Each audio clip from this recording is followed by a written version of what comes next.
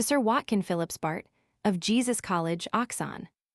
Dear Knight, the manner of living at Harrogate was so agreeable to my disposition that I left the place with some regret. Our Aunt Tabby would have probably made some objection to our departing so soon, had not an accident embroiled her with Mr. Micklewhimmen, the Scotch advocate, on whose heart she had been practicing, from the second day after our arrival. That original, though seemingly precluded from the use of his limbs, had turned his genius to good account. In short, by dint of groaning and whining, he had excited the compassion of the company so effectually that an old lady, who occupied the very best apartment in the house, gave it up for his ease and convenience.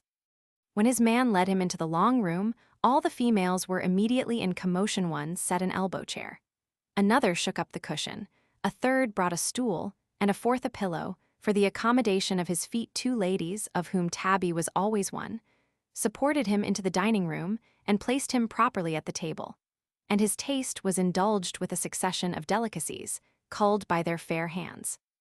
All this attention he repaid with a profusion of compliments and benedictions, which were not the less agreeable for being delivered in the Scottish dialect. As for Mrs. Tabitha, his respects were particularly addressed to her, and he did not fail to mingle them with religious reflections, touching free grace, knowing her bias to Methodism, which he also professed upon a Calvinist model. For my part, I could not help thinking this lawyer was not such an invalid as he pretended to be. I observed he ate very heartily 3 times a day, and though his bottle was marked stomachic tincture, he had recourse to it so often, and seemed to swallow it with such peculiar relish, that I suspected it was not compounded in the apothecary's shop or the chemist's laboratory. One day, while he was earnest in discourse with Mrs. Tabitha, and his servant had gone out on some occasion or other, I dexterously exchanged the labels and situation of his bottle and mine, and having tasted his tincture, found it was excellent claret. I forthwith handed it about me to some of my neighbors, and it was quite emptied before Mr. Micklewhimmen had occasion to repeat his draught. At length, turning about, he took hold of my bottle instead of his own, and, filling a large glass, drank to the health of Mrs. Tabitha. It had scarce touched his lips, when he perceived the change which had been put upon him, and was at first a little out of countenance. He seemed to retire within himself, in order to deliberate, and in half a minute his resolution was taken. Addressing himself to our quarter, "I give the gentleman credit for his wit," said he. "It was a gude practical joke. But sometimes high Josai in Syria ducunt mala. I hope for his own sake he has na drank all the liquor. For it was a vara porful infusion of jalap in Burdo wine. At it's possible, he may ha tan sick a dose, as will produce a terrible catastrophe in his ain bools." By far the greater part of the contents had fallen to the share of a young clothier from Leeds, who had come to make a figure at Harrogate, and was, in effect, a great coxcomb in his way. It was with a view to laugh at his fellow guests, as well as to mortify the lawyer, that he had emptied the bottle when it came to his turn, and he had laughed accordingly. But now his mirth gave way to his apprehension. He began to spit, to make wry faces, and writhe himself into various contortions. "Damn the stuff," cried he, "I thought it had a villainous twang paw. He that would cozen a Scot, mun get oop betimes, and take old Scratch for his counsellor." "In troth, mester, what d'ye cam?" replied the lawyer.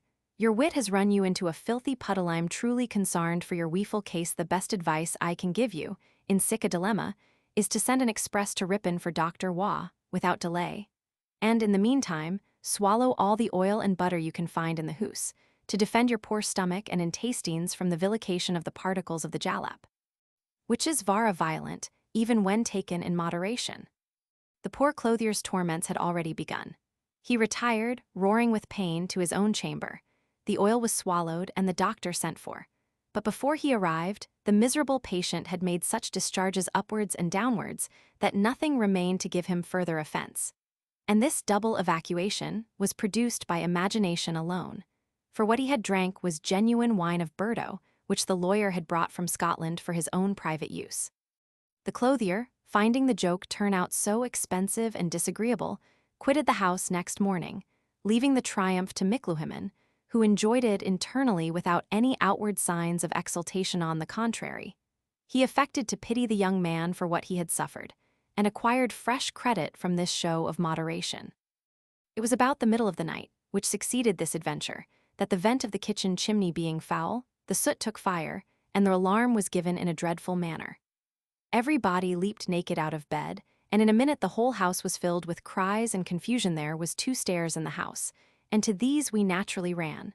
But they were both so blocked up by the people pressing one upon another that it seemed impossible to pass without throwing down and trampling upon the women.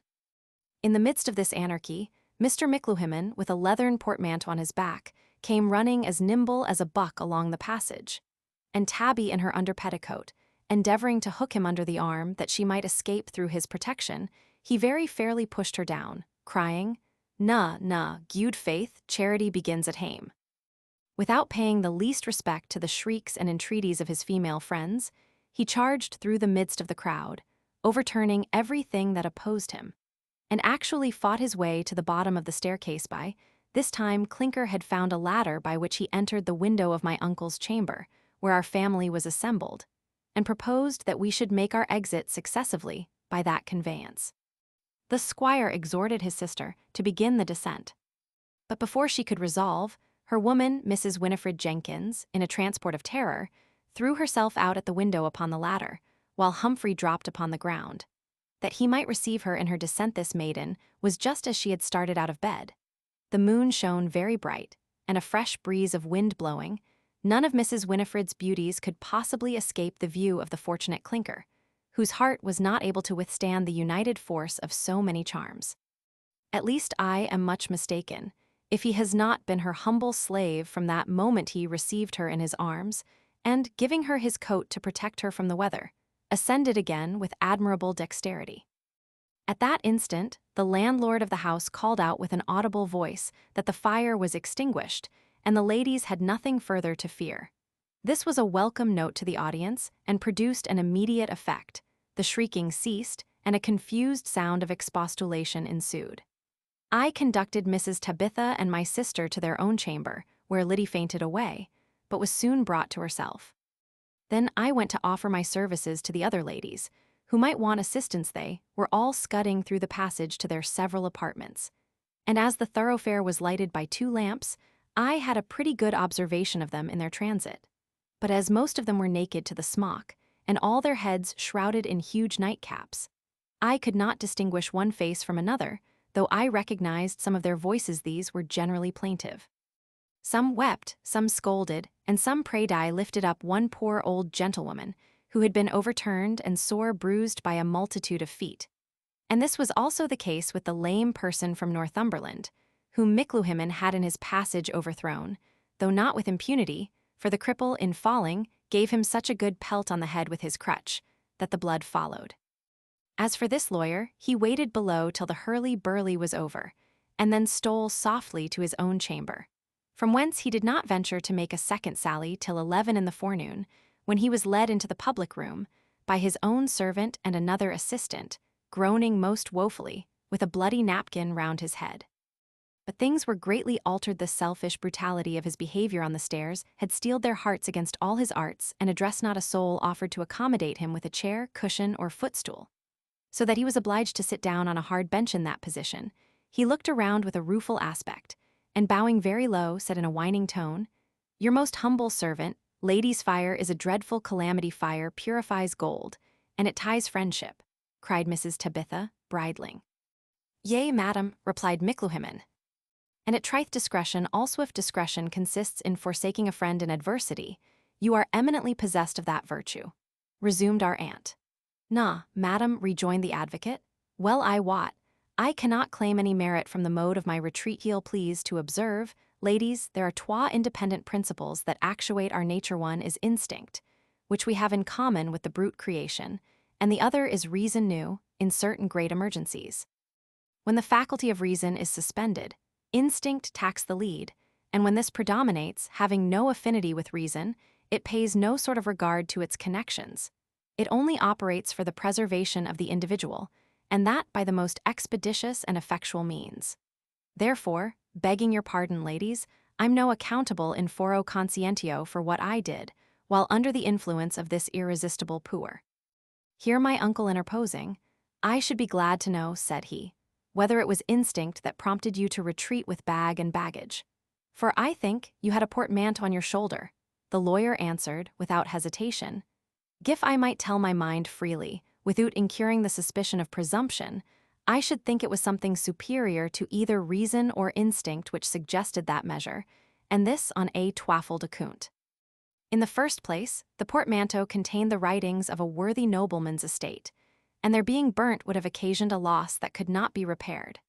Secondly, my good angel seems to have laid the portmanteau on my shoulders, by way of defense, to sustain the violence of a most inhuman blow, from the crutch of a reverend clergyman, which, even in spite of that medium, hath wounded me sorely, even unto the pericranium.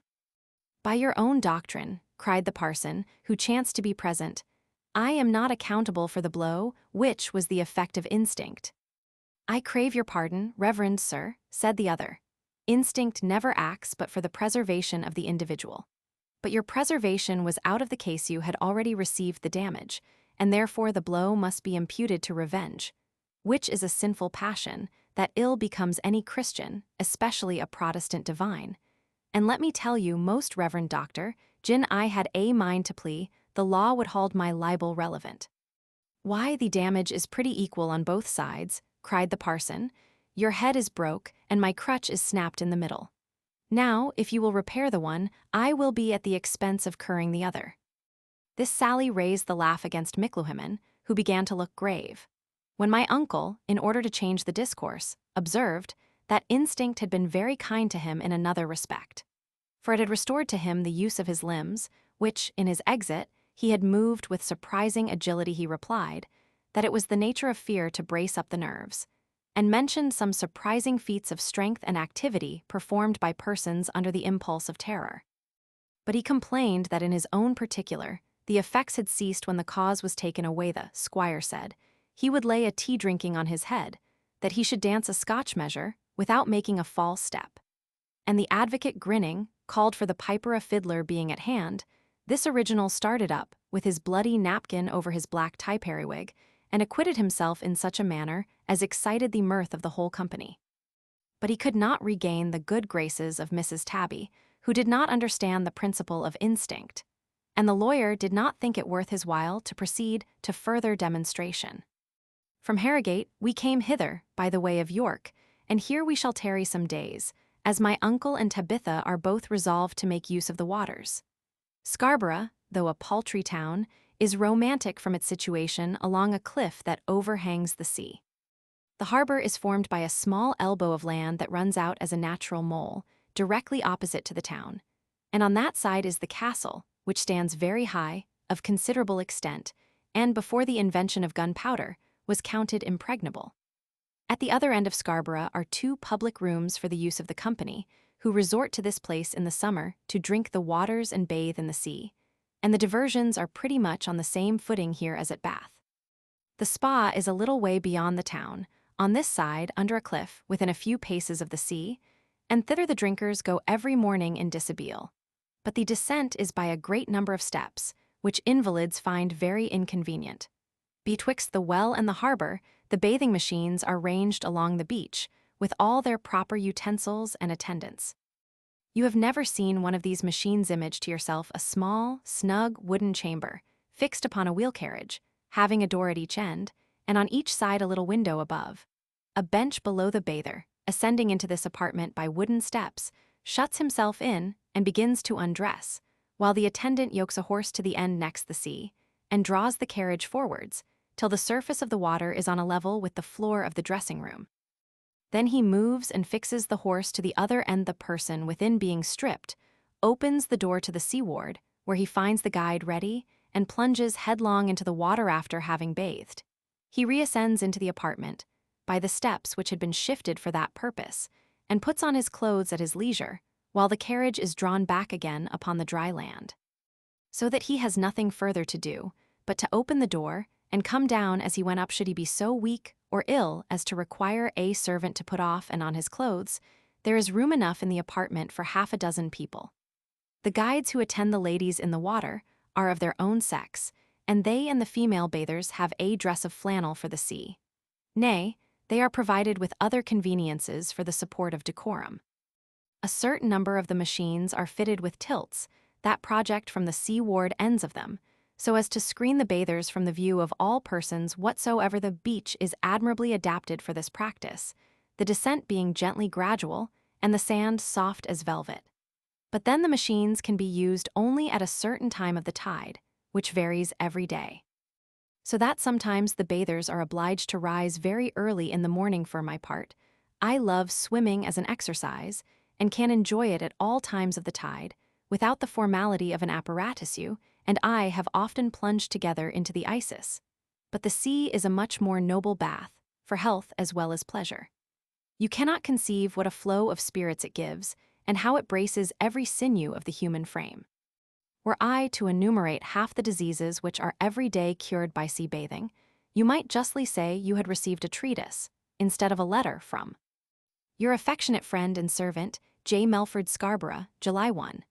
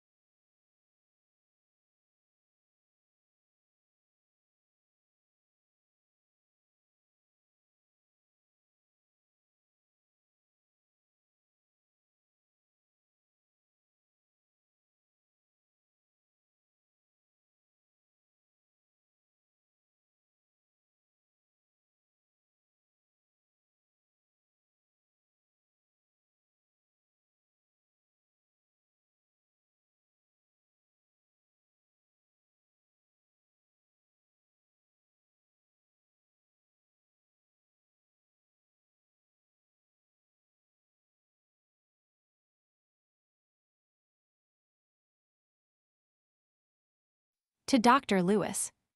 I have not found all the benefit I expected at Scarborough, where I have been these 8 days. From Harrogate we came hither by the way of York, where we stayed only one day to visit the castle, the minster, and the assembly room. The first, which was heretofore a fortress, is now converted to a prison, and is the best, in all respects, I ever saw. At home or abroad it stands in a high situation, extremely well ventilated, and has a spacious area within the walls, for the health and convenience of all the prisoners except those whom it is necessary to secure in close confinement. Even these last have all the comforts that the nature of their situation can admit. Here the assizes are held, in a range of buildings erected for that purpose. As for the minster, I know not how to distinguish it, except by its great size and the height of its spire, from those other ancient churches in different parts of the kingdom, which used to be called monuments of Gothic architecture. But it is now agreed that this style is Saracen rather than Gothic, and I suppose it was first imported into England from Spain, great part of which was under the dominion of the Moors. Those British architects who adopted this style don't seem to have considered the propriety of their adoption. The climate of the country, possessed by the Moors or Saracens, both in Africa and Spain, was so exceedingly hot and dry, that those who built places of worship for the multitude employed their talents in contriving edifices that should be cool. And for this purpose, nothing could be better adopted than those buildings, vast, narrow, dark, and lofty, impervious to the sunbeams, and having little communication with the scorched external atmosphere, but ever affording a refreshing coolness, like subterranean cellars in the heats of summer, or natural caverns in the bowels of huge mountains.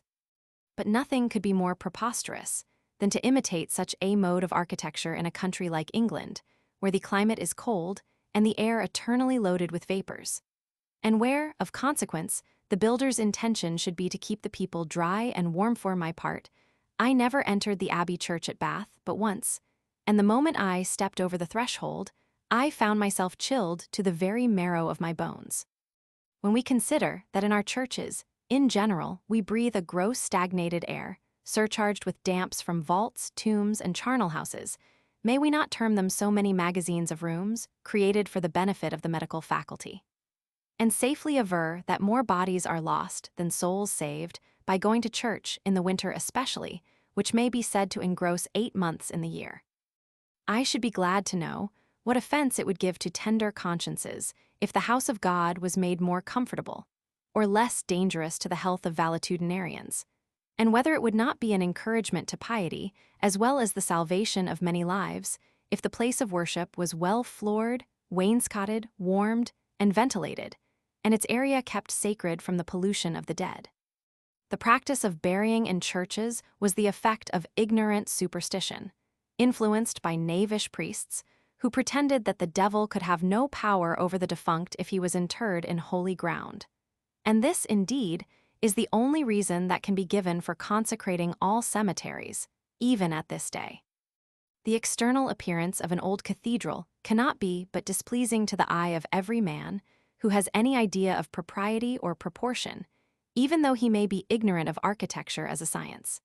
And the long, slender spire puts one in mind of a criminal impaled with a sharp stake rising up through his shoulder. These towers, or steeples, were likewise borrowed from the Mahometans, who, having no bells, used such minarets for the purpose of calling the people to prayers. They may be of further use, however, for making observations and signals. But I would vote for their being distinct from the body of the church, because they serve only to make the pile more barbarous or saracenical. There is nothing of this Arabic architecture in the assembly room, which seems to me to have been built upon a design of Palladio and might be converted into an elegant place of worship. But it is indifferently contrived for that sort of idolatry which is performed in it at present. The grandeur of the fane gives a diminutive effect to the little painted divinities that are adorned in it, and the company, on a ball night, must look like an assembly of fantastic fairies, reveling by moonlight among the columns of a Grecian temple. Scarborough seems to be falling off in point of reputation. All these places, Bath excepted, have their vogue, and then the fashion changes. I am persuaded there are 50 spas in England as efficacious and salutary as that of Scarborough, though they have not yet risen to fame, and, perhaps, never will, unless some medical encomiast should find an interest in displaying their virtues to the public view. Be that as it may, recourse will always be had to this place for the convenience of sea-bathing, while this practice prevails. But it were to be wished they would make the beach more accessible to invalids. I have here met with my old acquaintance, H.T., whom you have often heard me mention as one of the most original characters upon earth. I first knew him at Venice, and afterwards saw him in different parts of Italy, where he was well known by the nickname of Cavallo Bianco, from his appearing always mounted on a pale horse, like Death in the Revelations. You must remember the account I once gave you of a curious dispute he had at Constantinople, with a couple of Turks, in defense of the Christian religion. A dispute from which he acquired the epithet of demonstrator. The truth is, H owns no religion but that of nature. But on this occasion, he was stimulated to show his parts. For the honor of his country some years ago, being in the Campidoglio at Rome, he made up to the bust of Jupiter, and, bowing very low, exclaimed in the Italian language, "I hope, sir, if ever you get your head above water again, you will remember that I paid my respects to you in your adversity." This sally was reported to the Cardinal Camerlengo, and by him laid before Pope Benedict Roman XIV, who could not help laughing at the extravagance of the address, and said to the cardinal, "Those English heretics think they have a right to go to the devil in their own way." Indeed, H was the only Englishman I ever knew who had resolution enough to live in his own way in the midst of foreigners, for neither in dress, diet, customs, or conversation did he deviate one tittle from the manner in which he had been brought up. About 12 years ago, he began a giro or circuit, which he thus performed at Naples, where he fixed his headquarters. He embarked for Marseille, from whence he traveled with a voiturin to Antibes. There, he took his passage to Genoa and Larissai, from which last place he proceeded, by the way of Cambritina, to Pisa and Florence. After having halted some time in this metropolis, he set out with a vetturino for Rome, where he reposed himself a few weeks, and then continued his route for Naples, in order to wait for the next opportunity of embarkation. After having 12 times described this circle, he lately flew off at a tangent to visit some trees at his country house in England, which he had planted above 20 years ago.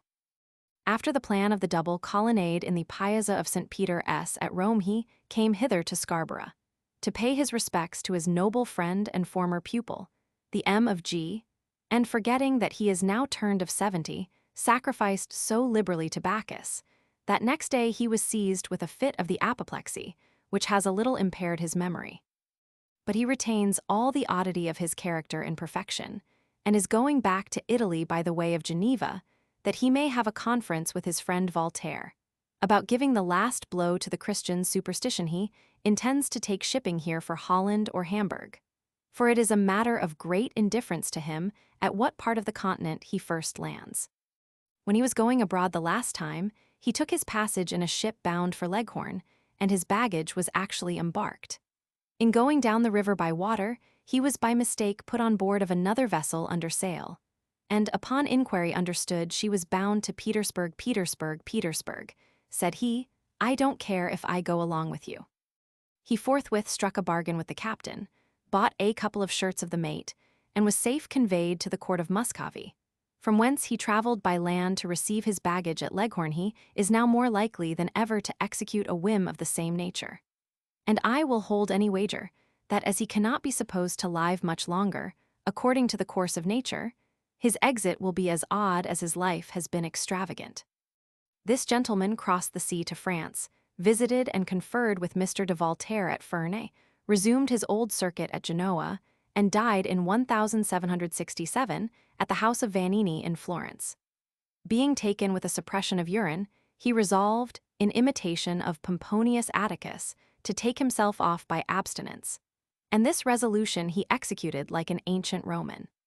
He saw company to the last, cracked his jokes, conversed freely, and entertained his guests with music. On the third day of his fast, he found himself entirely freed of his complaint, but refused taking sustenance. He said the most disagreeable part of the voyage was past, and he should be a cursed fool indeed to put about ship when he was just entering the harbor. In these sentiments he persisted, without any marks of affectation, and thus finished his course with such ease and serenity as would have done honor to the firmest Stoic of antiquity. But to return from one humorous to another, you must know I have received benefit, both from the chalybeate and the sea, and would have used them longer, had not a most ridiculous adventure, by making me the town talk, obliged me to leave the place. For I can't bear the thoughts of affording a spectacle to the multitude. Yesterday morning, at 6 o'clock, I went down to the bathing place, attended by my servant Clinker, who waited on the beach as usual, the wind blowing from the north, and the weather being hazy, the water proved so chill, that when I rose from my first plunge, I could not help sobbing and bawling out from the effects of the cold. Clinker, who heard me cry and saw me indistinctly a good way without the guide, buffeting the waves, took it for granted I was drowning, and rushing into the sea, clothes and all, overturned the guide in his hurry to save his master. I had swam out a few strokes, when hearing a noise, I turned about and saw Clinker, already up to his neck, advancing towards me, with all the wildness of terror in his aspect, afraid he would get out of his depth. I made haste to meet him, when all of a sudden he seized me by one ear, dragged me bellowing with pain upon the dry beach, to the astonishment of all the people, men and women, and children there assembled. I was so exasperated by the pain of my ear, and the disgrace of being exposed in such an attitude, that, in the first transport, I struck him down. Then, running back into the sea, took shelter in the machine where my clothes had been deposited. I soon recollected myself so far as to do justice to the poor fellow, who, in great simplicity of heart, had acted from motives of fidelity and affection. Opening the door of the machine, which was immediately drawn on shore, I saw him standing by the wheel, dropping like a waterwork, and trembling from head to foot. Partly from cold, and partly from the dread of having offended his master, I made my acknowledgments for the blow he had received, assured him I was not angry, and insisted upon his going home immediately to shift his clothes. A command which he could hardly find in his heart to execute, so well disposed was he to furnish the mob with further entertainment at my expense. Clinker's intention was laudable without all doubt, but nevertheless, I am a sufferer by his simplicity. I have had a burning heat, and a strange buzzing noise in that ear, ever since it was so roughly treated, and I cannot walk the street without being pointed at. As the monster that was hauled naked ashore upon the beach well, I affirm that folly is often more provoking than knavery, aye, and more mischievous too. And whether a man had not better choose a sensible rogue than an honest simpleton for his servant is no matter of doubt with. Yours, Matt Bramble, Scarborough, July 4.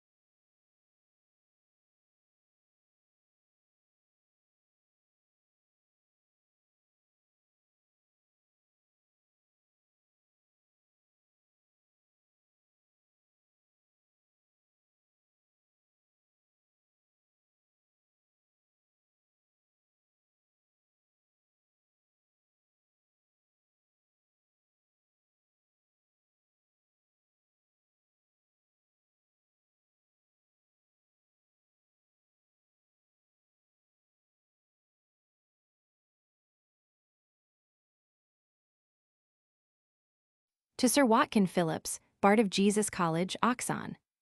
Dear Wat, we made a precipitate retreat from Scarborough, owing to the excessive delicacy of our squire, who cannot bear the thoughts of being proteruntium digito monstratus. One morning, while he was bathing in the sea, his man Clinker took it in his head that his master was in danger of drowning. And, in this conceit, plunging into the water, he lugged him out naked on the beach, and almost pulled off his ear in the operation. You may guess how this achievement was relished by Mr. Bramble, who is impatient, irascible, and has the most extravagant ideas of decency and decorum in the economy of his own person. In the first ebullition of his choler, he knocked Clinker down with his fist. But he afterwards made him amends for his outrage, and, in order to avoid further notice of the people, among whom this incident had made him remarkable, he resolved to leave Scarborough next day. We set out accordingly over the moors, by the way of Whitby, and began our journey betimes, in hopes of reaching Stockton that night. But in this hope we were disappointed in the afternoon, crossing a deep gutter made by a torrent. The coach was so hard strained that one of the irons, which connect the frame, snapped, and the leather sling on the same side, cracked in the middle. The shock was so great that my sister Liddy struck her head against Mrs. Tabitha's nose with such violence that the blood flowed, and Win. Jenkins was darted through a small window in that part of the carriage next the horses, where she stuck like a bod in the pillory, till she was released by the hand of Mr. Bramble. We were 8 miles distant from any place where we could be supplied with chaises, and it was impossible to proceed with the coach. Until the damage should be repaired. In this dilemma, we discovered a blacksmith's forge on the edge of a small common, about half a mile from the scene of our disaster, and thither the postilions made shift to draw the carriage slowly while the company walked afoot. But we found the blacksmith had been dead some days, and his wife, who had been lately delivered, was deprived of her senses, under the care of a nurse, hired by the parish. We were exceedingly mortified at this disappointment, which, however, was surmounted by the help of Humphry Clinker, who is a surprising compound of genius and simplicity.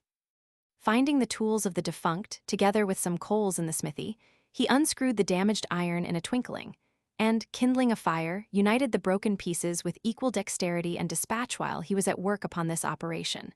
The poor woman in the straw, struck with the well-known sound of the hammer and anvil, started up, and notwithstanding all the nurse's efforts, came running into the smithy, where, throwing her arms about Clinker's neck, "Ah, Jacob," cried she, "how could you leave me in such a condition?" This incident was too pathetic to occasion mirth. It brought tears into the eyes of all present. The poor widow was put to bed again, and we did not leave the village without doing something for her benefit. Even Tabitha's charity was awakened on this occasion. As for the tender-hearted Humphry Clinker, he hammered the iron and wept at the same time, but his ingenuity was not confined to his own province of farrier and blacksmith. It was necessary to join the leather sling, which had been broke. And this service he likewise performed, by means of a broken awl, which he knew pointed and ground, a little hemp, which he spun into linguals, and a few tacks which he made for the purpose. Upon the whole, we were in a condition to proceed in little more than an hour. But even this delay obliged us to pass the night at Gisborough. Next day, we crossed the Tees at Stockton, which is a neat, agreeable town, and there we resolved to dine, with purpose to lie at Durham. Whom should we meet in the yard when we alighted but Martin the adventurer? Having handed out the ladies and conducted them into an apartment where he paid his compliments to Mrs. Tabby, with his usual address, he begged leave to speak to my uncle in another room. And there, in some confusion, he made an apology for having taken the liberty to trouble him with a letter at Stevenage. He expressed his hope that Mr. Bramble had bestowed some consideration on his unhappy case, and repeated his desire of being taken into his service. My uncle, calling me into the room, told him that we were both very well inclined to rescue him from a way of life that was equally dangerous and dishonorable, and that he should have no scruples in trusting to his gratitude and fidelity if he had any employment for him, which he thought would suit his qualifications and his circumstances, but that all the departments he had mentioned in his letter were filled up by persons of whose conduct he had no reason to complain. Of consequence, he could not, without injustice, deprive any one of them of his bread. Nevertheless, he declared himself ready to assist him in any feasible project, either with his purse or credit.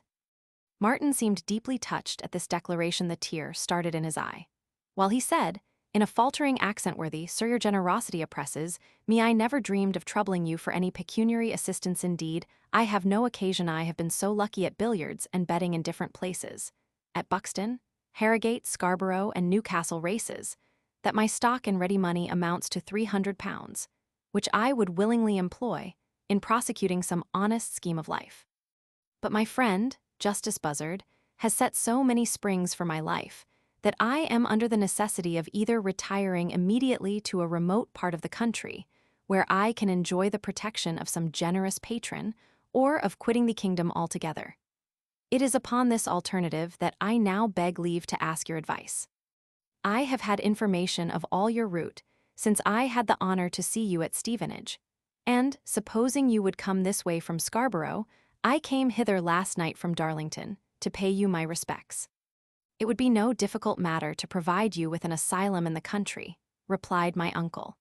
But a life of indolence and obscurity would not suit with your active and enterprising disposition. I would therefore advise you to try your fortune in the East Indies. I will give you a letter to a friend in London, who will recommend you to the direction, for a commission in the company's service. And if that cannot be obtained, you will at least be received as a volunteer, in which case you may pay for your passage, and I shall undertake to procure you such credentials that you will not be long without a commission." Martin embraced the proposal with great eagerness. It was therefore resolved that he should sell his horse and take a passage by sea for London to execute the project without delay. In the meantime he accompanied us to Durham, where we took up our quarters for the night. Here, being furnished with letters from my uncle, he took his leave of us with strong symptoms of gratitude and attachment, and set out for Sunderland in order to embark in the first collier, bound for the river Thames. He had not been gone half an hour when we were joined by another character, which promised something extraordinary. A tall, meager figure, answering, with his horse, the description of Don Quixote mounted on Rozinante, appeared in the twilight at the inn door.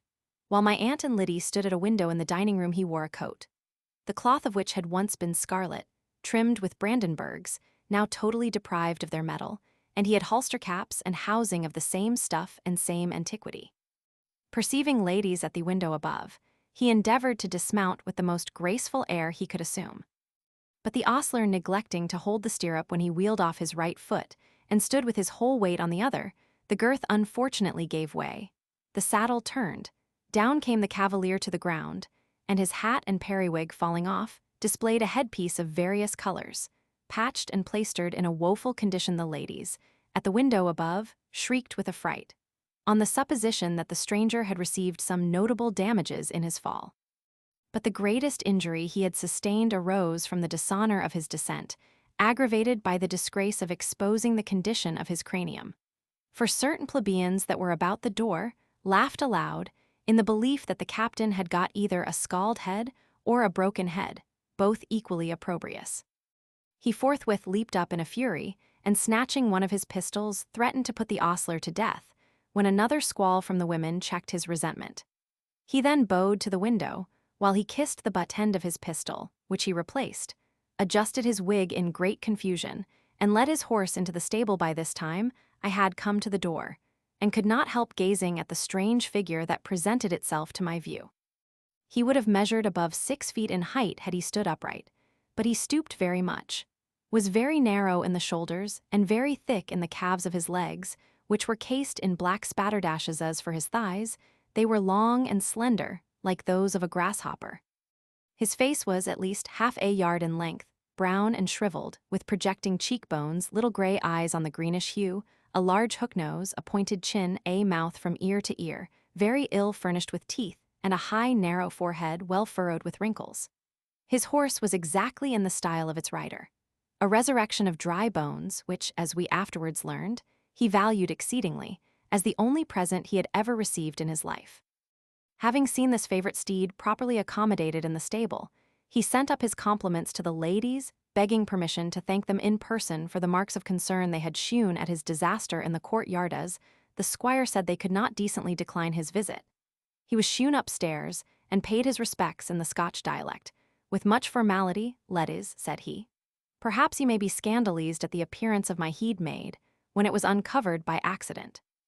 But I can assure you, the condition you saw it in is neither the effects of diseases nor of drunkenness, but an honest scar received in the service of my country." He then gave us to understand that, having been wounded at Ticonderoga in America, a party of Indians rifled him, scalped him, broke his skull with the blow of a tomahawk, and left him for dead on the field of battle. But that being afterwards found with signs of life, he had been cured in the French hospital, though the loss of substance could not be repaired, so that the skull was left naked in several places, and these he covered with patches. There is no hold by which an Englishman is sooner taken than that of compassion. We were immediately interested in behalf of this veteran. Even Tabby's heart was melted, but our pity was warmed with indignation when we learned that in the course of 2 sanguinary wars he had been wounded, maimed, mutilated, taken, and enslaved, without ever having attained a higher rank than that of lieutenant. My uncle's eyes gleamed, and his nether lip quivered, while he exclaimed, "I vow to God, sir, your case is a reproach to the service. The injustice you have met with is so flagrant I must crave your pardon, sir," cried the other, interrupting him. "I complain of no injustice. I purchased an ensigncy 30 years ago, and in the course of service rose to a lieutenant, according to my seniority. But in such a length of time," resumed the squire, "you must have seen a great many young officers put over your head. Nevertheless," said he, "I have no cause to murmur. They bought their preferment with their money. I had no money to carry to market. That was my misfortune.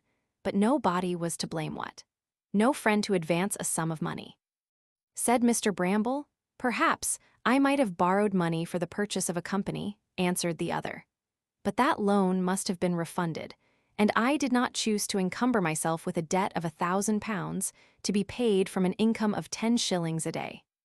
"So you have spent the best part of your life," cried Mr. Bramble, "your youth, your blood, and your constitution, amidst the dangers, the difficulties, the horrors and hardships of a war, for the consideration of 3 or 4 shillings a day. A consideration." "Sir," replied the Scot with great warmth, "you are the man that does me injustice if you say or think I have been actuated by any such paltry consideration. I am a gentleman, and entered the service as other gentlemen do, with such hopes and sentiments as honorable ambition inspires. If I have not been lucky in the lottery of life, so neither do I think myself unfortunate. I owe to no man a farthing. I can always command a clean shirt, a mutton chop, and a truss of straw, and when I die, I shall leave effects sufficient to defray the expense of my burial." My uncle assured him he had no intention to give him the least offense by the observations he had made, but, on the contrary, spoke from a sentiment of friendly regard to his interest. The lieutenant thanked him with a stiffness of civility, which nettled our old gentleman, who perceived that his moderation was all affected. For whatsoever his tongue might declare, his whole appearance denoted dissatisfaction. In short, without pretending to judge of his military merit, I think I may affirm that this Caledonian is a self-conceited pedant, awkward, rude, and disputatious. He has had the benefit of a school education, seems to have read a good number of books. His memory is tenacious, and he pretends to speak several different languages. But he is so addicted to wrangling that he will cavil at the clearest truths and, in the pride of argumentation, attempt to reconcile contradictions whether his address and qualifications are really of that stamp which is agreeable to the taste of our aunt, Mrs. Tabitha, or that indefatigable maiden is determined to shoot at every sort of game.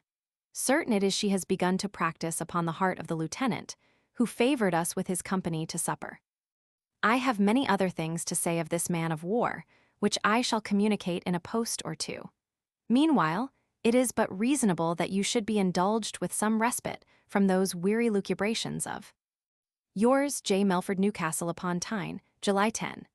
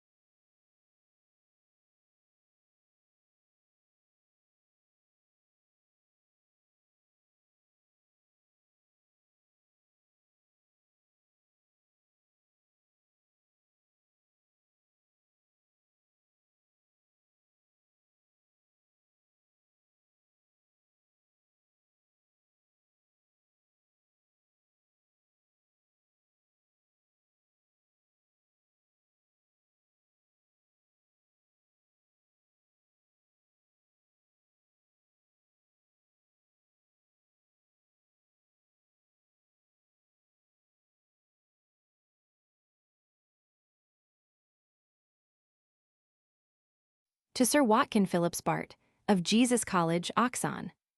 Dear Phillips, in my last I treated you with a high-flavored dish, in the character of the Scotch lieutenant, and I must present him once more for your entertainment. It was our fortune to feed upon him the best part of 3 days, and I do not doubt that he will start again in our way before we shall have finished our northern excursion. The day after our meeting with him at Durham proved so tempestuous that we did not choose to proceed on our journey, and my uncle persuaded him to stay till the weather should clear up, giving him, at the same time, a general invitation to our mess. The man has certainly gathered a whole budget of shrewd observations, but he brings them forth in such an ungracious manner as would be extremely disgusting, if it was not marked by that characteristic oddity which never fails to attract the attention. He and Mr. Bramble discoursed, and even disputed on different subjects in war, policy, the Bell's letters, law, and metaphysics. And sometimes they were warmed into such altercation as seemed to threaten an abrupt dissolution of their society. But Mr. Bramble set a guard over his own irascibility, the more vigilantly as the officer was his guest. And when, in spite of all his efforts, he began to wax warm, the other prudently cooled in the same proportion. Mrs. Tabitha chancing to accost her brother by the familiar diminutive of Matt. "Pray, sir," said the lieutenant, "is your name Matthias? You must know it is one of our uncle's foibles to be ashamed of his name Matthew, because it is puritanical, and this question chagrined him so much that he answered, 'No, by G.D.' in a very abrupt tone of displeasure. The Scot took umbrage at the manner of his reply, and bristling up, 'If I had known,' said he, 'that you did not care to tell your name, I should not have asked the question. The lady called you Matt, and I naturally thought it was Matthias.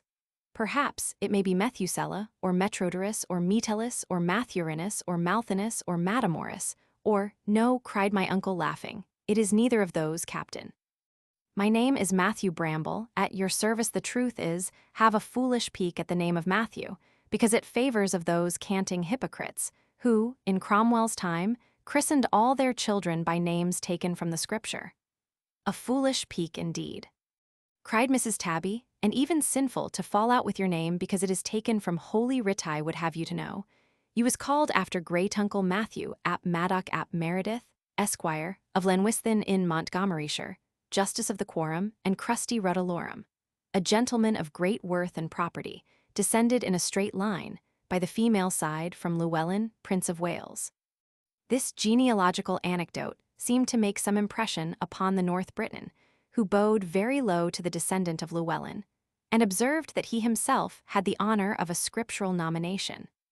The lady expressing a desire of knowing his address, he said, he designed himself Lieutenant Obadiah Lismahago, and in order to assist her memory, he presented her with a slip of paper inscribed with these 3 words, which she repeated with great emphasis, declaring it was one of the most noble and sonorous names she had ever heard.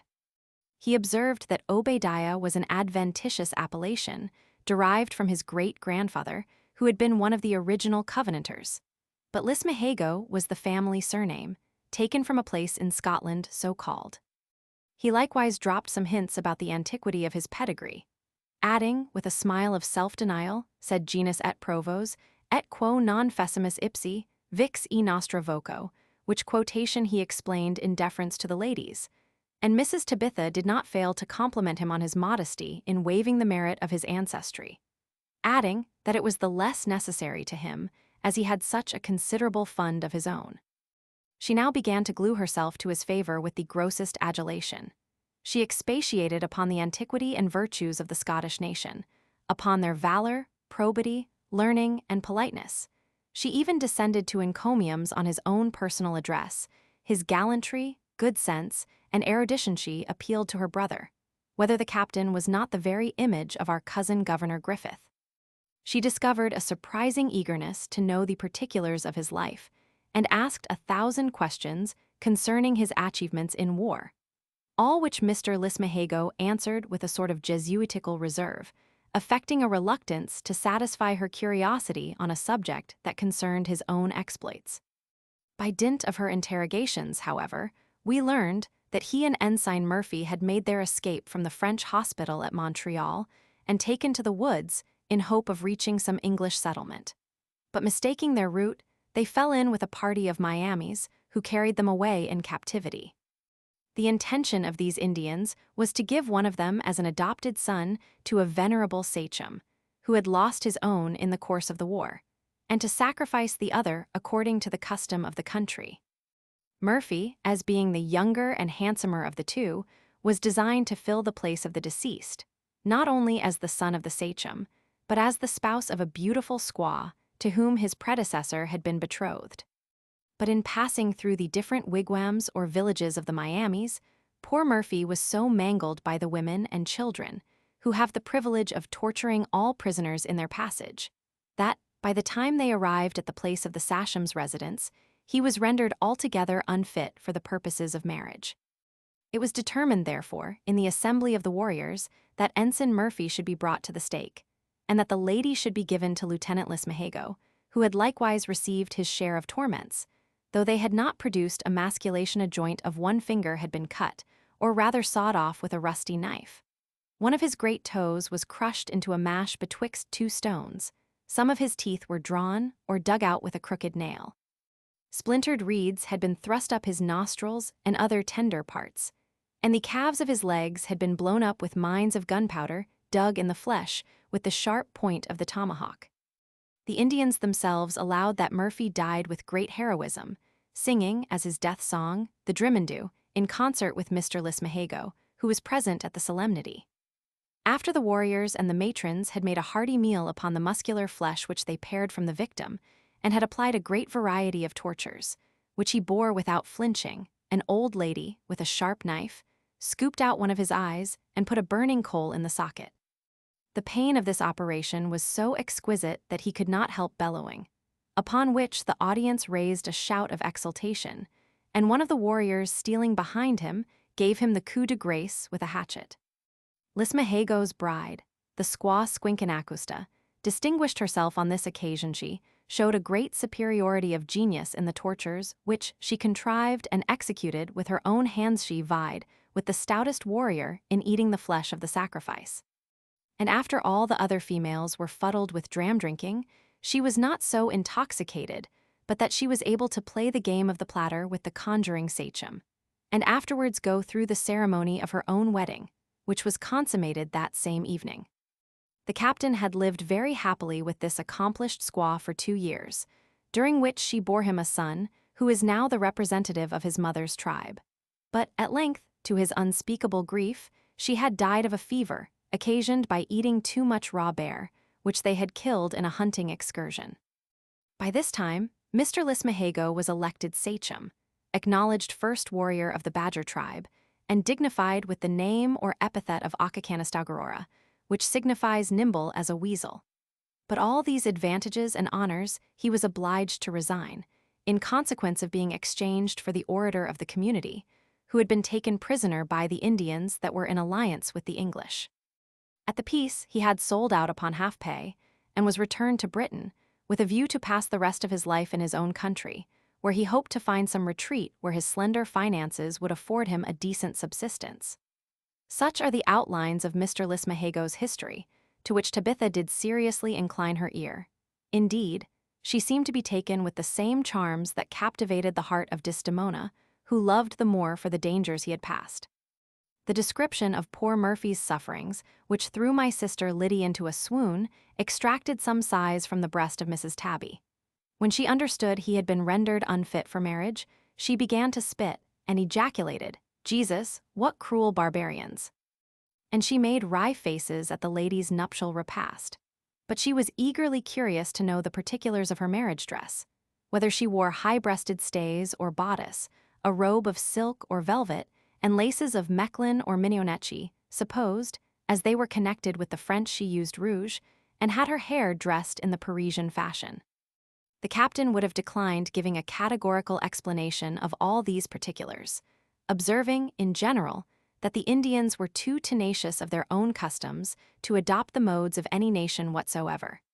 He said, moreover, that neither the simplicity of their manners nor the commerce of their country would admit of those articles of luxury which are deemed magnificence in Europe, and that they were too virtuous and sensible to encourage the introduction of any fashion which might help to render them corrupt and effeminate. These observations served only to inflame her desire of knowing the particulars about which she had inquired, and, with all his evasion, he could not help discovering the following circumstances: that his princess had neither shoes, stockings, shift, nor any kind of linen, that her bridal dress consisted of a petticoat of red baize, and a fringed blanket, fastened about her shoulders with a copper skewer. But of ornaments she had great plenty. Her hair was curiously plaited, and interwoven with bobbins of human bone. One eyelid was painted green, and the other yellow. The cheeks were blue, the lips white, the teeth red, and there was a black list drawn down the middle of the forehead as far as the tip of the nose. A couple of gaudy parrot's feathers were stuck through the division of the nostrils. There was a blue stone set in the chin. Her earrings consisted of 2 pieces of hickory. Of the size and shape of drumsticks, her arms and legs were adorned with bracelets of wampum. Her breast glittered with numerous strings of glass beads. She wore a curious pouch, or pocket of woven grass, elegantly painted with various colors. About her neck was hung the fresh scalp of a Mohawk warrior, whom her deceased lover had lately slain in Battleland. Finally, she was anointed from head to foot with bear's grease, which sent forth a most agreeable odor.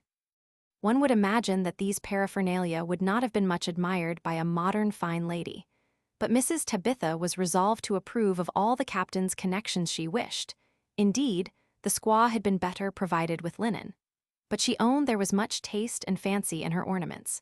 She made no doubt, therefore, that Madame Squinkanacusta was a young lady of good sense and rare accomplishments, and a good Christian at bottom. Then she asked whether his consort had been high church or low church, Presbyterian or Anabaptist, or had been favored with any glimmering of the new light of the gospel. When he confessed that she and her whole nation were utter strangers to the Christian faith, she gazed at him with signs of astonishment, and Humphry Clinker, who chanced to be in the room, uttered a hollow groan. After some pause, "In the name of God, Captain Lismahago," cried she, "what religion do they profess?" "As to religion, madam," answered the lieutenant, "it is among those Indians a matter of great simplicity. They never heard of any alliance between church and state. They, in general, worship 2 contending principles, one the fountain of all good, the other the source of all evil. The common people there, as in other countries, run into the absurdities of superstition, but sensible men pay adoration to a supreme being who created and sustains the universe." "Oh, "What pity," exclaimed the pious Tabby, "that some holy man has not been inspired to go and convert these poor heathens." The lieutenant told her that while he resided among them, 2 French missionaries arrived, in order to convert them to the Catholic religion. But when they talked of mysteries and revelations, which they could neither explain nor authenticate, and called in the evidence of miracles which they believed upon hearsay, when they taught that the supreme creator of heaven and earth had allowed his only Son, his own equal in power and glory, to enter the bowels of a woman, to be born as a human creature, to be insulted, flagellated, and even executed as a malefactor, when they pretended to create God himself, to swallow, digest, revive, and multiply him ad infinitum, by the help of a little flour and water, the Indians were shocked at the impiety of their presumption. They were examined by the assembly of the sachems, who desired them to prove the divinity of their mission by some miracle. They answered that it was not in their power. "If you were really sent by heaven for our conversion," said one of the sachems, "you would certainly have some supernatural endowments. At least you would have the gift of tongues, in order to explain your doctrine to the different nations among which you are employed. But you are so ignorant of our language that you cannot express yourselves even on the most trifling subjects." In a word, the assembly were convinced of their being cheats, and even suspected them of being spies. They ordered them a bag of Indian corn apiece, and appointed a guide to conduct them to the frontiers. But the missionaries, having more zeal than discretion, refused to quit the vineyard. They persisted in saying Mass, in preaching, baptizing, and squabbling with the conjurers or priests of the country, till they had thrown the whole community into confusion. Then the assembly proceeded to try them as impious impostors, who represented the Almighty as a trifling, weak, capricious being, and pretended to make, unmake, and reproduce him at pleasure. They were, therefore, convicted of blasphemy and sedition, and condemned to the stake, where they died singing Salve Regina, in a rapture of joy for the crown of martyrdom which they had thus obtained. In the course of this conversation, Lieutenant Lismahago dropped some hints by which it appeared he himself was a freethinker.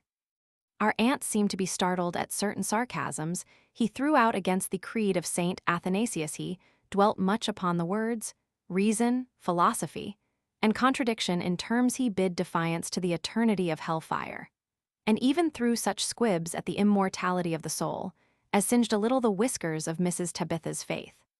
For by this time she began to look upon Lismahago as a prodigy of learning and sagacity. In short, he could be no longer insensible to the advances she made towards his affection.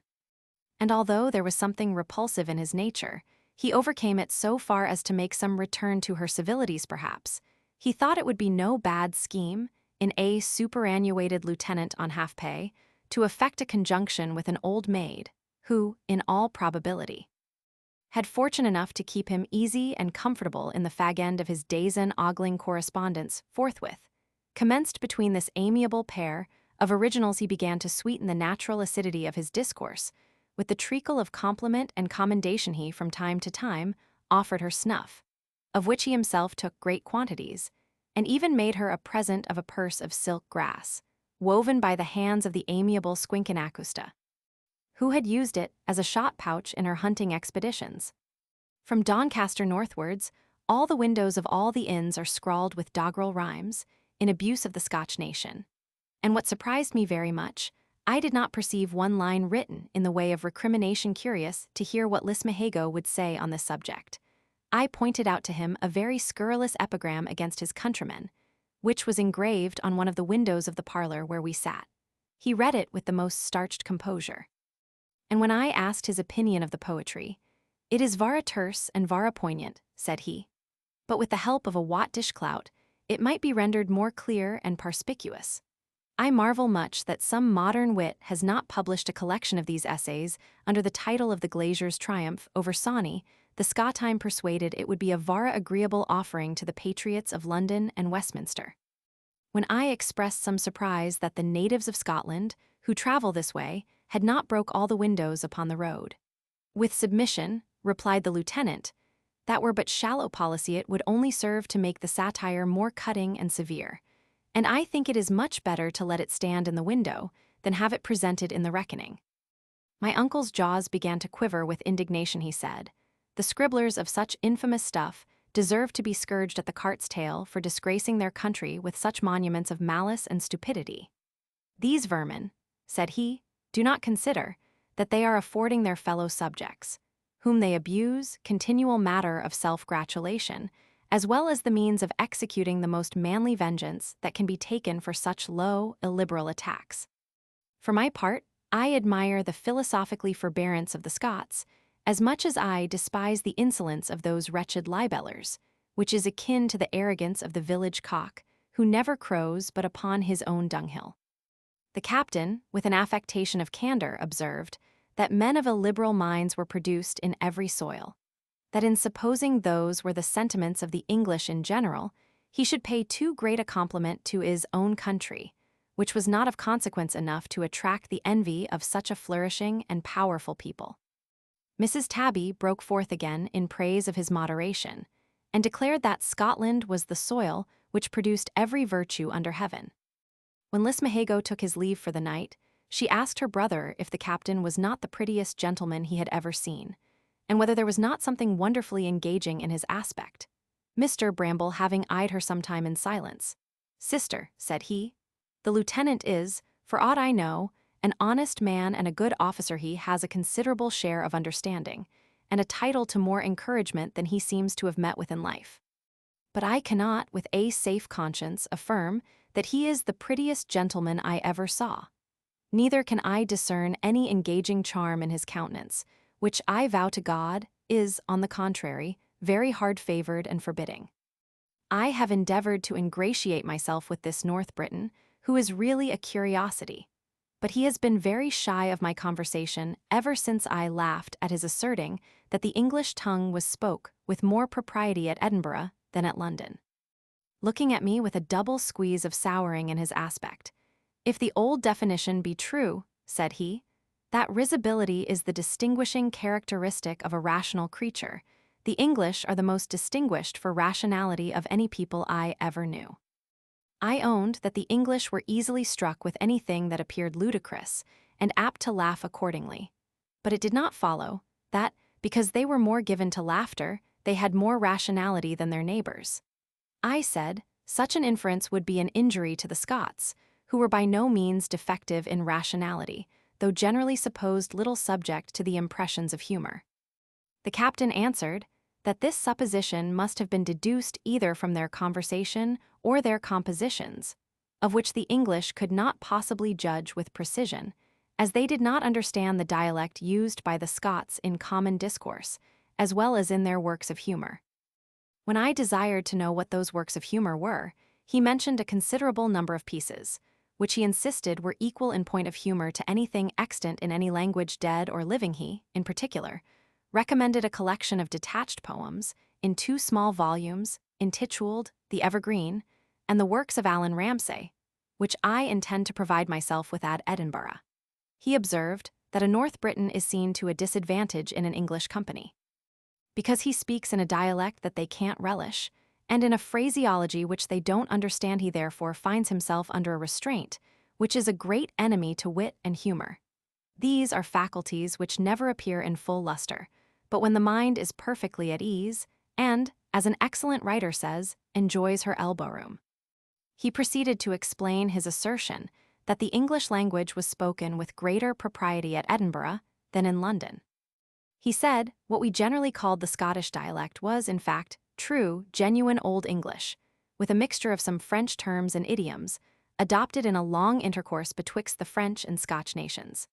That the modern English, from affectation and false refinement, had weakened and even corrupted their language by throwing out the guttural sounds, altering the pronunciation and the quantity, and disusing many words and terms of great significance. In consequence of these innovations, the works of our best poets, such as Chaucer, Spenser, and even Shakespeare, were become, in many parts, unintelligible to the natives of South Britain, whereas the Scots, who retain the Antient language, understand them without the help of a glossary. For instance, said he, how have your commentators been puzzled by the following expression in The Tempest: he's gentle and not fearful, as if it was a paralogism to say that being gentle, he must of course be courageous. But the truth is, One of the original meanings, if not the sole meaning of that word, was noble, high-minded. And to this day, a Scotch woman, in the situation of the young lady in The Tempest, would express herself nearly in the same terms. Don't provoke him. For being gentle, that is, high-spirited, he won't tamely bear an insult.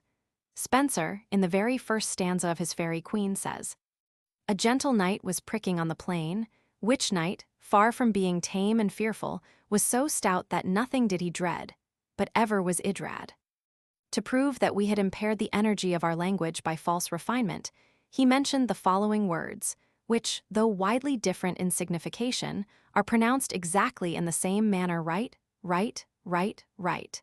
But among the Scots, these words are as different in pronunciation as they are in meaning and orthography. And this is the case with many others which he mentioned by way of illustration.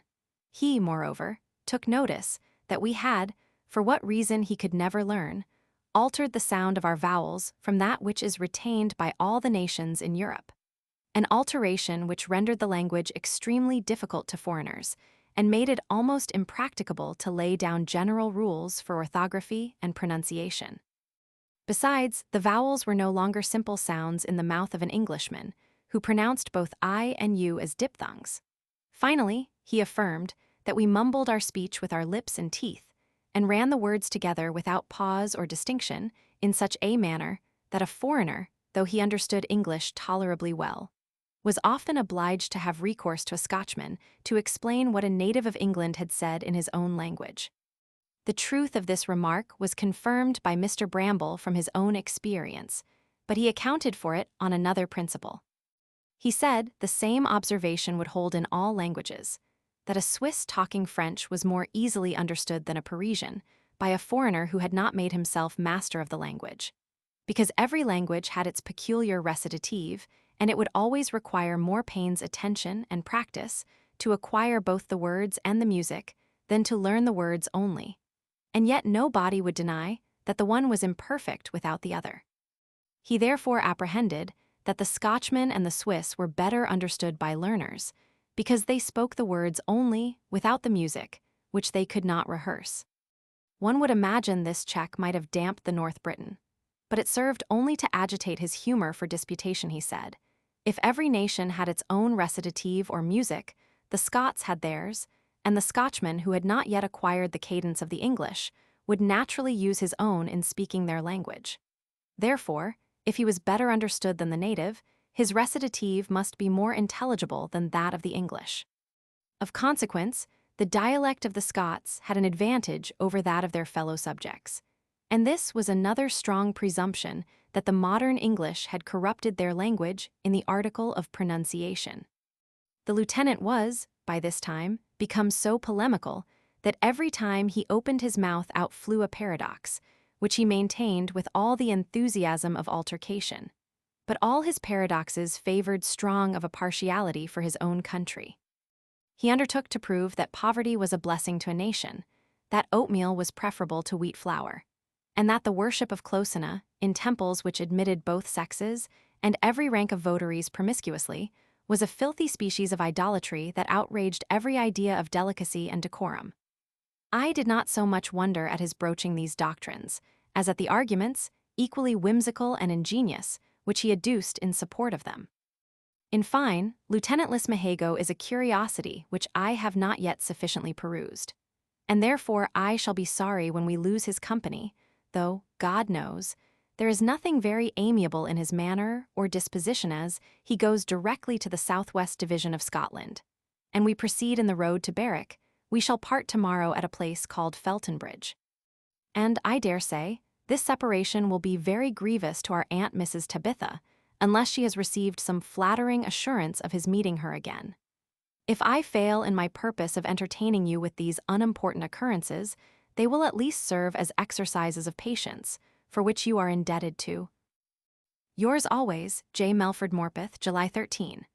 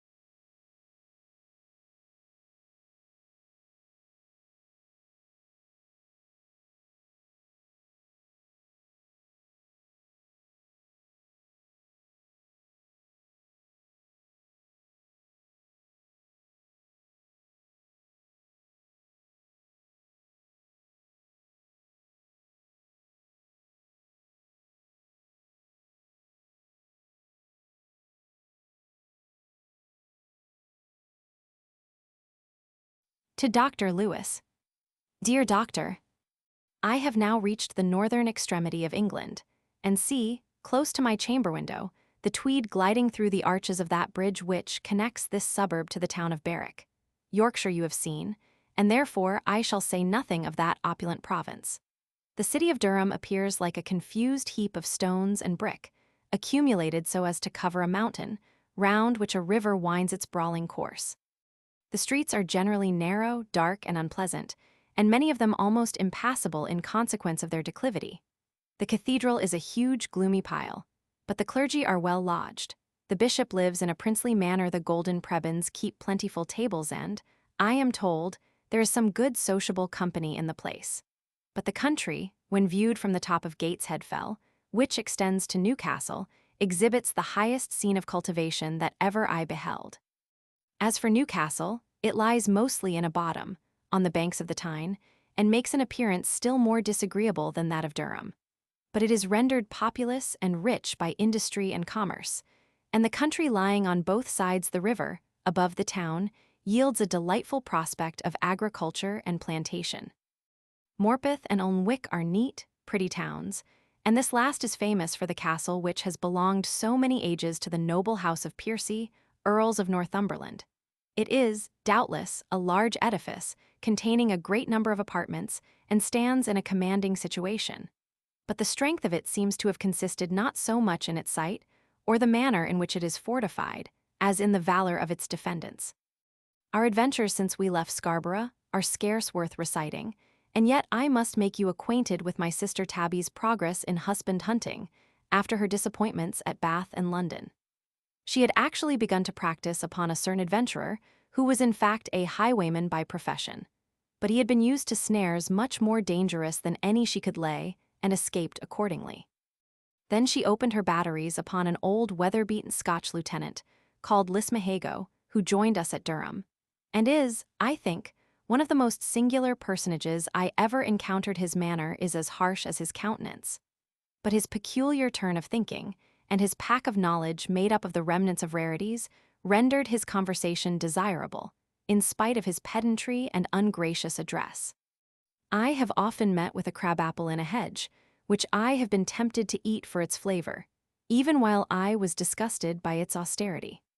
The spirit of contradiction is naturally so strong in Lismahago, that I believe in my conscience he has rummaged, and read, and studied with indefatigable attention, in order to qualify himself to refute established maxims, and thus raise trophies for the gratification of polemical pride. Such is the asperity of his self-conceit, that he will not even acquiesce in a transient compliment made to his own individual in particular, or to his country in general. When I observed that he must have read a vast number of books to be able to discourse on such a variety of subjects, he declared he had read little or nothing, and asked how he should find books among the woods of America, where he had spent the greatest part of his life. My nephew remarking that the Scots in general were famous for their learning, he denied the imputation, and defied him to prove it from their works. The Scots, said he, have a slight tincture of letters, with which they make a parade among people who are more illiterate than themselves. But they may be said to float on the surface of science, and they have made very small advances in the useful arts. At least, cried Tabby, all the world allows that the Scots behaved gloriously in fighting and conquering the savages of America. I can assure you, madam, you have been misinformed, replied the lieutenant. In that continent, the Scots did nothing more than their duty, nor was there one corps in His Majesty's service that distinguished itself more than another. Those who affected to extol the Scots for superior merit were no friends to that nation. Though he himself made free with his countrymen, he would not suffer any other person to glance a sarcasm at them with impunity. One of the company chancing to mention Lord B.'s inglorious peace, the lieutenant immediately took up the cudgels in his lordship's favor, and argued very strenuously to prove that it was the most honorable and advantageous peace that England had ever made since the foundation of the monarchy. Nay, between friends, he offered such reasons on this subject, that I was really confounded, if not convinced he would not allow that the Scots abounded above their proportion in the army and navy of Great Britain, or that the English had any reason to say his countrymen had met with extraordinary encouragement in the service. When a South and North Briton, said he, are competitors for a place or commission, which is in the disposal of an English minister or an English general, it would be absurd to suppose that the preference will not be given to the native of England, who has so many advantages over his rival first and foremost. He has in his favor that laudable partiality, which, Mr. Addison says, never fails to cleave to the heart of an Englishman. Secondly, he has more powerful connections and a greater share of parliamentary interest, by which those contests are generally decided. And lastly, he has a greater command of money to smooth the way to his success. For my own part, said he, I know no Scotch officer who has risen in the army above the rank of a subaltern, without purchasing every degree of preferment either with money or recruits.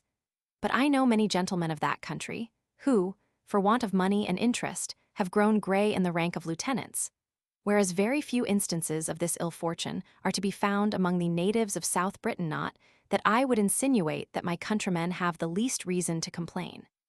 Preferment in the service, like success in any other branch of traffic, will naturally favor those who have the greatest stock of cash and credit, merit and capacity being supposed equal on all sides. But the most hardy of all this original's positions were these: that commerce would, sooner or later, prove the ruin of every nation, where it flourishes to any extent that the Parliament was the rotten part of the British Constitution, that the liberty of the press was a national evil, and that the boasted institution of juries, as managed in England, was productive of shameful perjury and flagrant injustice.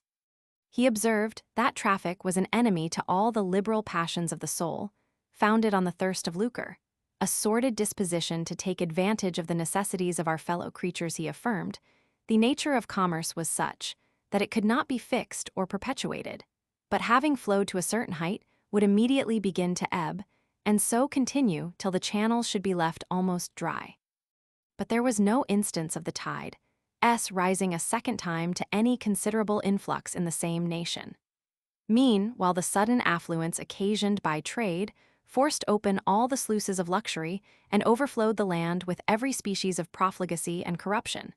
A total pravity of manners would ensue, and this must be attended with bankruptcy and ruin.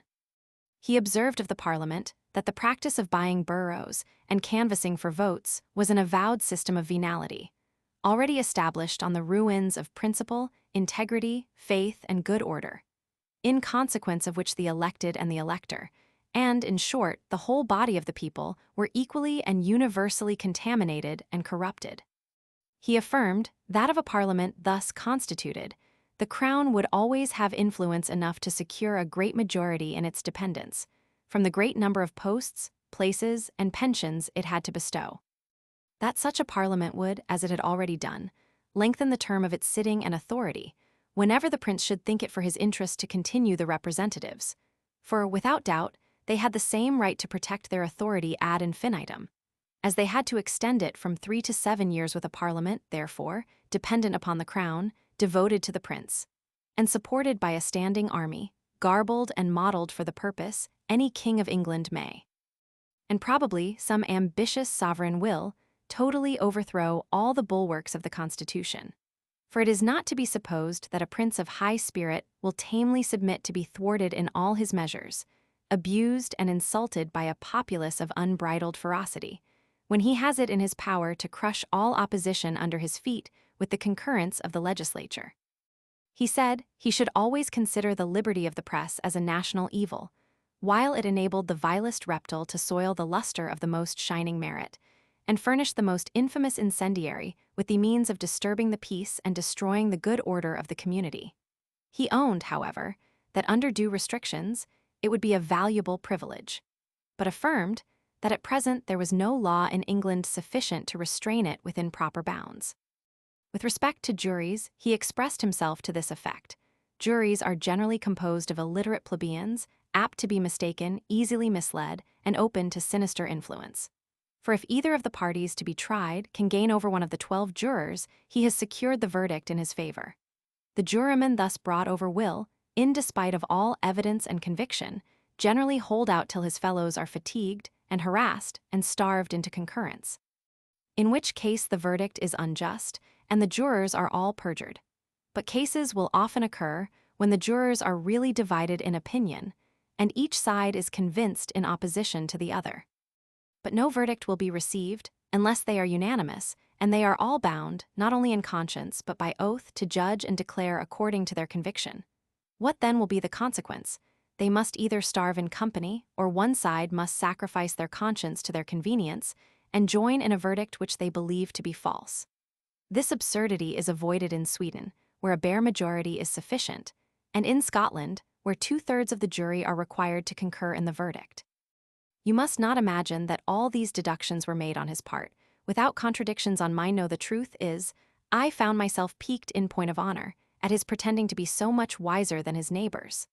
I questioned all his assertions, started innumerable objections, argued and wrangled with uncommon perseverance, and grew very warm and even violent in the debate. Sometimes he was puzzled, and once or twice, I think, fairly refuted. But from those falls he rose again, like Antaeus, with redoubled vigor, till at length I was tired, exhausted, and really did not know how to proceed, when luckily he dropped a hint, by which he discovered he had been bred to the law, a confession which enabled me to retire from the dispute with a good grace, as it could not be supposed that a man like me, who had been bred to nothing, should be able to cope with a veteran in his own profession. I believe, however, that I shall for some time continue to chew the cud of reflection upon many observations which this original discharged. Whether our sister Tabby was really struck with his conversation, or is resolved to throw at everything she meets in the shape of a man, till she can fasten the matrimonial noose, certain it is, she has taken desperate strides towards the affection of Lismahago, who cannot be said to have met her halfway. Though he does not seem altogether insensible to her civilities, she insinuated more than once how happy we should be to have his company through that part of Scotland which we proposed to visit. Till at length he plainly told us that his road was totally different from that which we intended to take. That, for his part, his company would be of very little service to us in our progress, as he was utterly unacquainted with the country, which he had left in his early youth. Consequently, he could neither direct us in our inquiries, nor introduce us to any family of distinction. He said he was stimulated by an irresistible impulse to revisit the paternus lar, or patria domus, though he expected little satisfaction, inasmuch as he understood that his nephew, the present possessor, was but ill qualified to support the honor of the family. He assured us, however, as we design to return by the west road, that he will watch our motions, and endeavor to pay his respects to us at Dumfries. Accordingly, he took his leave of us at a place halfway betwixt Morpeth and Alnwick, and pranced away in great state, mounted on a tall, meagre, raw-boned, shambling grey gelding, without e'er a tooth in his head, the very counterpart of the rider, and, indeed, the appearance of the two was so picturesque that I would give 20 guineas to have them tolerably presented on canvas. Northumberland is a fine county, extending to the Tweed, which is a pleasant pastoral stream. But you will be surprised when I tell you that the English side of that river is neither so well cultivated nor so populous as the other. The farms are thinly scattered, the lands unenclosed, and scarce a gentleman's seat is to be seen in some miles from the Tweed. Whereas the Scots are advanced in crowds to the very brink of the river, so that you may reckon above 30 good houses, in the compass of a few miles, belonging to proprietors whose ancestors had fortified castles in the same situations, a circumstance that shows what dangerous neighbors the Scots must have formerly been to the northern counties of England. Our domestic economy continues on the old footing. My sister, Tabby, still adheres to Methodism, and had the benefit of a sermon at Wesley's meeting in Newcastle. But I believe the passion of love has in some measure abated the fervor of devotion, both in her and her woman, Mrs. Jenkins, about whose good graces there has been a violent contest betwixt my nephew's valet, Mr. Dutton, and my man, Humphry Clinker. Jury has been obliged to interpose his authority to keep the peace, and to him I have left the discussion of that important affair, which had like to have kindled the flames of discord in the family of yours always, Matt Bramble. Tweedmouth, July 15.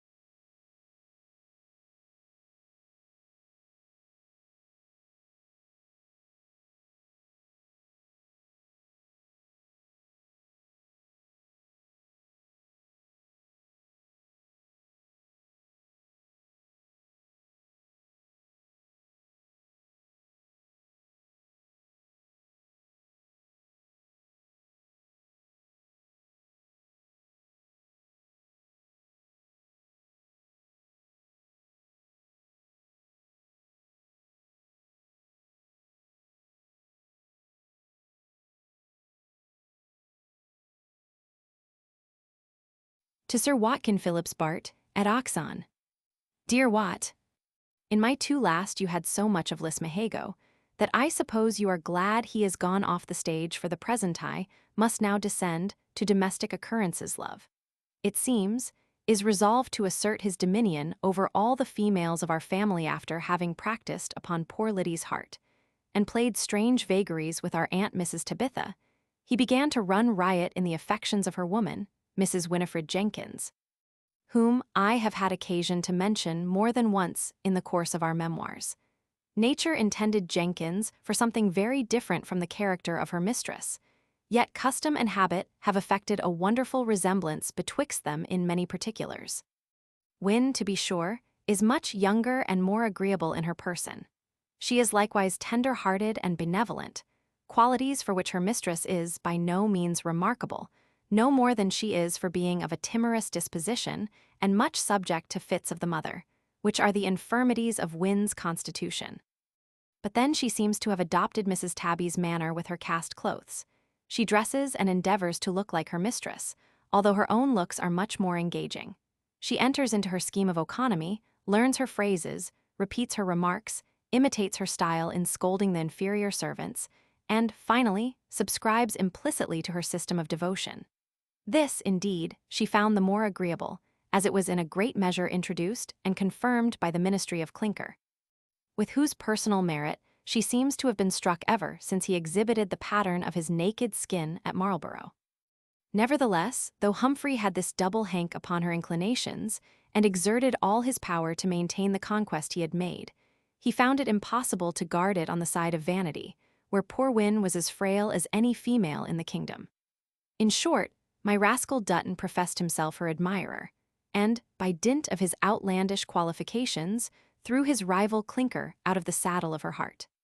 Humphry may be compared to an English pudding, composed of good wholesome flour and suet, and Dutton to a syllabub or iced froth, which, though agreeable to the taste, has nothing solid or substantial. The traitor not only dazzled her with his second-hand finery, but he fawned and flattered, and cringed he taught her to take rappee, and presented her with a snuff-box of papier, mosh he supplied her with a powder for her teeth he mended her complexion, and he dressed her hair in the Paris fashion he undertook to be her French master and her dancing master, as well as friser, and thus imperceptibly wound himself into her good graces. Clinker perceived the progress he had made, and repined in secret. He attempted to open her eyes in the way of exhortation, and finding it produced no effect had recourse to prayer. At Newcastle, while he attended Mrs. Tabby to the Methodist meeting, his rival accompanied Mrs. Jenkins to the play. He was dressed in a silk coat, made at Paris for his former master, with a tawdry waistcoat of tarnished brocade. He wore his hair in a great bag with a huge solitaire, and a long sword dangled from his thigh. The lady was all of a flutter with faded lutestring, washed gauze, and ribbons 3 times refreshed. But she was most remarkable for the frisure of her head, which rose, like a pyramid, 7 inches above the scalp, and her face was primed and patched from the chin up to the eyes. Nay, the gallant himself had spared neither red nor white in improving the nature of his own complexion. In this attire, they walked together through the High Street to the theatre, and as they passed for players ready dressed for acting, they reached it unmolested. But as it was still light when they returned, and by that time the people had got information of their real character and condition, they hissed and hooted all the way, and Mrs. Jenkins was all bespattered with dirt, as well as insulted with the opprobrious name of painted Jezebel, so that her fright and mortification threw her into an hysteric fit the moment she came home. Clinker was so incensed at Dutton, whom he considered as the cause of her disgrace, that he upbraided him severely for having turned the poor woman's brain. The other affected to treat him with contempt, and mistaking his forbearance for want of courage, threatened to horsewhip him into good manners. Humphry then came to me, humbly begging I would give him leave to chastise my servant for his insolence. He has challenged me to fight him at sword's point, said he. But I might as well challenge him to make a horseshoe or a plough iron. For I know no more of the one than he does of the other. Besides, it doth not become servants to use those weapons, or to claim the privilege of gentlemen to kill one another when they fall out. Moreover, I would not have his blood upon my conscience for 10,000 times the profit or satisfaction I should get by his death. But if your honor won't be angry, I'll engage to G and a good drubbing, that mayhap will do N service, and I'll take care it shall do N no harm. I said I had no objection to what he proposed, provided he could manage matters so as not to be found the aggressor, in case Dutton should prosecute him for an assault and battery. Thus licensed, he retired, and that same evening easily provoked his rival to strike the first blow, which Clinker returned with such interest that he was obliged to call for quarter, declaring, at the same time, that he would exact severe and bloody satisfaction the moment we should pass the border. When he could run him through the body, without fear of the consequence, this scene passed in presence of Lieutenant Lismahago, who encouraged Clinker to hazard a thrust of cold iron with his antagonist. "Cold iron," cried Humphry, "I shall never use against the life of any human creature, but I am so far from being afraid of his cold iron that I shall use nothing in my defense but a good cudgel, which shall always be at his service." In the meantime, the fair cause of this contest, Mrs. Winifred Jenkins, seemed overwhelmed with affliction, and Mr. Clinker acted much on the reserve, though he did not presume to find fault with her conduct. The dispute between the two rivals was soon brought to a very unexpected issue. Among our fellow lodgers at Berwick was a couple from London, bound to Edinburgh, on the voyage of matrimony. The female was the daughter and heiress of a pawnbroker deceased, who had given her guardians the slip, and put herself under the tuition of a tall Hibernian, who had conducted her thus far in quest of a clergyman to unite them in marriage, without the formalities required by the law of England. I know not how the lover had behaved on the road, so as to decline in the favor of his inamorata, but in all probability Dutton perceived a coldness on her side, which encouraged him to whisper it was a pity she should have cast affections upon a tailor, which he affirmed the Irishman to be. This discovery completed her disgust, of which my man, taking the advantage, began to recommend himself to her good graces, and the smooth-tongued rascal found no difficulty to insinuate himself into the place of her heart, from which the other had been discarded. Their resolution was immediately taken. In the morning, before day, while poor Teague lay snoring abed, his indefatigable rival ordered a postchaise, and set out with the lady for Coldstream, a few miles up the Tweed, where there was a parson who dealt in this branch of commerce, and there they were noosed before the Irishman ever dreamt of the matter. But when he got up at 6 o'clock, and found the bird was flown, he made such a noise as alarmed the whole house. One of the first persons he encountered was the postilion returned from Coldstream, where he had been witness to the marriage, and over and above an handsome gratuity had received a bride's favor, which he now wore in his cap when the forsaken lover understood they were actually married, and set out for London. And that Dutton had discovered to the lady that he, the Hibernian, was a tailor, he had like to have run distracted. He tore the ribbon from the fellow's cap and beat it about his ears. He swore he would pursue him to the gates of hell, and ordered a postchaise and 4 to be got ready as soon as possible. But, recollecting that his finances would not admit of this way of traveling, he was obliged to countermand this order. For my part, I knew nothing at all of what had happened, till the postilion brought me the keys of my trunk and portmanteau, which he had received from Dutton, who sent me his respects, hoping I would excuse him for his abrupt departure, as it was a step upon which his fortune depended. Before I had time to make my uncle acquainted with this event, the Irishman burst into my chamber, without any introduction, exclaiming, "By my soul, your servant has robbed me of £5,000, and I'll have satisfaction if I should be hanged tomorrow." When I asked him who he was, "My name," said he, "is Master McLaughlin, but it should be Leland Onell, for I am come from Tyrone the Great, and so I am as good a gentleman as any in Ireland. And that rogue, your servant, said I was a tailor, which was as big a lie as if he had called me the Popime a man of fortune, and have spent all I had. And so being in distress, Mr. Coshgrave, the fashioner in Suffolk Street, tuck me out, and made me his own private secretary. By the same token, I was the last he bylaid, for his friends obliged him to tie himself up, that he would bail no more above £10. For why? Because as how, he could not refuse any body that asked, and therefore in time would have robbed himself of his whole fortune, and, if he had lived long at that rate, must have died bankrupt very soon, and so I made my addresses to Miss Skinner, a young lady of £5,000 fortune, who agreed to take me for better nor worse. And to be sure, this day would have put me in possession, if it had not been for that rogue, your servant, who came like a thief and stole away my property, and made her believe I was a tailor, and that she was going to marry the ninth part of a man. But the devil burn my soul, if ever I catch him on the mountains of Tullaghobegly, if I don't show him that I'm 9 times as good a man as he, or e'er a bug of his country. When he had rung out his first alarm, I told him I was sorry he had allowed himself to be so jockeyed, but it was no business of mine, and that the fellow who robbed him of his bride had likewise robbed me of my servant. Didn't I tell you then, cried he. That rogue was his true Christian name-o. If I had but one fair trust with him upon the sod, I'd give him lave to brag all the rest of his life. My uncle, hearing the noise, came in, and being informed of this adventure, began to comfort Mr. Oneill for the lady's elopement, observing that he seemed to have had a lucky escape, that it was better she should elope before than after marriage. The Hibernian was of a very different opinion. He said, if he had been once married, she might have eloped as soon as she pleased. He would have taken care that she should not have carried her fortune along with her. Said he, she's a Judas Iscariot, and has betrayed me with a kiss. And like Judas, she carried the bag and has not left me money enough to bear my expenses back to London. And so I'm come to this pass, and the rogue that was the occasion of it has left you without a servant. You may put me in his place, and by Jassus, it is the best thing you can do. I begged to be excused, declaring I could put up with any inconvenience, rather than treat as a footman the descendant of Tyrone the Great. I advised him to return to his friend Mr. Cosgrave and take his passage from Newcastle by sea, towards which I made him a small present, and he retired, seemingly resigned to his evil fortune. I have taken upon trial a Scotchman, called Archie M. Alpin, an old soldier, whose last master, a colonel, lately died at Berwick.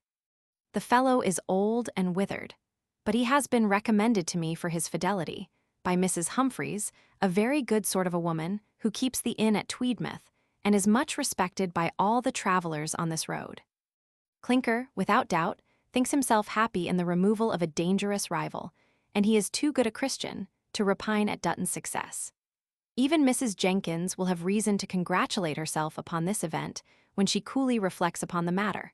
For, howsoever she was forced from her poise for a season, by snares laid for her vanity, Humphry is certainly the North Star to which the needle of her affection would have pointed at the long run.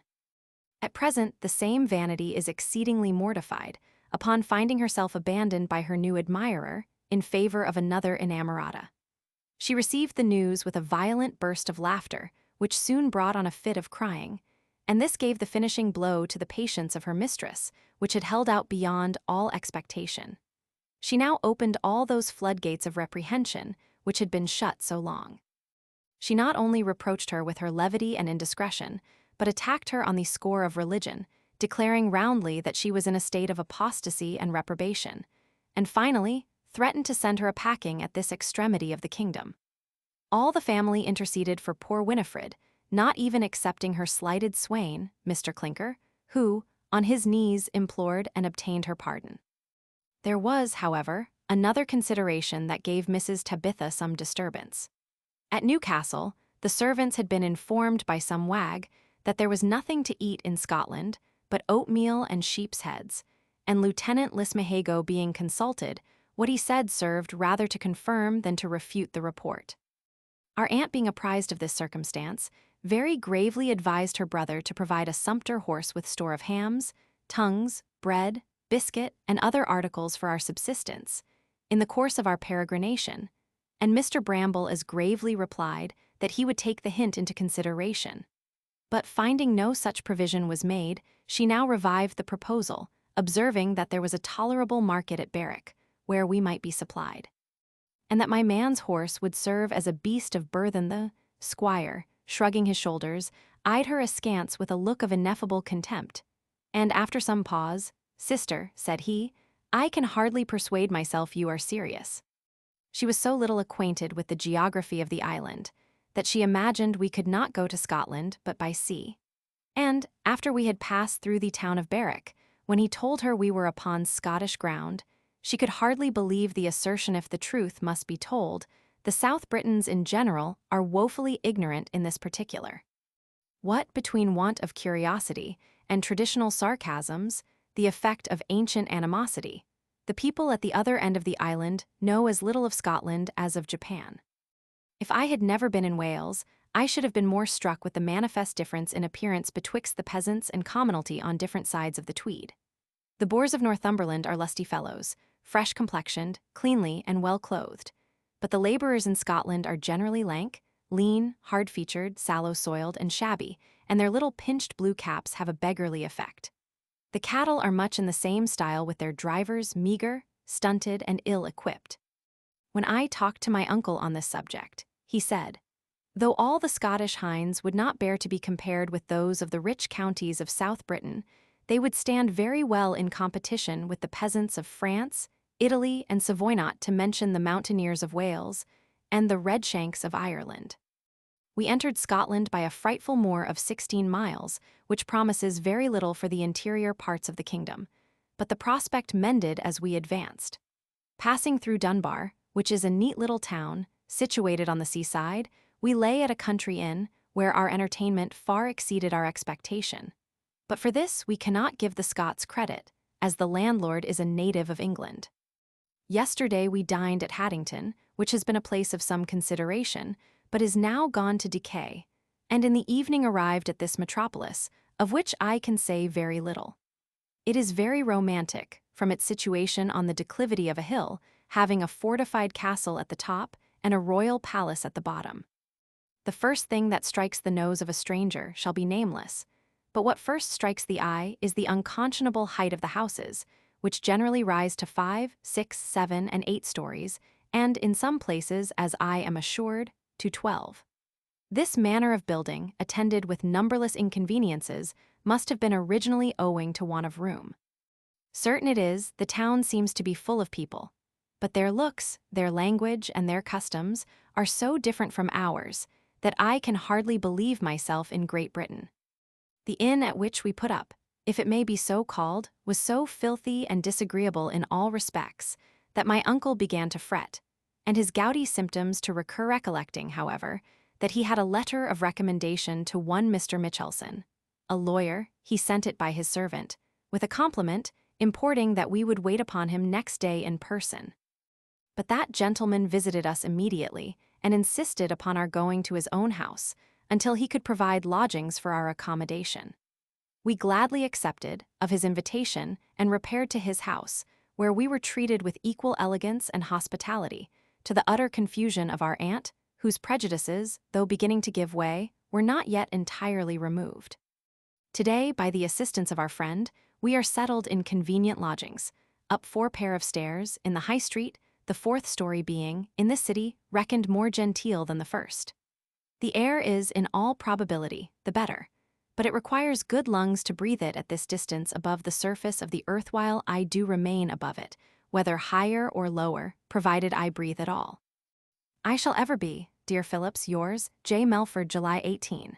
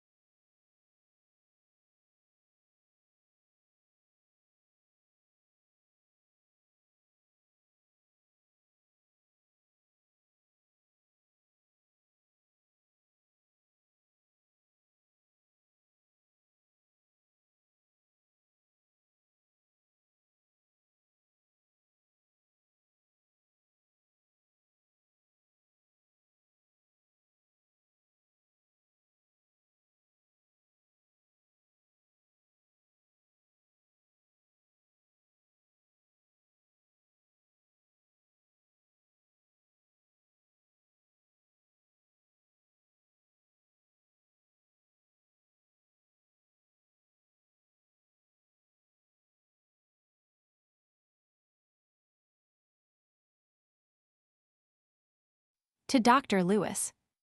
Dear Lewis, that part of Scotland contiguous to Berwick, nature seems to have intended as a barrier between 2 hostile nations. It is a brown desert of considerable extent that produces nothing but heath and fern, and what rendered it the more dreary when we passed, There was a thick fog that hindered us from seeing above 20 yards from the carriage. My sister began to make wry faces and use her smelling bottle. Liddy looked blank, and Mrs. Jenkins dejected. But in a few hours these clouds were dissipated. The sea appeared upon our right, and on the left the mountains retired a little, leaving an agreeable plain betwixt them and the beach. But what surprised us all, this plain, to the extent of several miles, was covered with as fine wheat as ever I saw in the most fertile parts of South Britain. This plentiful crop is raised in the open field, without any enclosure or other manure than the alga marina, or seaweed, which abounds on this coast, a circumstance which shows that the soil and climate are favorable. But that agriculture in this country is not yet brought to that perfection which it has attained in England. Enclosures would not only keep the grounds warm and the several fields distinct, but would also protect the crop from the high winds, which are so frequent in this part of the island. Dunbar is well situated for trade, and has a curious basin, where ships of small burthen may be perfectly secure. But there is little appearance of business in the place. From thence, all the way to Edinburgh, there is a continual succession of fine seats, belonging to noblemen and gentlemen, and as each is surrounded by its own parks and plantation, they produce a very pleasing effect in a country which lies otherwise open and exposed. At Dunbar there is a noble park, with a lodge belonging to the Duke of Roxburgh, where Oliver Cromwell had his headquarters, when Leslie, at the head of a Scotch army, took possession of the mountains in the neighborhood, and hampered him in such a manner that he would have been obliged to embark and get away by sea, had not the fanaticism of the enemy forfeited the advantage which they had obtained by their generals' conduct. Their ministers, by exhortation, prayer, assurance, and prophecy, instigated them to go down and slay the Philistines in Gilgal, and they quitted their ground accordingly, notwithstanding all that Leslie could do to restrain the madness of their enthusiasm. When Oliver saw them in motion, he exclaimed, "Praised be the Lord, he hath delivered them into the hands of his servant," and ordered his troops to sing a psalm of thanksgiving, while they advanced in order to the plain, where the Scots were routed with great slaughter. In the neighborhood of Haddington there is a gentleman's house, in the building of which, and the improvements about it, he is said to have expended £40,000. But I cannot say I was much pleased with either the architecture or the situation, though it has in front a pastoral stream, the banks of which are laid out in a very agreeable manner. I intended to pay my respects to Lord Elibank, whom I had the honor to know at London many years ago. He lives in this part of Lothian, but was gone to the north. On a visit you have often heard me mention this nobleman, whom I have long revered for his humanity and universal intelligence, over and above the entertainment arising from originality of his character at Musselburgh. However, I had the good fortune to drink tea with my old friend Mr. Cardinal, and at his house I met with Dr. C., the parson of the parish, whose humor and conversation inflamed me with a desire of being better acquainted with his person. I am not at all surprised that these Scots make their way in every quarter of the globe. This place is but 4 miles from Edinburgh, towards which we proceeded along the seashore, upon a firm bottom of smooth sand, which the tide had left uncovered in its retreat. Edinburgh, from this avenue, is not seen to much advantage. We had only an imperfect view of the castle and upper parts of the town, which varied incessantly according to the inflections of the road, and exhibited the appearance of detached spires and turrets, belonging to some magnificent edifice in ruins. The palace of Holyrood House stands on the left. As you enter the Canongate, this is a street continued from hence to the gate called Netherbow, which is now taken away, so that there is no interruption for a long mile, from the bottom to the top of the hill on which the castle stands, in a most imperial situation considering its fine pavement, its width, and the lofty houses on each side. This would be undoubtedly one of the noblest streets in Europe, if an ugly mass of mean buildings, called the Lucken Booths, had not thrust itself, by what accident I know not, into the middle of the way, like Middle Row and Holborn. The city stands upon 2 hills, and the bottom between them, and, with all its defects, may very well pass for the capital of a moderate kingdom. It is full of people, and continually resounds with the noise of coaches and other carriages, for luxury as well as commerce. As far as I can perceive, here is no want of provisions. The beef and mutton are as delicate here as in Wales. The sea affords plenty of good fish. The bread is remarkably fine, and the water is excellent, though I'm afraid not in sufficient quantity to answer all the purposes of cleanliness and convenience. Articles in which, it must be allowed, our fellow subjects are a little defective. The water is brought in leaden pipes from a mountain in the neighborhood, to a cistern on the castle hill, from whence it is distributed to public conduits in different parts of the city. From these it is carried in barrels, on the backs of male and female porters, up 2, 3, 4, 5, 6, 7, and 8 pairs of stairs. For the use of particular families, every story is a complete house, occupied by a separate family, and the stair being common to them all, is generally left in a very filthy condition. A man must tread with great circumspection to get safe housed with unpolluted shoes. Nothing can form a stronger contrast than the difference betwixt the outside and inside of the door. For the good women of this metropolis are remarkably nice in the ornaments and propriety of their apartments, as if they were resolved to transfer the imputation from the individual to the public. You are no stranger to their method of discharging all their impurities from their windows, at a certain hour of the night, as the custom is in Spain, Portugal, and some parts of France and Italy, a practice to which I can by no means be reconciled. For notwithstanding all the care that is taken by their scavengers to remove this nuisance every morning by break of day, enough still remains to offend the eyes, as well as other organs of those whom use has not hardened against all delicacy of sensation. The inhabitants seem insensible to these impressions, and are apt to imagine the disgust that we avow is little better than affectation. But they ought to have some compassion for strangers who have not been used to this kind of sufferance, and consider whether it may not be worth while to take some pains to vindicate themselves from the reproach that on this account they bear among their neighbors. As to the surprising height of their houses, it is absurd in many respects, but in one particular light I cannot view it without horror.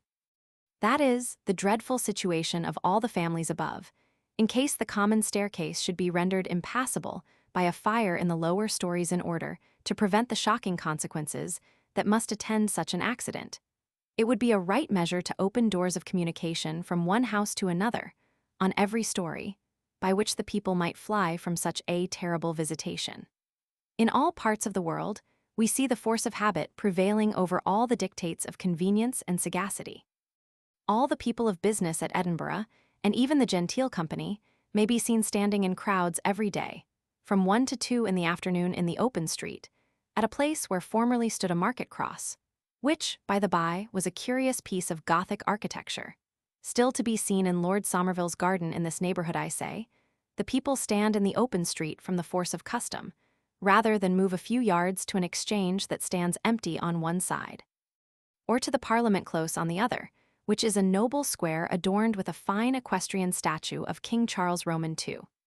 The company thus assembled are entertained with a variety of tunes played upon a set of bells, fixed in a steeple hard by, as these bells are well toned, and the musician, who has a salary from the city for playing upon them with keys, is no bad performer. The entertainment is really agreeable and very striking to the ears of a stranger.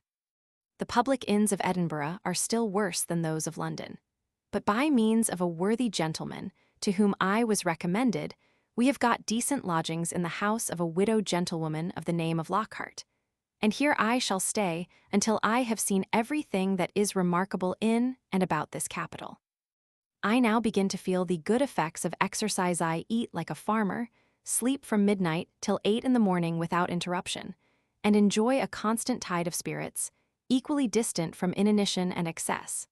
But whatever ebbs or flows my constitution may undergo, my heart will still declare that I am, dear Lewis, your affectionate friend and servant, Matt Bramble, Eder, July 18.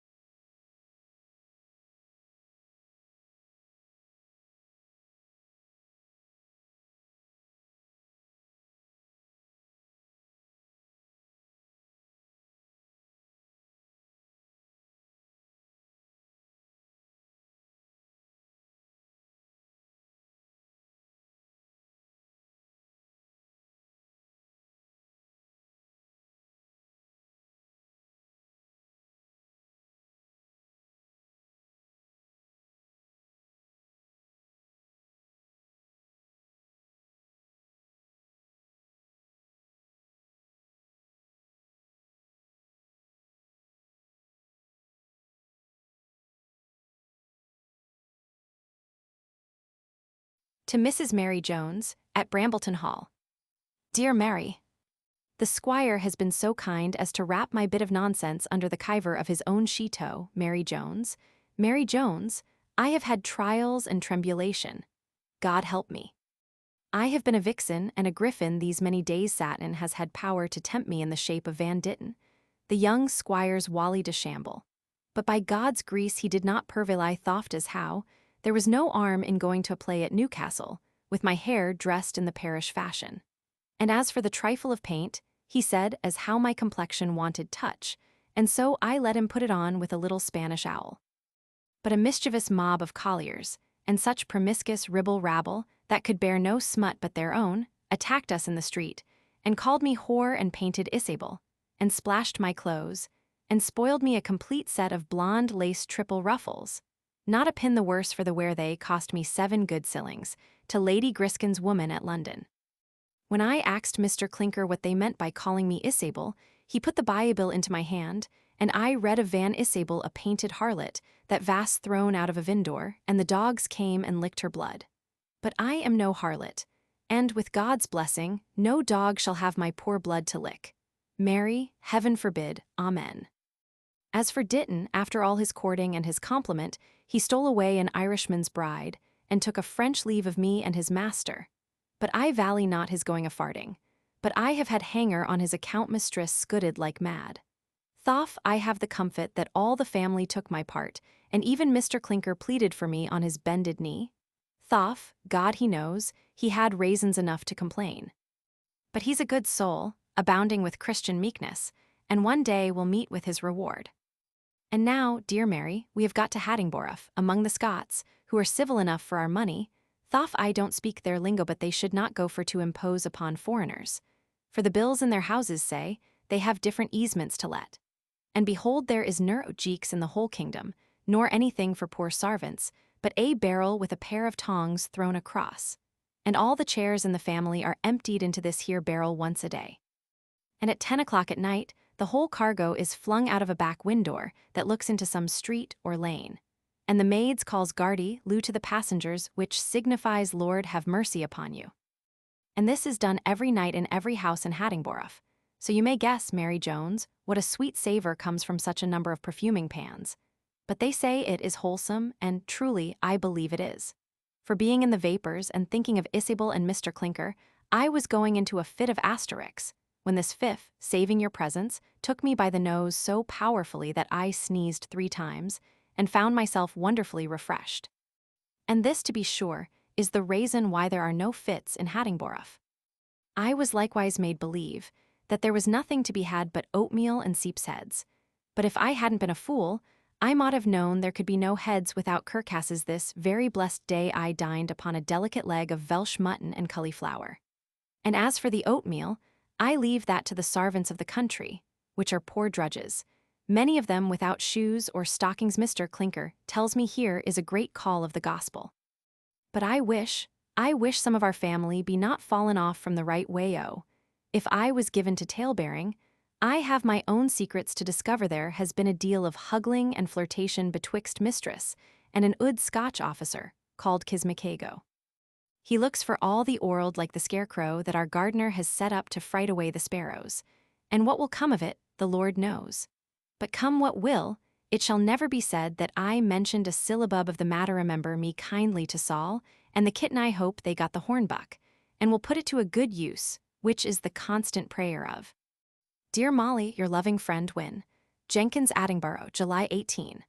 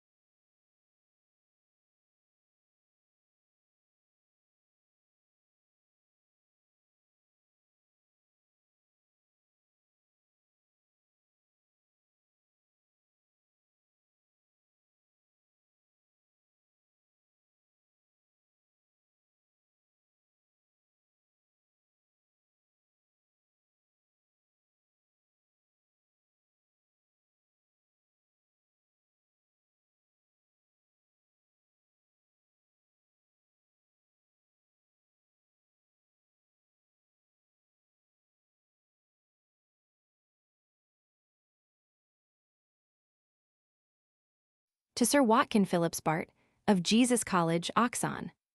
Dear Phillips, if I stay much longer at Edinburgh, I shall be changed into a downright Caledonian. My uncle observes that I have already acquired something of the country accent.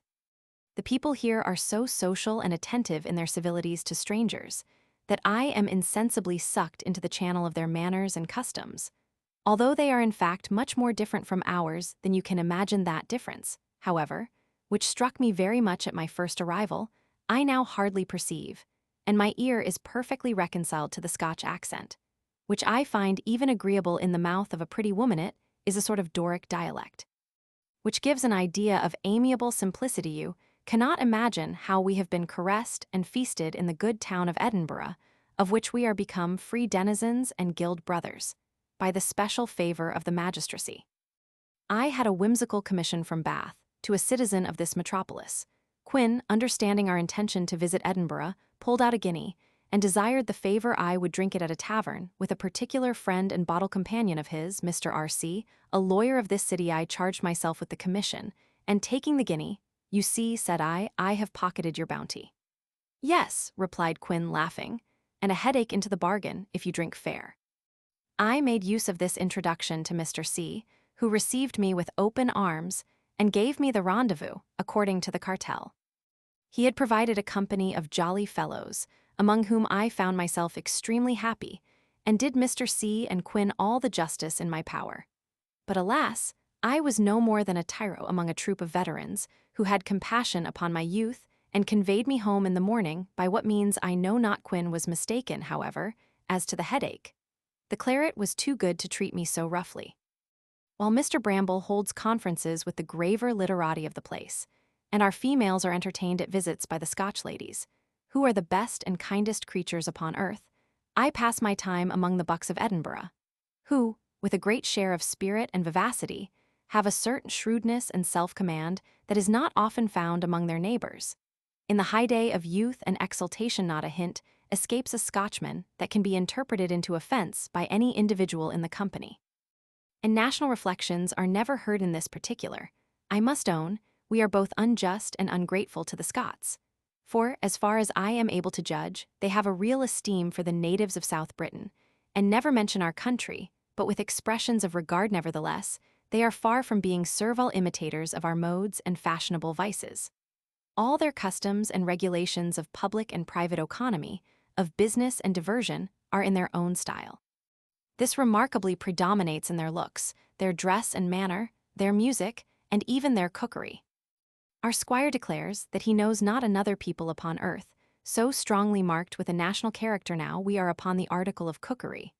I must own, some of their dishes are savory and even delicate, but I am not yet Scotman enough to relish their singed sheep's head and haggis, which were provided at our request, one day at Mr. Mitchelson's, where we dined. The first put me in mind of the history of Congo, in which I had read of negroes' heads sold publicly in the markets. The last being a mess of minced lights, livers, suet, oatmeal, onions, and pepper, enclosed in a sheep's stomach, had a very sudden effect upon mine, and the delicate Mrs. Tabby changed color, when the cause of our disgust was instantaneously removed at the nod of our entertainer. The Scots, in general, are attached to this composition, with a sort of national fondness, as well as to their oatmeal bread, which is presented at every table in thin triangular cakes baked upon a plate of iron, called a girdle. And these, many of the natives, even in the higher ranks of life, prefer to wheaten bread, which they have here in perfection. You know, we used to vex poor Murray of Balliol College by asking if there was really no fruit but turnips in Scotland. Sure enough, I have seen turnips make their appearance, not as a dessert, but by way of hors d'oeuvres or wets, as radishes are served betwixt more substantial dishes in France and Italy. But it must be observed that the turnips of this country are as much superior in sweetness, delicacy, and flavor to those in England as a muskmelon is to the stalk of a common cabbage. They are small and conical, of a yellowish color, with a very thin skin, and over and above their agreeable taste, are valuable for their antiscorbutic quality. As to the fruit now in season, such as cherries, gooseberries, and currants, there is no want of them at Edinburgh. And in the gardens of some gentlemen, who live in the neighborhood, there is now a very favorable appearance of apricots, peaches, nectarines, and even grapes.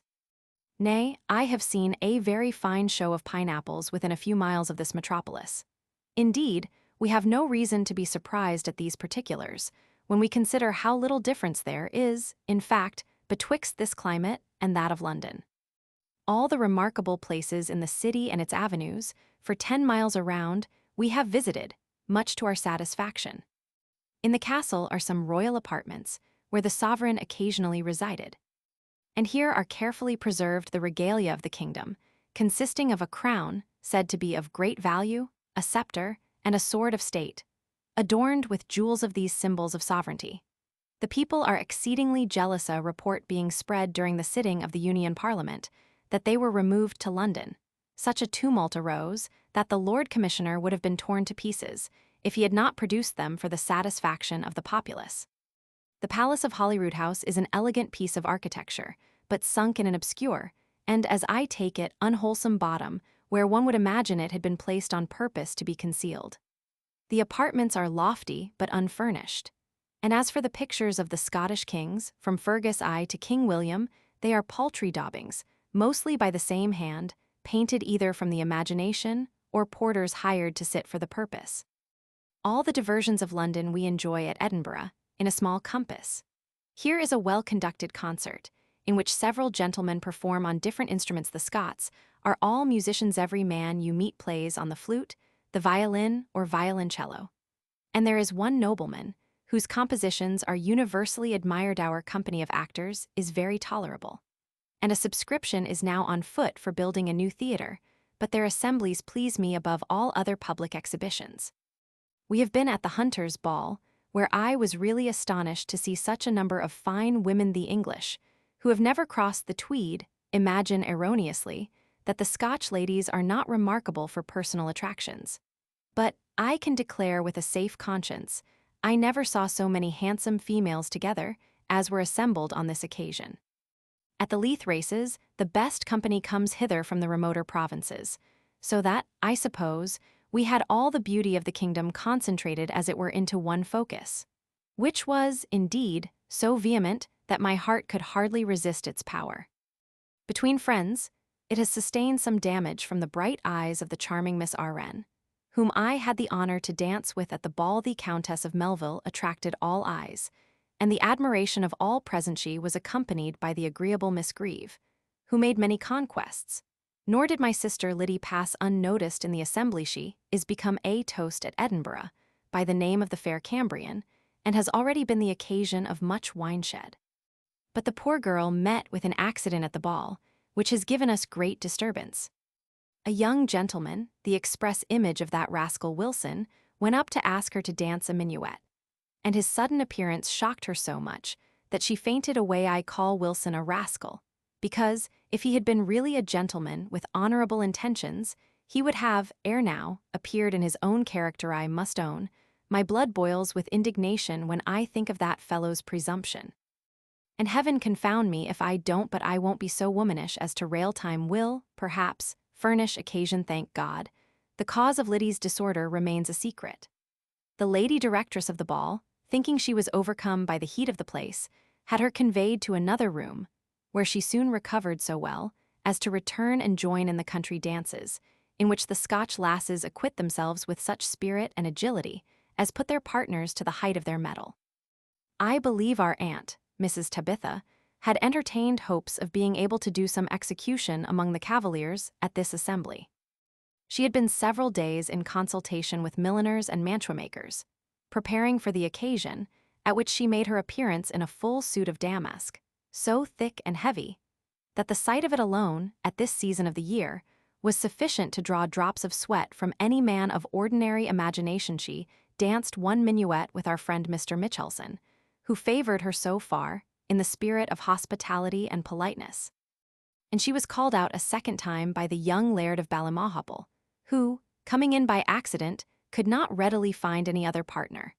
But as the first was a married man, and the second paid no particular homage to her charms, which were also overlooked by the rest of the company, she became dissatisfied and censorious at supper. She observed that the Scotch gentleman made a very good figure, when they were a little improved by traveling. And therefore it was pity they did not all take the benefit of going abroad. She said the women were awkward, masculine creatures, that, in dancing, they lifted their legs like so many colts, that they had no idea of graceful motion and put on their clothes in a frightful manner. But if the truth must be told, Tabby herself was the most ridiculous figure and the worst dressed of the whole assembly. The neglect of the male sex rendered her malcontent and peevish. She now found fault with everything at Edinburgh and teased her brother to leave the place. When she was suddenly reconciled to it on a religious consideration, there is a sect of fanatics who have separated themselves from the established kirk. Under the name of seceders, they acknowledge no earthly head of the church, reject lay patronage, and maintain the Methodist doctrines of the new birth, the new light, the efficacy of grace, the insufficiency of works, and the operations of the Spirit. Mrs. Tabitha, attended by Humphry Clinker, was introduced to one of their conventicles, where they both received much edification, and she has had the good fortune to come acquainted with a pious Christian, called Mr. Moffat, who is very powerful in prayer, and often assists her in private exercises of devotion. I never saw such a concourse of genteel company at any races in England as appeared on the course of Leith hard by. In the fields called the links, the citizens of Edinburgh divert themselves at a game called golf, in which they use a curious kind of bats, tipped with horn, and small elastic balls of leather, stuffed with feathers, rather less than tennis balls, but of a much harder consistence. This they strike with such force and dexterity from one hole to another, that they will fly to an incredible distance. Of this diversion the Scots are so fond, that when the weather will permit, you may see a multitude of all ranks, from the senator of justice to the lowest tradesman, mingled together in their shirts, and following the balls with the utmost eagerness. Among others, I was shewn one particular set of golfers, the youngest of whom was turned of fourscore. They were all gentlemen of independent fortunes, who had amused themselves with this pastime for the best part of a century, without having ever felt the least alarm from sickness or disgust, and they never went to bed without having each the best part of a gallon of claret in his belly. Such uninterrupted exercise, co-operating with the keen air from the sea, must, without all doubt, keep the appetite always on edge and steel the constitution against all the common attacks of distemper.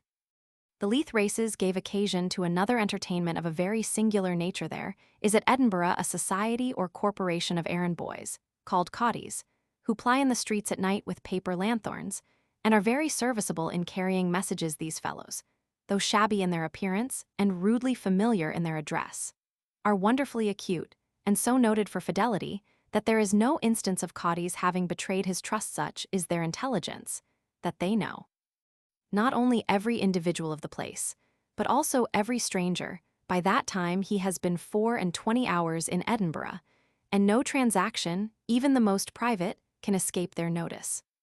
They are particularly famous for their dexterity in executing one of the functions of Mercury, though, for my own part, I never employed them in this department of business. Had I occasion for any service of this nature, my own man, Archie M. Alpine, is as well qualified as e'er a cawdy in Edinburgh, and I am much mistaken if he has not been heretofore of their fraternity.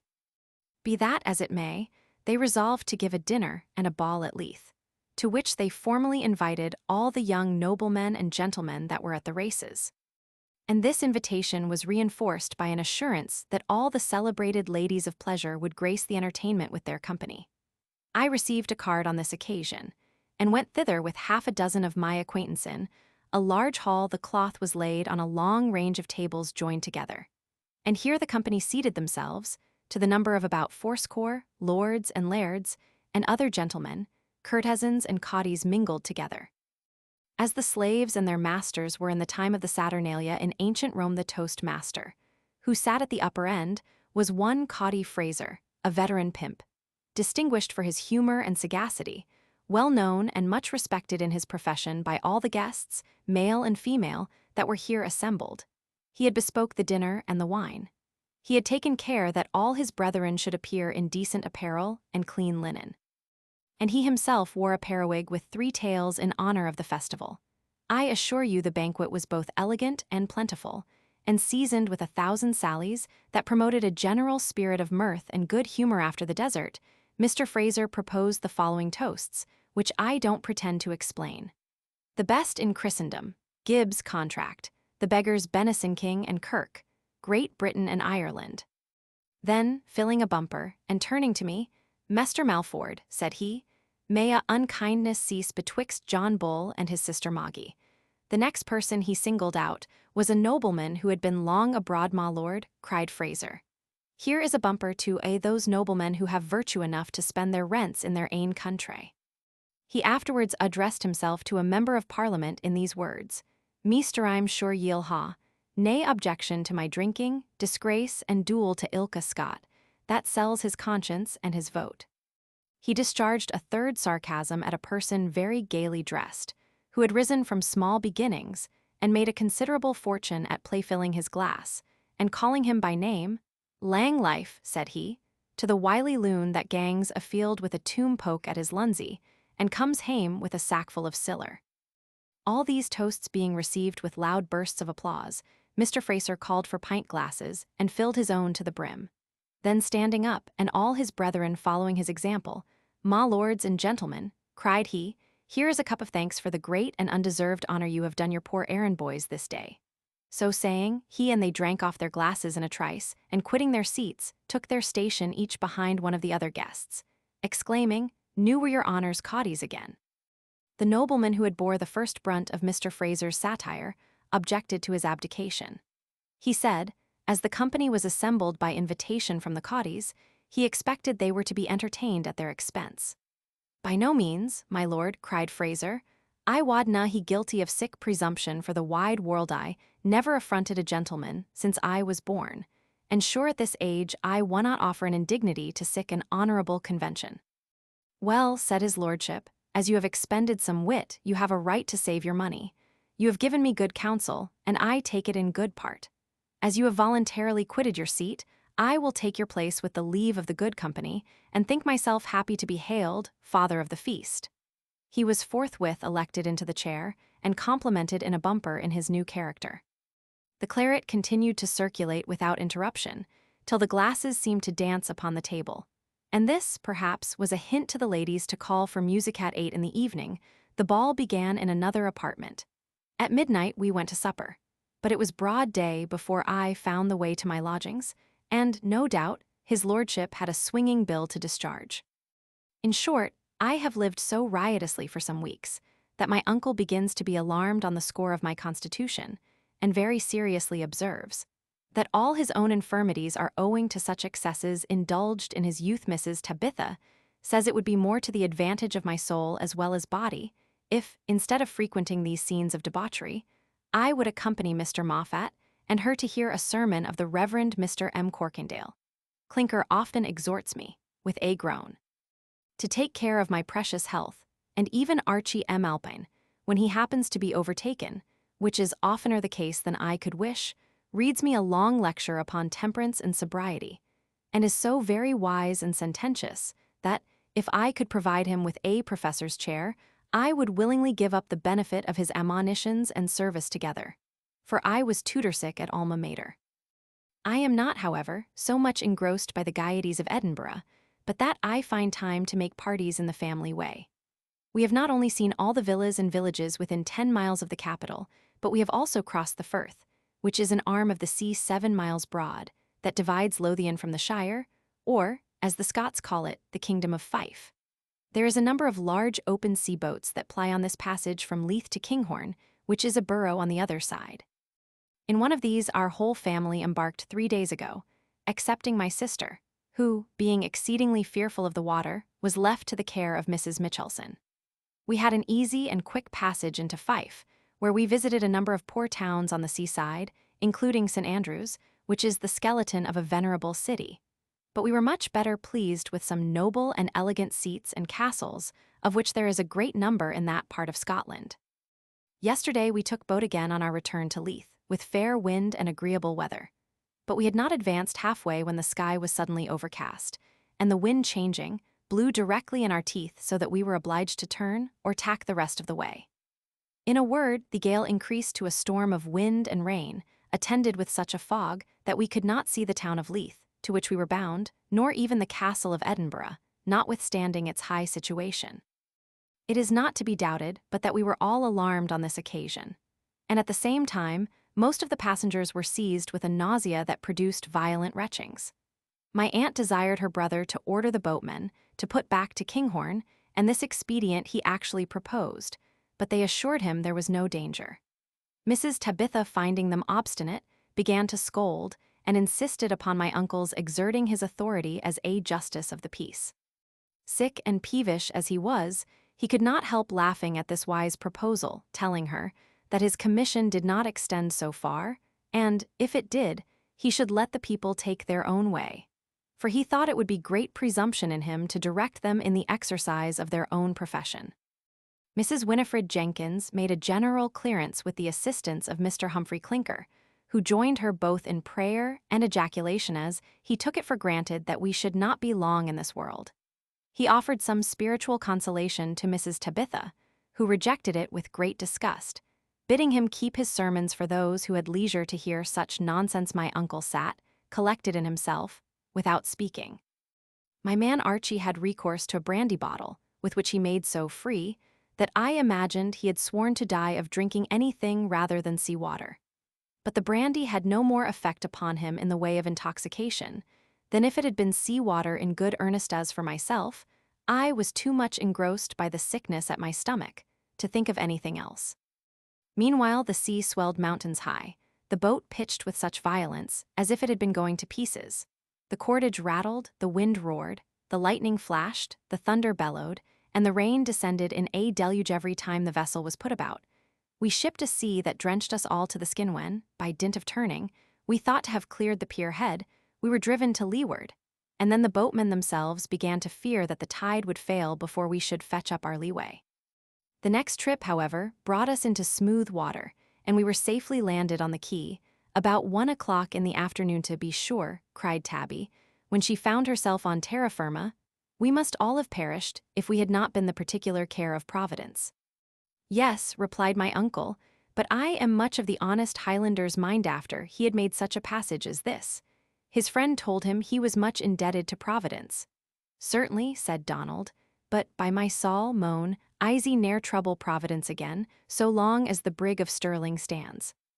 You must know the brig, or bridge of Stirling, stands above 20 miles up the river Forth, of which this is the outlet. I don't find that our squire has suffered in his health from this adventure. But poor Liddy is in a peaking way. I'm afraid this unfortunate girl is uneasy in her mind, and this apprehension distracts me, for she is really an amiable creature. We shall set out tomorrow or next day for Stirling and Glasgow, and we propose to penetrate a little way into the Highlands before we turn our course to the southward. In the meantime, commend me to all our friends round Carfax, and believe me to be ever yours. Edinburgh Og. 8 J. Melford.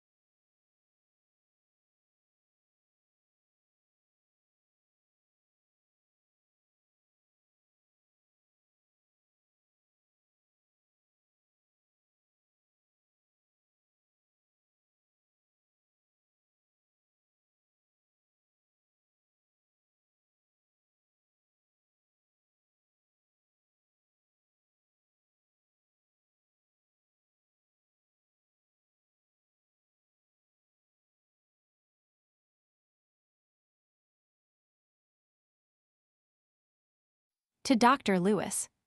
I should be very ungrateful, dear Lewis, if I did not find myself disposed to think and speak favorably of this people, among whom I have met with more kindness, hospitality, and rational entertainment, in a few weeks, than ever I received in any other country during the whole course of my life. Perhaps the gratitude excited by these benefits may interfere with the impartiality of my remarks. For a man is as apt to be prepossessed by particular favors as to be prejudiced by private motives of disgust. If I am partial, there is, at least, some merit in my conversion from illiberal prejudices which had grown up with my constitution. The first impressions which an Englishman receives in this country will not contribute to the removal of his prejudices, because he refers everything he sees to a comparison with the same articles in his own country.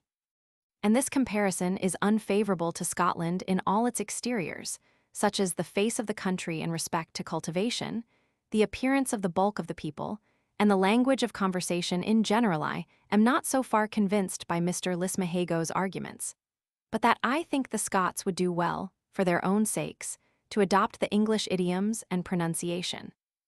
Those of them especially, who are resolved to push their fortunes in South Britain, I know, by experience, how easily an Englishman is influenced by the ear, and how apt he is to laugh, when he hears his own language spoken with a foreign or provincial accent. I have known a member of the House of Commons speak with great energy and precision, without being able to engage attention, because his observations were made in the Scotch dialect, which, no offense to Lieutenant Lismahago, certainly gives a clownish air even to sentiments of the greatest dignity and decorum. I have declared my opinion on this head to some of the most sensible men of this country, observing, at the same time, that if they would employ a few natives of England to teach the pronunciation of our vernacular tongue, in 20 years there would be no difference, in point of dialect, between the youth of Edinburgh and of London.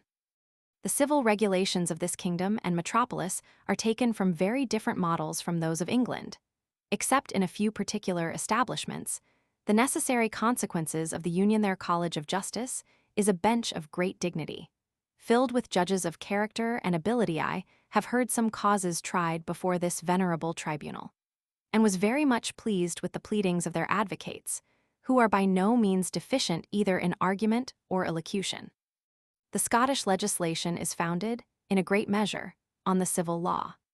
Consequently, their proceedings vary from those of the English tribunals, but I think they have the advantage of us in their method of examining witnesses apart, and in the constitution of their jury, by which they certainly avoid the evil which I mentioned in my last from Lismahago's observation. The University of Edinburgh is supplied with excellent professors in all the sciences, and the medical school, in particular, is famous all over Europe. The students of this art have the best opportunity of learning it to perfection in all its branches, as there are different courses for the theory of medicine and the practice of medicine, for anatomy, chemistry, botany, and the materia medica, over and above those of mathematics and experimental philosophy. And all these are given by men of distinguished talents. What renders this part of education still more complete is the advantage of attending the infirmary, which is the best instituted charitable foundation that I ever knew.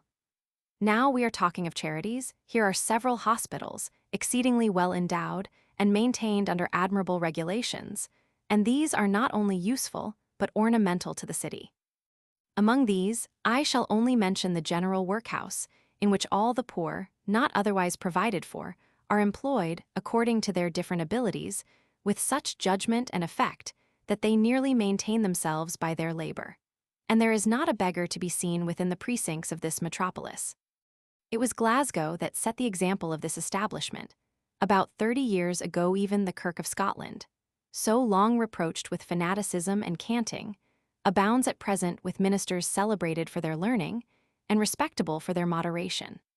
I have heard their sermons with equal astonishment and pleasure. The good people of Edinburgh no longer think dirt and cobwebs essential to the house of God. Some of their churches have admitted such ornaments as would have excited sedition, even in England, a little more than a century ago, and psalmody is here practiced and taught by a professor from the Cathedral of Durham. I should not be surprised, in a few years, to hear it accompanied with an organ.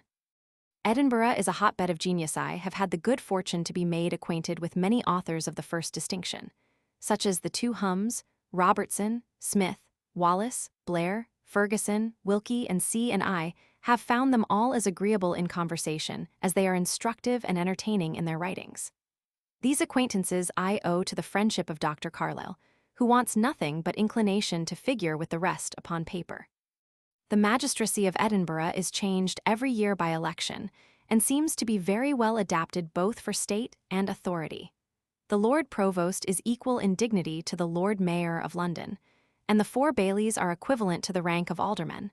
There is a Dean of Guild, who takes cognizance of mercantile affairs, a treasurer, a town clerk. And the council is composed of deacons, one of whom is returned every year in rotation as representative of every company of artificers or handicraftsmen. Though this city, from the nature of its situation, can never be made either very convenient or very cleanly, it has, nevertheless, an air of magnificence that commands respect. The castle is an instance of the sublime in sight, and architecture's fortifications are kept in good order, and there is always in it a garrison of regular soldiers, which is relieved every year. But it is incapable of sustaining a siege carried on according to the modern operations of war. The Castle Hill, which extends from the outward gate to the upper end of the High Street, is used as a public walk for the citizens, and commands a prospect, equally extensive and delightful, over the county of Fife, on the other side of the Frith, and all along the sea-coast, which is covered with a succession of towns that would seem to indicate a considerable share of commerce. But if the truth must be told, these towns have been falling to decay ever since the Union, by which the Scots were in a great measure deprived of their trade with France. The Palace of Holyrood House is a jewel in architecture, thrust into a hollow where it cannot be seen. A situation which was certainly not chosen by the ingenious architect, who must have been confined to the site of the old palace, which was a convent. Edinburgh is considerably extended on the south side, where there are divers little elegant squares built in the English manner, and the citizens have planned some improvements on the north, which, when put in execution, will add greatly to the beauty and convenience of this capital. The seaport is Leith, a flourishing town, about a mile from the city, in the harbor of which I have seen above 100 ships lying all together. You must know, I had the curiosity to cross the Frith in a passage boat, and stayed 2 days in Fife, which is remarkably fruitful in corn, and exhibits a surprising number of fine seats, elegantly built, and magnificently furnished. There is an incredible number of noble houses in every part of Scotland that I have seen. Dalkeith, Pinkie, Yester, and Lord Hopton's, all of them within 4 or 5 miles of Edinburgh, are princely palaces, in every one of which a sovereign might reside at his ease. Suppose the Scots effect these monuments of grandeur, if I may be allowed to mingle censure with my remarks upon a people I revere, I must observe that their weak side seems to be vanity. I am afraid that even their hospitality is not quite free of ostentation. I think I have discovered among them uncommon pains taken to display their fine linen, of which indeed they have great plenty, their furniture, plate, housekeeping, and variety of wines, in which article, it must be owned, they are profuse, if not prodigal. A burgher of Edinburgh, not content to vie with a citizen of London, who has 10 times his fortune, must excel him in the expense as well as elegance of his entertainments. Though the villas of the Scotch nobility and gentry have generally an air of grandeur and state, I think their gardens and parks are not comparable to those of England. A circumstance the more remarkable, as I was told by the ingenious Mr. Philip Miller of Chelsea, that almost all the gardeners of South Britain were natives of Scotland. The verdure of this country is not equal to that of England. The pleasure grounds are, in my opinion, not so well laid out according to the genius loci, nor are the lawns and walks and hedges kept in such delicate order. The trees are planted in prudish rows, which have not such an agreeable natural effect as when they are thrown into irregular groups with intervening glades. And firs, which they generally raise around their houses, look dull and funereal in the summer season. I must confess, indeed, that they yield serviceable timber and good shelter against the northern blasts, that they grow and thrive in the most barren soil, and continually perspire a fine balsam of turpentine, which must render the air very salutary and sanative to lungs of a tender texture.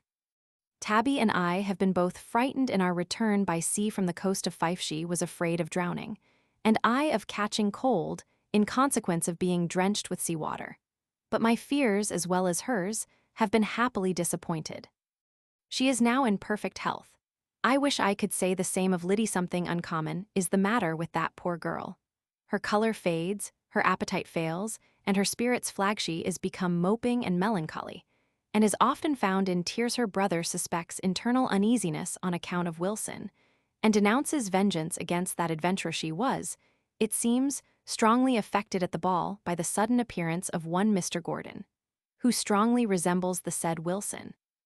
But I am rather suspicious that she caught cold by being overheated with dancing. I have consulted Dr. Gregory, an eminent physician of an amiable character, who advises the Highland air, and the use of goat milk whey, which, surely, cannot have a bad effect upon a patient who was born and bred among the mountains of Wales. The doctor's opinion is the more agreeable, as we shall find those remedies in the very place which I proposed as the utmost extent of our expedition. I mean the borders of Argyll.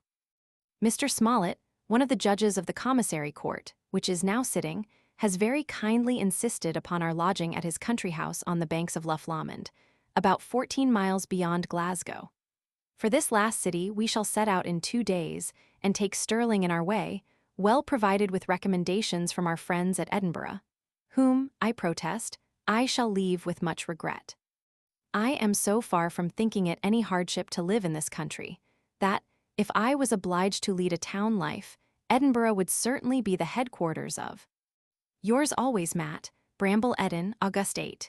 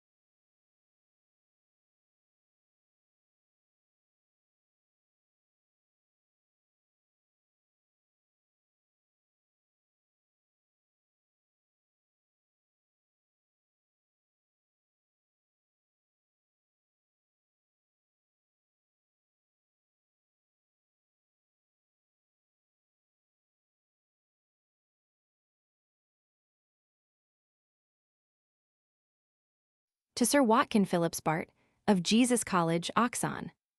Dear Knight, I am now little short of the Ultima Thule, if this appellation properly belongs to the Orkneys or Hebrides.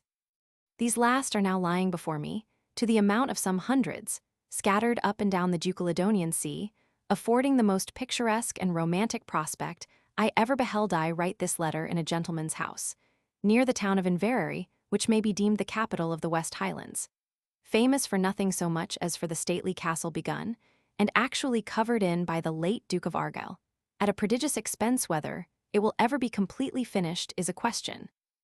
But to take things in order, we left Edinburgh 10 days ago, and the further north we proceed, we find Mrs. Tabitha the less manageable, so that her inclinations are not of the nature of the lodestone, they point not towards the pole. What made her leave Edinburgh with reluctance at last, if we may believe her own assertions, was a dispute which she left unfinished with Mr. Moffat, touching the eternity of hell torments. That gentleman, as he advanced in years, began to be skeptical on this head, till, at length, he declared open war against the common acceptation of the word eternal.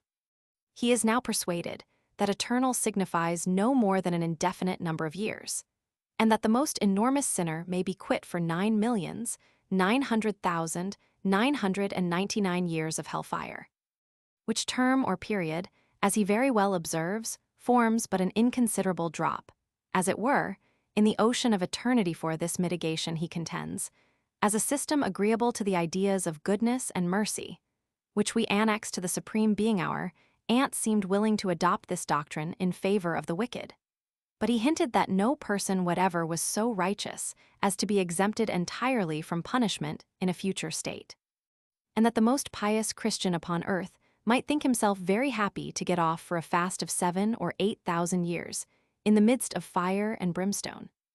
Mrs. Tabitha revolted at this dogma, which filled her at once with horror and indignation. She had recourse to the opinion of Humphry Clinker, who roundly declared it was the popish doctrine of purgatory, and quoted scripture in defense of the fire everlasting, prepared for the devil and his angels. The Reverend Master Maccorkendall and all the theologists and saints of that persuasion were consulted, and some of them had doubts about the matter. Which doubts and scruples had begun to infect our aunt when we took our departure from Edinburgh. We passed through Linlithgow, where there was an elegant royal palace, which is now gone to decay, as well as the town itself. This, too, is pretty much the case with Stirling, though it still boasts of a fine old castle in which the kings of Scotland were wont to reside in their minority. But Glasgow is the pride of Scotland, and indeed, it might very well pass for an elegant and flourishing city in any part of Christendom.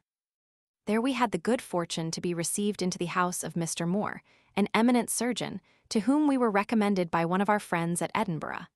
And truly, he could not have done us more essential service. Mr. Moore is a merry, facetious companion, sensible and shrewd, with a considerable fund of humor, and his wife an agreeable woman, well-bred, kind, and obliging. Kindness, which I take to be the essence of good nature and humanity, is the distinguishing characteristic of the Scotch ladies in their own country. Our landlord showed us everything, and introduced us to all the world at Glasgow, where, through his recommendation, we were complimented with the freedom of the town. Considering the trade and opulence of this place, it cannot but abound with gaiety and diversions. Here is a great number of young fellows that rival the youth of the capital in spirit and expense, and I was soon convinced that all the female beauties of Scotland were not assembled at the Hunters' Ball in Edinburgh. The town of Glasgow flourishes in learning as well as in commerce. Here is an university, with professors in all the different branches of science, liberally endowed, and judiciously chosen. It was vacation time when I passed, so that I could not entirely satisfy my curiosity. But their mode of education is certainly preferable to ours in some respects. The students are not left to the private instruction of tutors, but taught in public schools or classes, each science by its particular professor or regent.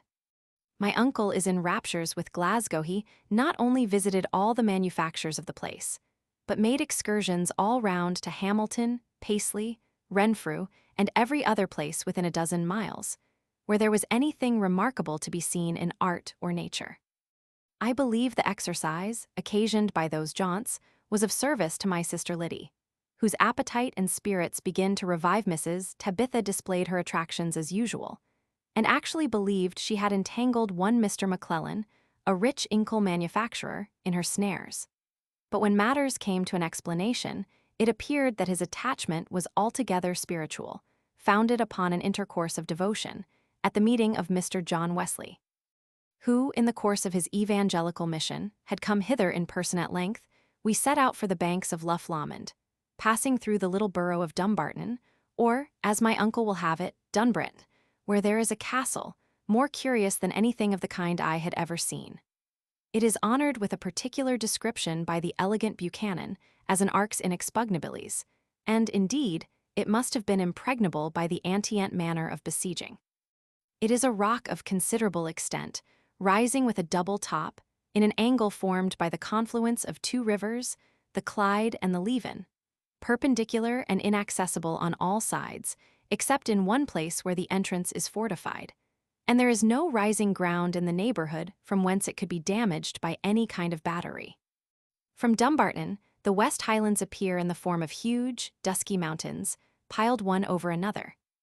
But this prospect is not at all surprising to a native of Glamorgan. We have fixed our headquarters at Cameron, a very neat country house belonging to Commissary Smollett, where we found every sort of accommodation we could desire. It is situated like a druid's temple, in a grove of oak, close by the side of Lough Lomond, which is a surprising body of pure transparent water, unfathomably deep in many places, 6 or 7 miles broad, 24 miles in length, displaying above 20 green islands, covered with wood, some of them cultivated for corn, and many of them stocked with red deer. They belong to different gentlemen, whose seats are scattered along the banks of the lake, which are agreeably romantic beyond all conception.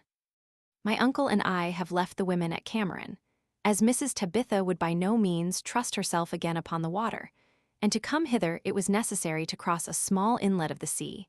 In an open ferry boat this country appears more and more wild and savage the further we advance.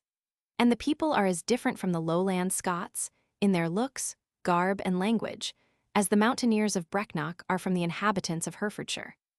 When the lowlanders want to drink a cheer-upping cup, they go to the public house, called the Change House, and call for a chopping of 2 penny, which is a thin, yeasty beverage, made of malt. Not quite so strong as the table beer of England, this is brought in a pewter stoup, shaped like a skittle, from whence it is emptied into a quaff. That is a curious cup made of different pieces of wood, such as box and ebony, cut into little staves, joined alternately, and secured with delicate hoops, having 2 cars or handles it holds about a gill, is sometimes tipped round the mouth with silver, and has a plate of the same metal at bottom. With the landlord's cipher engraved, the Highlanders, on the contrary, despise this liquor, and regale themselves with whiskey, a malt spirit as strong as Geneva, which they swallow in great quantities, without any signs of inebriation. They are used to it from the cradle, and find it an excellent preservative against the winter cold, which must be extreme on these mountains. I am told that it is given with great success to infants, as a cordial in the confluent smallpox, when the eruption seems to flag, and the symptoms grow unfavorable. The Highlanders are used to eat much more animal food than falls to the share of their neighbors in the low country. They delight in hunting, have plenty of deer and other game, with a great number of sheep, goats, and black cattle running wild, which they scruple not to kill as venison, without being much at pains to ascertain the property. Inverary is but a poor town, though it stands immediately under the protection of the Duke of Argyll, who is a mighty prince in this part of Scotland. The peasants live in wretched cabins and seem very poor, but the gentlemen are tolerably well lodged, and so loving to strangers, that a man runs some risk of his life from their hospitality. It must be observed that the poor Highlanders are now seen to disadvantage. They have been not only disarmed by Act of Parliament, but also deprived of their ancient garb, which was both graceful and convenient. And what is a greater hardship still, they are compelled to wear breeches, a restraint which they cannot bear with any degree of patience. Indeed, the majority wear them, not in the proper place, but on poles or long staves over their shoulders. They are even debarred the use of their striped stuff called tartan, which was their own manufacture, prized by them above all the velvets, brocades, and tissues of Europe and Asia. They now lounge along in loose great coats, of coarse russet, equally mean and cumbersome, and betray manifest marks of dejection. Certain it is, the government could not have taken a more effectual method to break their national spirit. We have had princely sport in hunting the stag on these mountains. These are the lonely hills of Morven, where Fingal and his heroes enjoyed the same pastime. I feel an enthusiastic pleasure when I survey the brown heath that Ossian want to tread, and hear the wind whistle through the bending grass. When I enter our landlord's hall, I look for the suspended harp of that divine bard, and listen in hopes of hearing the aerial sound of his respected spirit. The poems of Ossian are in every mouth. A famous antiquarian of this country, the Laird of Macfarlane, at whose house we dined a few days ago, can repeat them all in the original Gaelic, which has a great affinity to the Welsh, not only in the general sound, but also in a great number of radical words, and I make no doubt that they are both sprung from the same origin. I was not a little surprised when asking a Highlander one day if he knew where we should find any game. He replied, "Hu Neil Sassenagh," which signifies no English, the very same answer I should have received from a Welshman, and almost in the same words. The Highlanders have no other name for the people of the Low Country, but Sassenagh or Saxons. A strong presumption that the lowland Scots and the English are derived from the same stock. The peasants of these hills strongly resemble those of Wales in their looks, their manners and habitations. Everything I see and hear and feel seems Welsh: the mountains, vales, and streams, the air and climate. The beef, mutton, and game are all Welsh. It must be owned, however, that this people are better provided than we in some articles. They have plenty of red deer and roebuck, which are fat and delicious at this season of the year. Their sea teems with amazing quantities of the finest fish in the world, and they find means to procure very good claret at a very small expense. Our landlord is a man of consequence in this part of the country. A cadet from the family of Argyll and hereditary captain of one of his castles. His name, in plain English, is Dougal Campbell. But as there is a great number of the same appellation, they are distinguished, like the Welsh, by patronymics. And as I have known an antient Briton called Madoc ap Morgan ap Jenkin, ap Jones, our Highland chief designs himself Dowell Maccomish Macaul Ician, signifying Dougal, the son of James, the son of Dougal, the son of John. He has travelled in the course of his education, and is disposed to make certain alterations in his domestic economy, but he finds it impossible to abolish the ancient customs of the family, some of which are ludicrous enough. His piper, for example, who is an hereditary officer of the household, will not part with the least particle of his privileges. He has a right to wear the kilt, or ancient Highland dress, with the purse, pistol, and durka broad yellow ribbon fixed to the channerpipe, is thrown over his shoulder and trails along the ground, while he performs the function of his minstrelsy. And this, I suppose, is analogous to the pennon or flag which was formerly carried before every knight in battle. He plays before the laird every Sunday in his way to the kirk, which he circles 3 times, performing the family march, which implies defiance to all the enemies of the clan. And every morning he plays a full hour by the clock, in the great hall, marching backwards and forwards all the time, with a solemn pace, attended by the laird's kinsmen, who seem much delighted with the music in this exercise. He indulges them with a variety of pibrochs or airs, suited to the different passions, which he would either excite or assuage. Mr. Campbell himself, who performs very well on the violin, has an invincible antipathy to the sound of the Highland bagpipe, which sings in the nose with a most alarming twang, and indeed is quite intolerable to ears of common sensibility. When aggravated by the echo of a vaulted hall, he therefore begged the piper would have some mercy upon him, and dispense with this part of the morning service. A consultation of the clan being held on this occasion, it was unanimously agreed that the laird's request could not be granted without a dangerous encroachment upon the customs of the family. The piper declared he could not give up for a moment the privilege he derived from his ancestors, nor would the laird's relations forgo an entertainment which they valued above all others. There was no remedy. Mr. Campbell, being obliged to acquiesce, is fain to stop his ears with cotton, to fortify his head with 3 or 4 nightcaps, and every morning retire into the penetralia of his habitation, in order to avoid this diurnal annoyance. When the music ceases, he produces himself at an open window that looks into the courtyard, which is by this time filled with a crowd of his vassals and dependents, who worship his first appearance by uncovering their heads and bowing to the earth with the most humble prostration. As all these people have something to communicate in the way of proposal, complaint, or petition, they wait patiently till the laird comes forth, and, following him in his walks, are favored each with a short audience in his turn. 2 days ago, he dispatched above 100 different solicitors, in walking with us to the house of a neighboring gentleman, where we dined by invitation. Our landlord's housekeeping is equally rough and hospitable, and savors much of the simplicity of ancient times.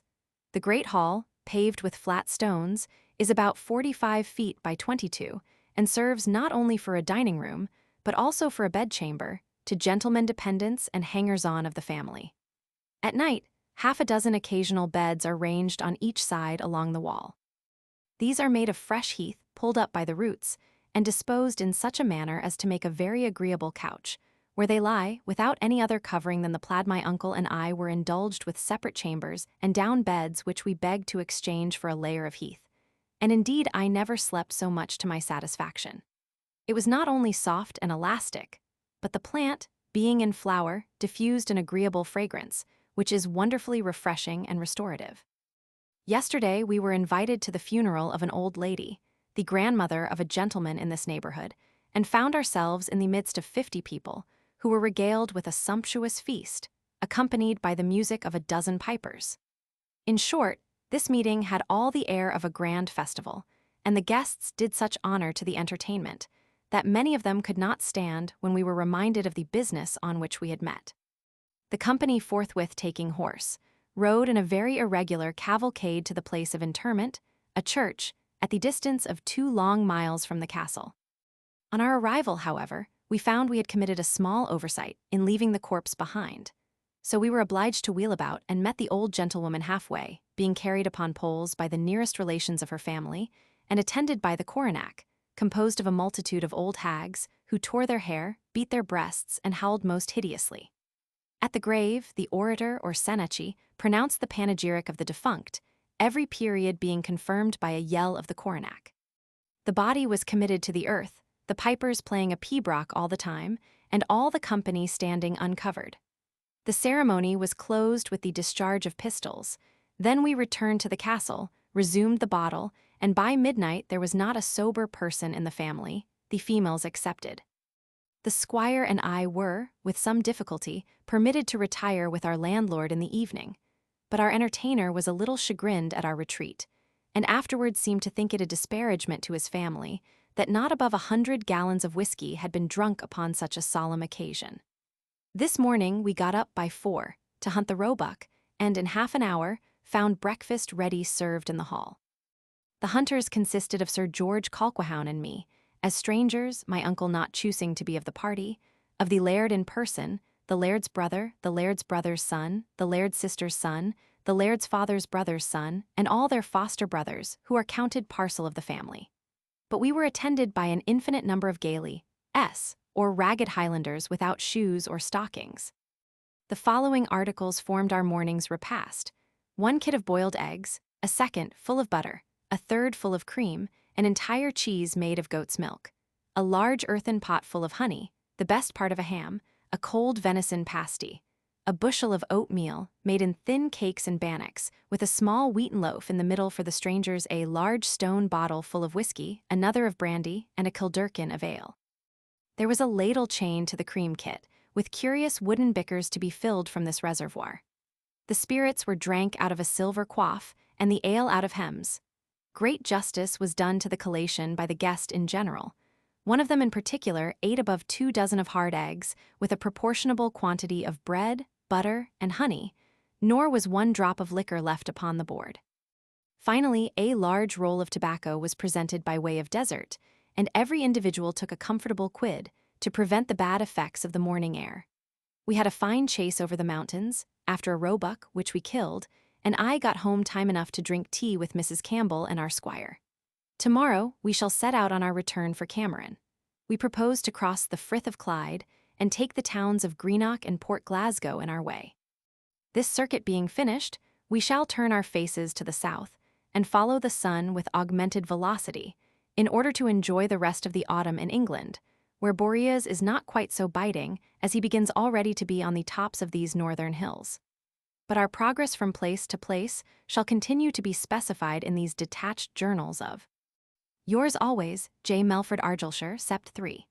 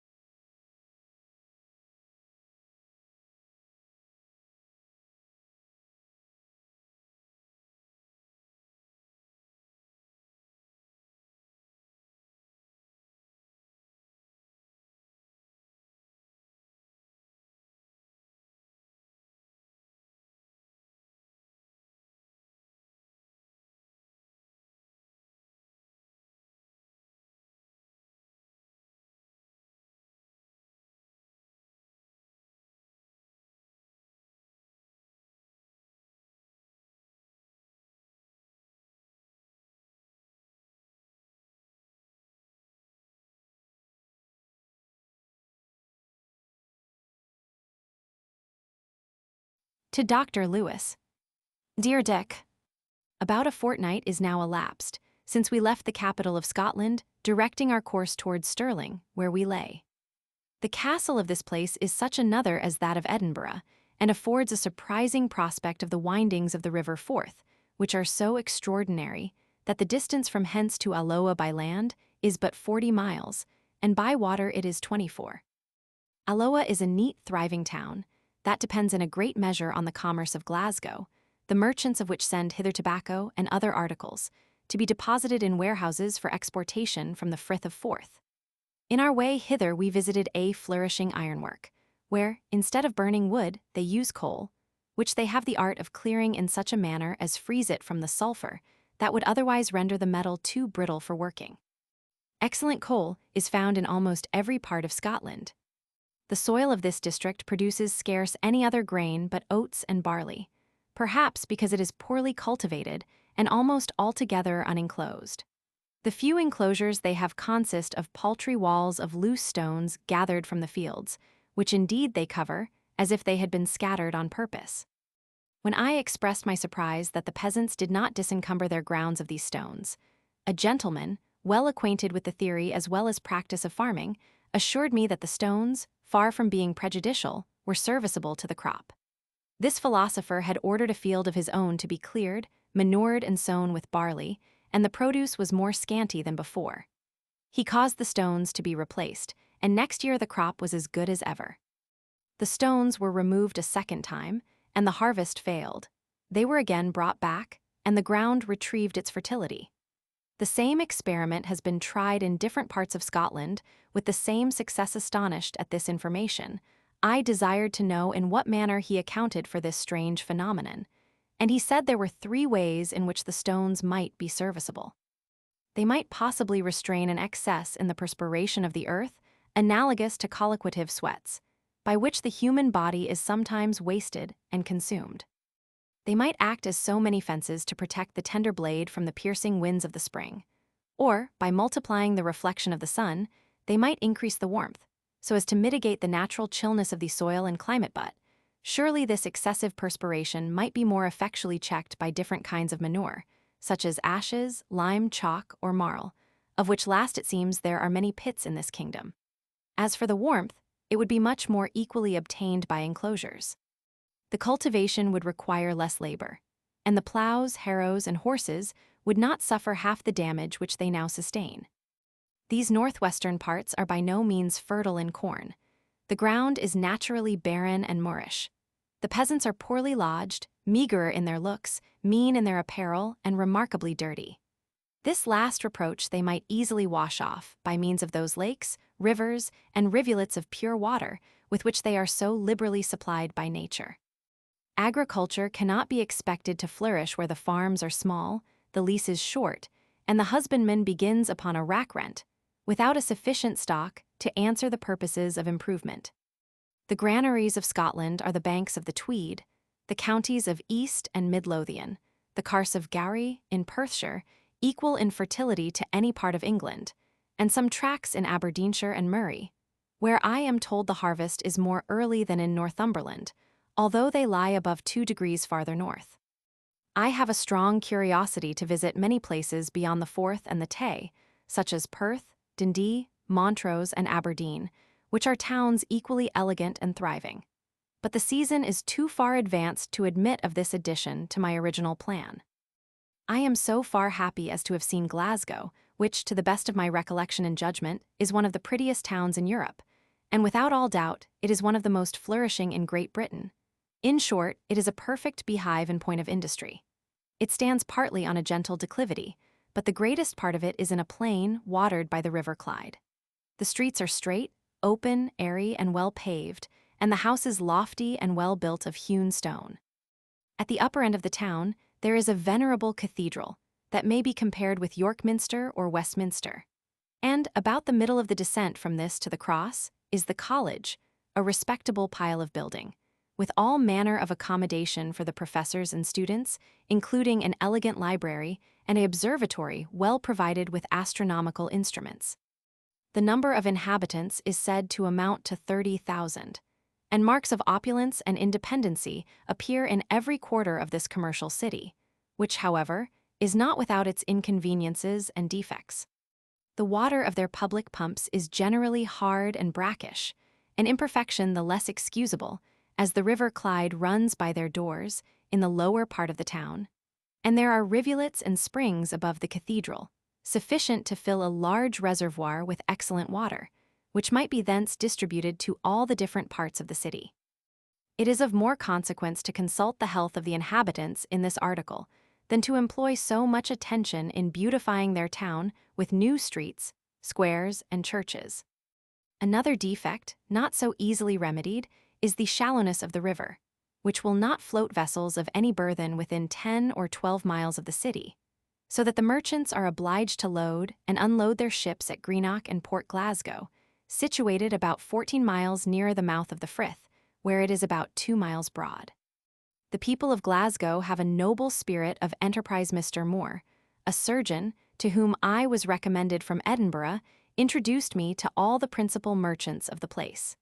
Here I became acquainted with Mr. Cochrane, who may be styled one of the sages of this kingdom. He was first magistrate at the time of the last rebellion. I sat as member when he was examined in the House of Commons, upon which occasion Mr. P. observed he had never heard such a sensible evidence given at that bar. I was also introduced to Dr. John Gordon, a patriot of a truly Roman spirit, who is the father of the linen manufacture in this place, and was the great promoter of the city workhouse, infirmary, and other works of public utility. Had he lived in ancient Rome, he would have been honored with a statue at the public expense. I moreover conversed with one Mr. GSSFD, whom I take to be one of the greatest merchants in Europe. In the last war, he is said to have had at one time 25 ships with their cargoes, his own property, and to have traded for above £500,000 a year.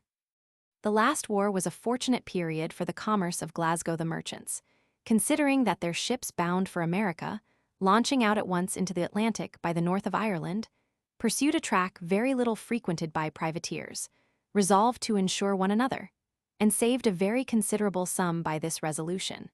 As few or none of their ships were taken, you must know, I have a sort of national attachment to this part of Scotland, the great church dedicated to St. Monga. The River Clyde and other particulars that smack of our Welsh language and customs contribute to flatter me with the notion that these people are the descendants of the Britons who once possessed this country. Without all question, this was a Cumbrian kingdom. Its capital was Dumbarton, a corruption of Dunbritton, which still exists as a royal borough at the influx of the Clyde and Leven, 10 miles below Glasgow. The same neighborhood gave birth to St. Patrick, the apostle of Ireland, at a place where there is still a church and village, which retain his name. Hard by are some vestiges of the famous Roman wall, built in the reign of Antonine, from the Clyde to the Forth, and fortified with castles, to restrain the incursions of the Scots or Caledonians who inhabited the West Highlands. In a line parallel to this wall, the merchants of Glasgow have determined to make a navigable canal betwixt the two firths, which will be of incredible advantage to their commerce, in transporting merchandise from one side of the island to the other. From Glasgow we travelled along the Clyde, which is a delightful stream, adorned on both sides with villas, towns, and villages. Here is no want of groves and meadows and cornfields interspersed, but on this side of Glasgow there is little other grain than oats and barley. The first are much better, the last much worse, than those of the same species in England. I wonder there is so little rye, which is a grain that will thrive in almost any soil, and it is still more surprising that the cultivation of potatoes should be so much neglected in the Highlands, where the poor people have not meal enough to supply them with bread through the winter. On the other side of the river are the towns of Paisley and Renfrew. The first, from an inconsiderable village, is become one of the most flourishing places of the kingdom, enriched by the linen, cambric, flowered lawn, and silk manufactures. It was formerly noted for a rich monastery of the monks of Clugny, who wrote the famous Scoti Chronicon, called the Black Book of Paisley. The old abbey still remains, converted into a dwelling house, belonging to the Earl of Dundonald. Renfrew is a pretty town, on the banks of Clyde, capital of the shire, which was heretofore the patrimony of the Stuart family, and gave the title of baron to the king's eldest son, which is still assumed by the Prince of Wales. The Clyde we left a little on our left hand at Dunbritton, where it widens into an estuary or frith, being augmented by the influx of the Leven. On this spot stands the castle formerly called Alclyde, washed by these two rivers on all sides, except a narrow isthmus, which at every springtide is overflowed. The whole is a great curiosity, from the quality and form of the rock, as well as from the nature of its situation. We now crossed the water of Leven, which, though nothing near so considerable as the Clyde, is much more transparent, pastoral, and delightful. This charming stream is the outlet of Lough Lomond, and through a tract of 4 miles pursues its winding course, murmuring over a bed of pebbles, till it joins the Frith at Dunbrit. A very little above its source, on the lake, stands the house of Cameron, belonging to Mr. Smollett, so embosomed in an oak wood that we did not see it till we were within 50 yards of the door. I have seen the Lago di Garda, Albano, de Vico, Bolsena, and Geneva, and upon my honor, I prefer Lough Lomond to them all, a preference which is certainly owing to the verdant islands that seem to float upon its surface, affording the most enchanting objects of repose to the excursive view. Nor are the banks destitute of beauties, which even partake of the sublime. On this side they display a sweet variety of woodland, cornfield, and pasture, with several agreeable villas emerging as it were out of the lake, till, at some distance, the prospect terminates in huge mountains covered with heath, which, being in the bloom, affords a very rich covering of purple. Everything here is romantic beyond imagination. This country is justly styled the Arcadia of Scotland, and I don't doubt but it may vie with Arcadia in everything but climate. I am sure it excels it in verdure, wood, and water. What say you to a natural basin of pure water, near 30 miles long, and in some places 7 miles broad, and in many above 100 fathom deep, having 24 habitable islands, some of them stocked with deer, and all of them covered with wood, containing immense quantities of delicious fish, salmon, pike, trout, perch, flounders, eels, and powans, the last a delicate kind of freshwater herring peculiar to this lake, and finally communicating with the sea by sending off the Leven, through which all those species, except the powan, make their exit and entrance occasionally. Enclosed I send you the copy of a little ode to this river, by Dr. Smollett, who was born on the banks of it. Within 2 miles of the place where I am now writing it is at least picturesque and accurately descriptive. If it has no other merit, there is an idea of truth in an agreeable landscape taken from nature, which pleases me more than the gayest fiction which the most luxuriant fancy can display. I have other remarks to make, but as my paper is full, I must reserve them till the next occasion. I shall only observe at present that I am determined to penetrate at least 40 miles into the Highlands, which now appear like a vast fantastic vision in the clouds, inviting the approach of yours always, Matt Bramble. Cameron, Aug. 28. Ode to Leven Water. On Leven's banks, while free to rove, and tune the rural pipe to love, I envied not the happiest swain that ever trod Arcadian plain. Pure stream, in whose transparent wave my youthful limbs I want to lave. No torrents stain thy limpid source, no rocks impede thy dimpling course that sweetly warbles o'er its bed, with white, round, polished pebbles spread. While lightly pawed, the scaly brood in myriads cleave thy crystal flood, the springing trout in speckled pride, the salmon monarch of the tide, the ruthless pike, intent on war, the silver eel and mottled parr. Devolving from thy parent lake, a charming maze thy waters make, by bors of birch and groves of pine, and hedges with eglantine. Still on thy banks so gaily green, may numerous herds and flocks be seen, and lasses chanting o'er the pale, and shepherds piping in the dale, and ancient faith that knows no guile, and industry embrowned with toil, and hearts resolved, and hands prepared, the blessings they enjoy to guard. The parr is a small fish, not unlike the smelt, which it rivals in delicacy and flavor.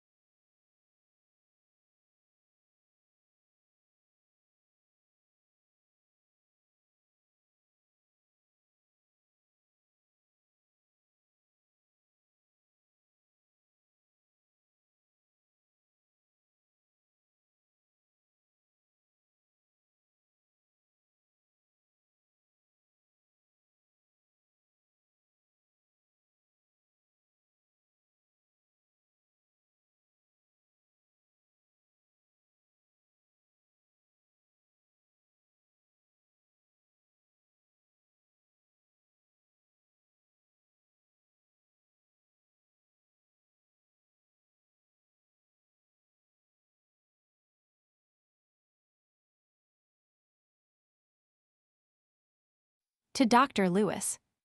Dear Doctor, if I was disposed to be critical, I should say this house of Cameron is too near the lake, which approaches, on one side, to within 6 or 7 yards of the window. It might have been placed in a higher site, which would have afforded a more extensive prospect and a drier atmosphere. But this imperfection is not chargeable on the present proprietor, who purchased it ready-built, rather than be at the trouble of repairing his own family house of Bonhill, which stands 2 miles from hence on the Leven, so surrounded with plantation, that it used to be known by the name of the Mavis or Thrush Nest.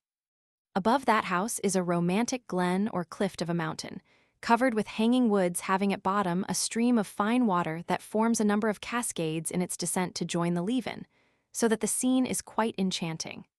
A captain of a man of war, who had made the circuit of the globe with Mr. Anson, being conducted to this glen, exclaimed, "Juan Fernandez, by God!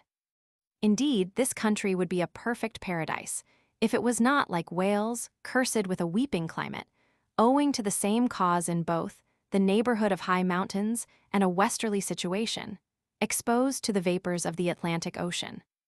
This air, however, notwithstanding its humidity, is so healthy that the natives are scarce ever visited by any other disease than the smallpox and certain cutaneous evils, which are the effects of dirty living, the great and general reproach of the commonalty of this kingdom. Here are a great many living monuments of longevity, and among the rest a person, whom I treat with singular respect, as a venerable druid who has lived near 90 years, without pain or sickness. Among oaks of his own planting he was once proprietor of these lands. But being of a projecting spirit, some of his schemes miscarried, and he was obliged to part with his possession, which hath shifted hands 2 or 3 times since that period. But every succeeding proprietor hath done everything in his power to make his old age easy and comfortable. He has a sufficiency to procure the necessaries of life, and he and his old woman reside in a small convenient farmhouse, having a little garden which he cultivates with his own hands.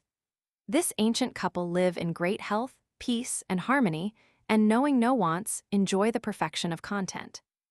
Mr. Smollett calls him the Admiral, because he insists upon steering his pleasure boat upon the lake, and he spends most of his time in ranging through the woods, which he declares he enjoys as much as if they were still his own property. I asked him the other day if he was never sick, and he answered, yes.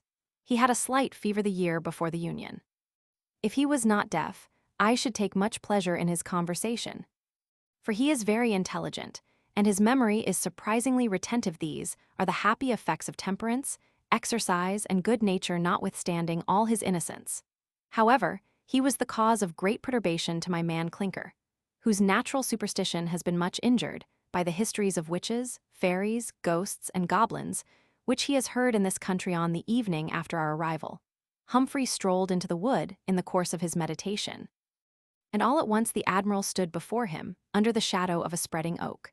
Though the fellow is far from being timorous in cases that are not supposed preternatural, he could not stand the sight of this apparition, but ran into the kitchen with his hair standing on end, staring wildly and deprived of utterance. Mrs. Jenkins, seeing him in this condition, screamed aloud, "Lord have mercy upon us, he has seen something." Mrs. Tabitha was alarmed, and the whole house in confusion.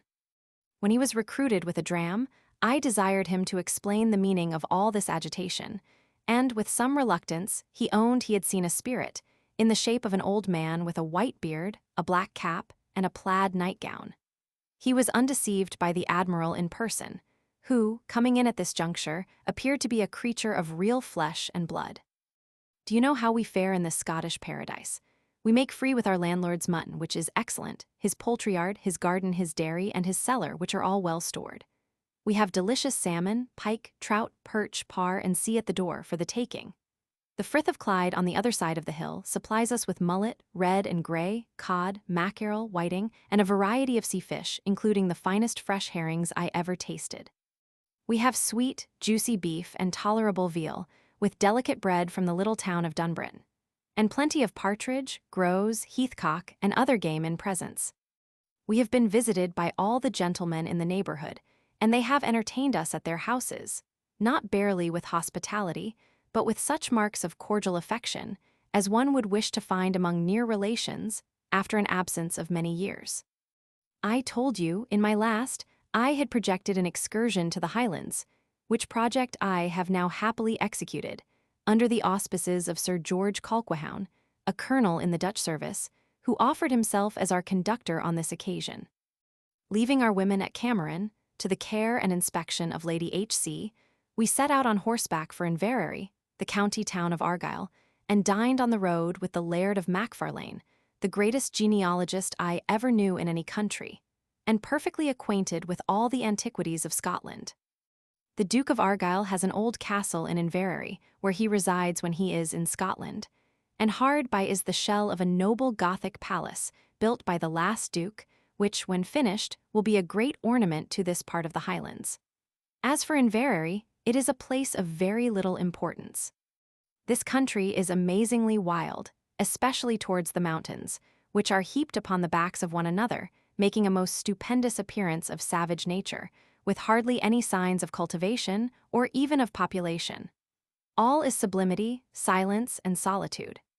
The people live together in glens or bottoms, where they are sheltered from the cold and storms of winter. But there is a margin of plain ground spread along the seaside, which is well inhabited and improved by the arts of husbandry. And this I take to be one of the most agreeable tracts of the whole island.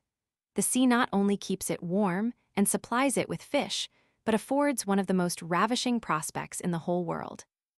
I mean the appearance of the Hebrides, or Western Islands, to the number of 300, scattered as far as the eye can reach, in the most agreeable confusion. As the soil and climate of the Highlands are but ill adapted to the cultivation of corn, the people apply themselves chiefly to the breeding and feeding of black cattle, which turn to good account. Those animals run wild all the winter, without any shelter or subsistence, but what they can find among the heath. When the snow lies so deep and hard that they cannot penetrate to the roots of the grass, they make a diurnal progress, guided by a sure instinct, to the seaside at low water, where they feed on the alga marina and other plants that grow upon the beach. Perhaps this branch of husbandry, which required very little attendance and labor, is one of the principal causes of that idleness and want of industry, which distinguishes these mountaineers in their own country. When they come forth into the world, they become as diligent and alert as any people upon earth. They are undoubtedly a very distinct species from their fellow subjects of the lowlands, against whom they indulge an ancient spirit of animosity, and this difference is very discernible even among persons of family and education.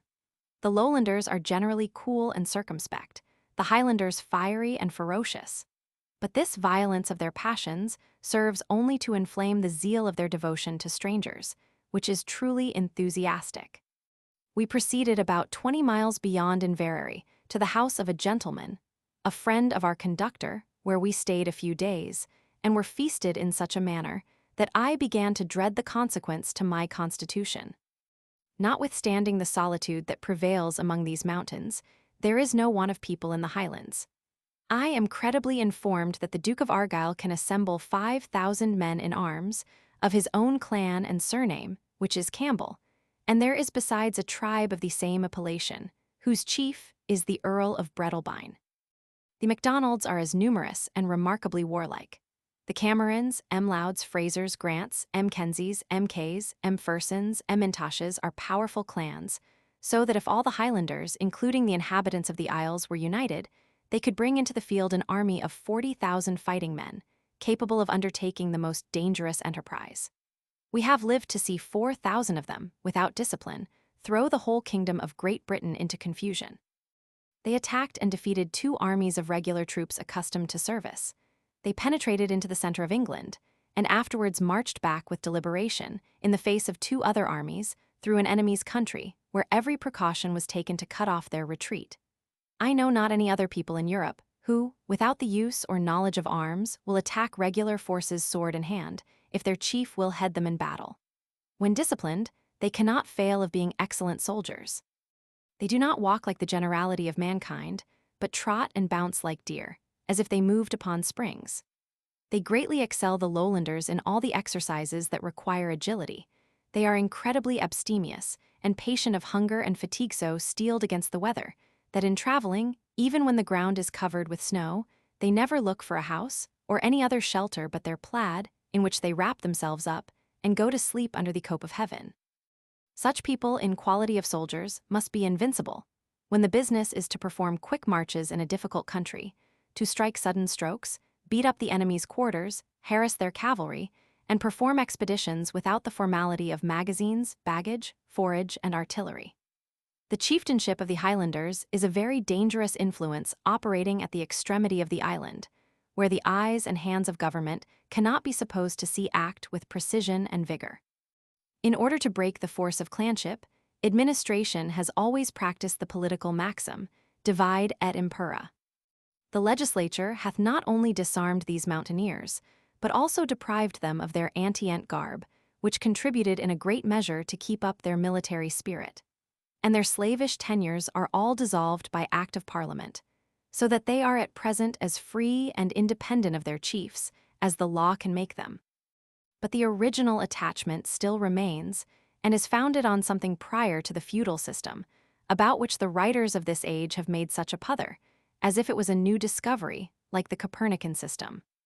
Every peculiarity of policy, custom, and even temperament is effectively traced to this origin, as if the feudal constitution had not been common to almost all the natives of Europe. For my part, I expect to see the use of trunk hose and buttered ale ascribed to the influence of the feudal system. The connection between the clans and their chiefs is, without all doubt, patriarchal. It is founded on hereditary regard and affection, cherished through a long succession of ages. The clan consider the chief as their father, they bear his name, they believe themselves descended from his family, and they obey him as their lord with all the ardor of filial love and veneration, while he, on his part, exerts a paternal authority, commanding, chastising, rewarding, protecting, and maintaining them as his own children. If the legislature would entirely destroy this connection, it must compel the Highlanders to change their habitation and their names. Even this experiment has been formerly tried without success in the reign of James Roman VI. A battle was fought within a few short miles of this place, between two clans, the M'Gregors and the Colquhounds, in which the latter were defeated. The Laird of M'Gregor made such a barbarous use of his victory that he was forfeited and outlawed by Act of Parliament.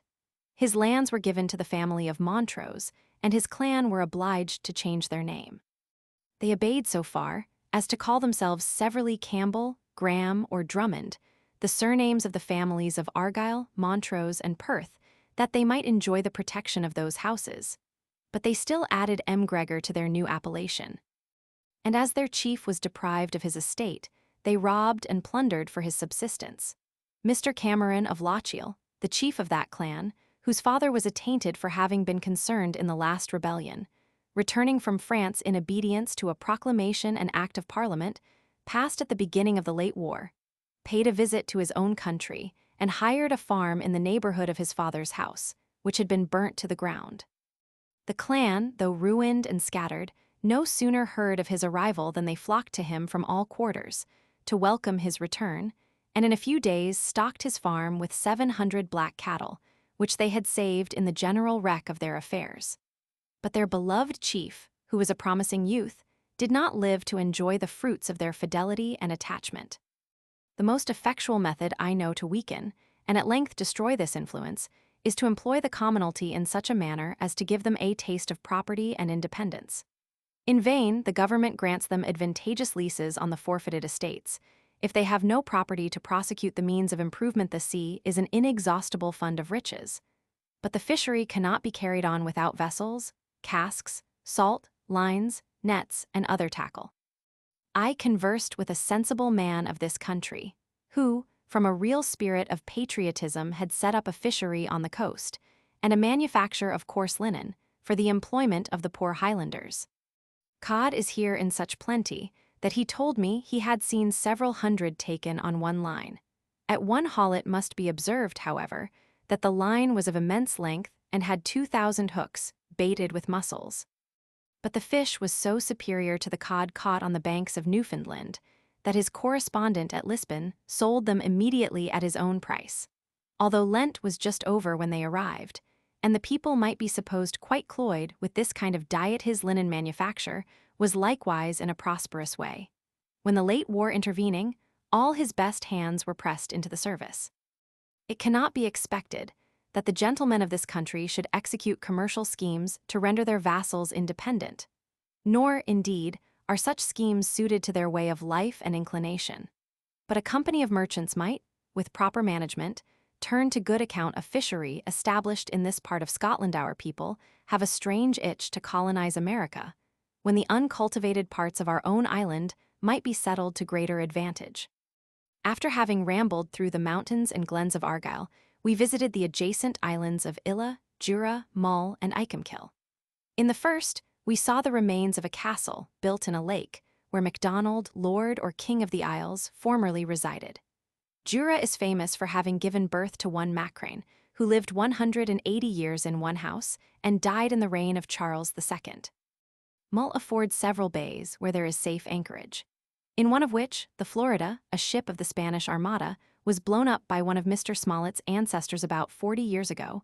John, Duke of Argyll, is said to have consulted the Spanish registers, by which it appeared that this ship had the military chest on board. He employed experienced divers to examine the wreck, and they found the hull of the vessel still entire, but so covered with sand that they could not make their way between decks. However, they picked up several pieces of plate that were scattered about in the bay, and a couple of fine brass cannon. Icolmkill, or Iona, is a small island which St. Columba chose for his habitation. It was respected for its sanctity, and college or seminary of ecclesiastics part of its church is still standing, with the tombs of several Scottish, Irish, and Danish sovereigns, who were here interred. These islanders are very bold and dexterous watermen, consequently the better adapted to the fishery. In their manners, they are less savage and impetuous than their countrymen on the continent, and they speak the Erse or Gaelic in its greatest purity.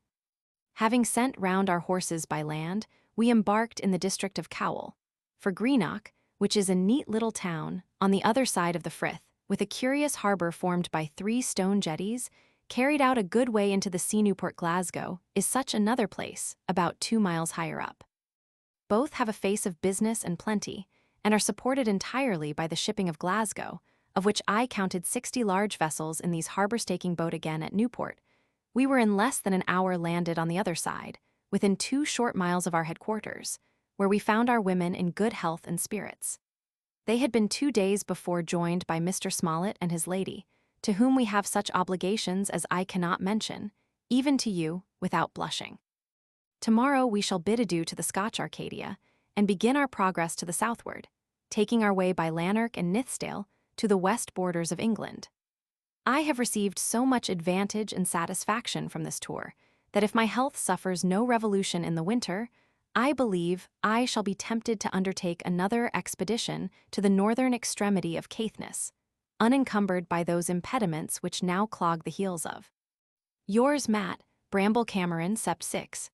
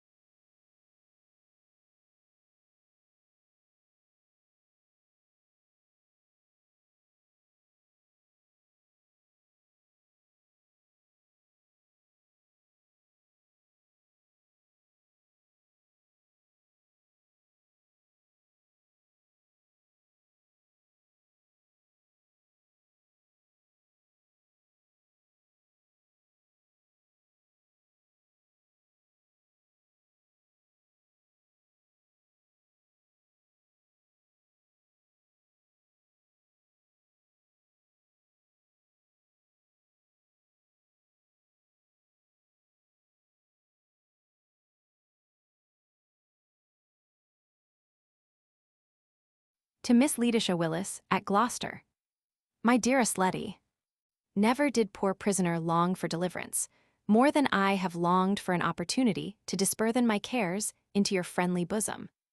And the occasion which now presents itself is little less than miraculous honest Saunders Macaulay, the travelling Scotchman who goes every year to Wales, is now at Glasgow buying goods, and coming to pay his respects to our family, has undertaken to deliver this letter into your own hand. We have been 6 weeks in Scotland, and seen the principal towns of the kingdom, where we have been treated with great civility. The people are very courteous, and the country being exceedingly romantic, suits my turn and inclinations. I contracted some friendships at Edinburgh, which is a large and lofty city, full of gay company, and in particular, commenced an intimate correspondence with one Miss RTN, an amiable young lady of my own age, whose charms seemed to soften, and even to subdue the stubborn heart of my brother Jury.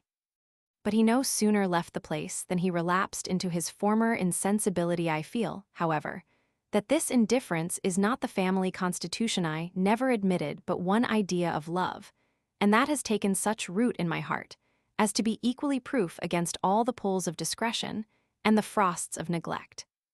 Dear Letty, I had an alarming adventure at the Hunters' Ball in Edinburgh. While I sat discoursing with a friend in a corner, all at once the very image of Wilson stood before me, dressed exactly as he was in the character of Amewell.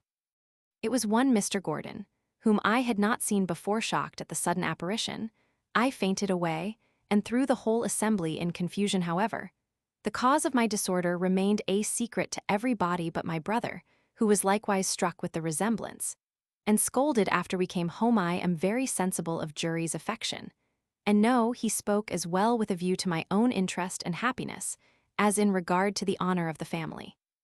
But I cannot bear to have my wounds probed severely. I was not so much affected by the censure he passed upon my own indiscretion, as with the reflection he made on the conduct of Wilson. He observed that if he was really the gentleman he pretended to be, and harbored nothing but honorable designs, he would have vindicated his pretensions in the face of day. This remark made a deep impression upon my mind. I endeavored to conceal my thoughts, and this endeavor had a bad effect upon my health and spirits. So it was thought necessary that I should go to the Highlands and drink the goat milk whey. We went accordingly to Loch Lomond, one of the most enchanting spots in the whole world. And what with this remedy, which I had every morning fresh from the mountains, and the pure air and cheerful company, I have recovered my flesh and appetite. Though there is something still at bottom, which it is not in the power of air, exercise, company, or medicine to remove. These incidents would not touch me so nearly, if I had a sensible confidant to sympathize with my affliction, and comfort me with wholesome advice. I have nothing of this kind, except when Jenkins, who is really a good body in the main, but very ill qualified for such an office. The poor creature is weak in her nerves, as well as in her understanding. Otherwise I might have known the true name and character of that unfortunate youth. But why do I call him unfortunate? Perhaps the epithet is more applicable to me for having listened to the false professions of. But hold, I have as yet no right, and sure I have no inclination to believe anything to the prejudice of his honor. In that reflection I shall still exert my patience. As for Mrs. Jenkins, she herself is really an object of compassion. Between vanity, Methodism, and love, her head is almost turned. I should have more regard for her, however, if she had been more constant in the object of her affection. But truly, she aimed at conquest, and flirted at the same time with my uncle's footman, Humphry Clinker, who is really a deserving young man, and one Dutton, my brother's valet de chamber, a debauched fellow, who, leaving Wynne in the lurch, ran away with another man's bride at Berwick. My dear Willis, I am truly ashamed of my own sex. We complain of advantages which the men take of our youth, inexperience, insensibility, and all that.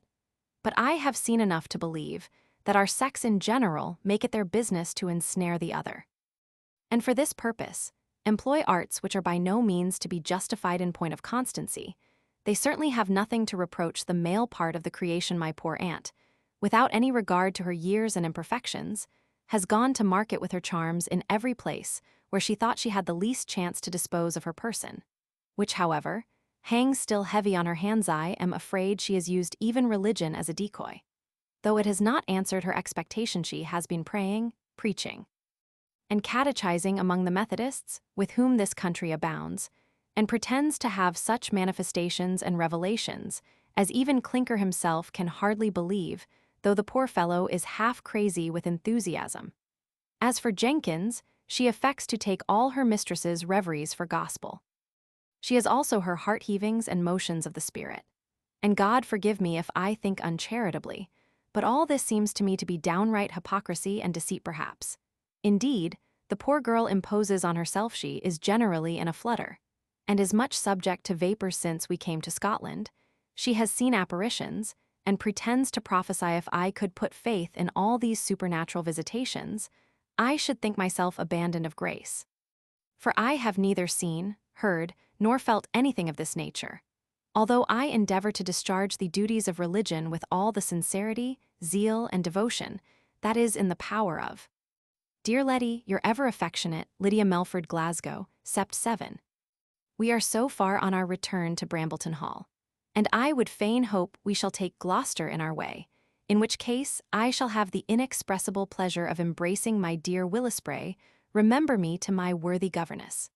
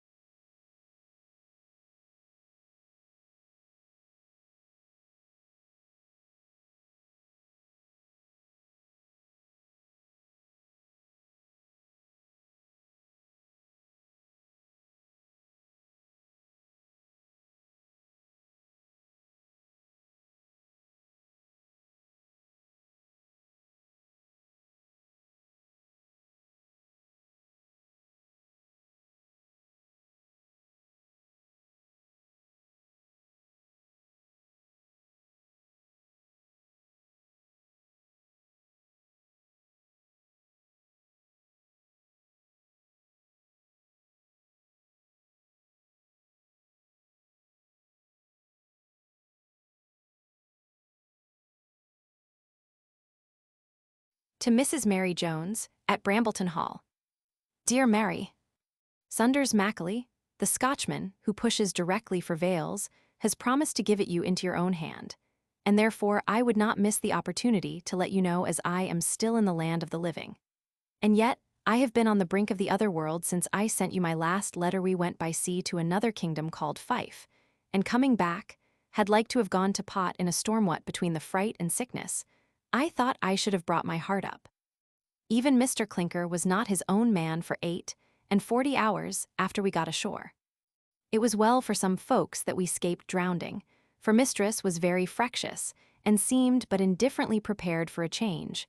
But, thank God, she was soon put in a better frame by the private exaltations of the Reverend Mr. Macrocottle. We afterwards churned to Starling and Glasgow, which are a kipple of handsome towns.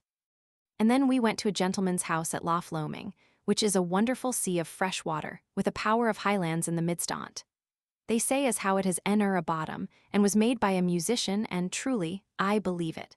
For it is not in the course of nature it has got waves without wind, fish without fins, and a floating highland. And one of them is a crutchyard, where the dead are buried, and always before the person dies, a bell rings of itself to give warning. O Mary, this is the land of conjuration. The bell knolled when we were there. I saw lights, and heard lamentations. The gentleman, our landlord, has got another house, which he was fain to quit on account of a mischievous ghost that would not suffer people to lie in their beds. The fairies dwell in a hole of Kyaman, a mounting hard by, and they steal away the good women that are in the straw, if so be as how there and a horseshoe nailed to the door. And I was shewn an Udvitch called Elspeth Ringavy, with a red petticoat, bleared eyes, and a mould of grey bristles on her sin that she mought do me no harm.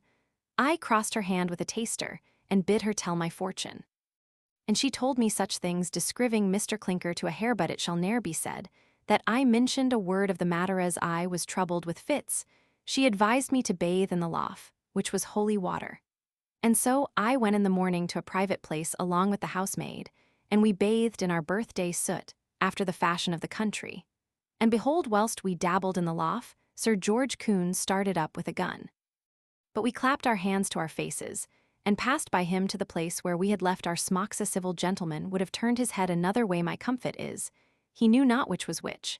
And, as the saying is, all cats in the dark are grey. Whilst we stayed at Lochloaming, he and our 2 squires went 3 or 4 days churning among the wild men of the mountings. A parcel of selvages that lie in caves among the rocks, devour young children, speak Welsh, but the vords are different. Our ladies would not part with Mr. Clinker, because he is so stout and so piehouse that he fears neither man nor devils, if so be as they don't take him by surprise. Indeed, he was once so flurried by an apparition that he had like to have sounded he made believe as if it had been the old Admiral. But the old Admiral could not have made his hair to stand on end and his teeth to shatter. But he said so in prudence that the ladies mought not be afeard. Miss Liddy has been puny, and like to go into a decline. I doubt her poor art is too tinderbut. The Gotsfey has set her on her legs. Again, you now's Gotsfey is mother's milk to a Welsh woman. As for mistress, blessed be God, she ails nothing. Her stomach is good, and she improves in grease and godliness. But for all that, she may have infections like other people, and I believe she wouldn't be sorry to be called your ladyship whenever Sir George thinks proper to ax the question. But, for my part, whatever I may see or hear, not a pratical shall ever pass the lips of dear Molly, your loving friend Win. Jenkins Grasco, Sept. 7. Remember me, as usual, to Saul. We are now coming home, though not the nearest road. I do suppose I shall find the kit a fine boar at my return.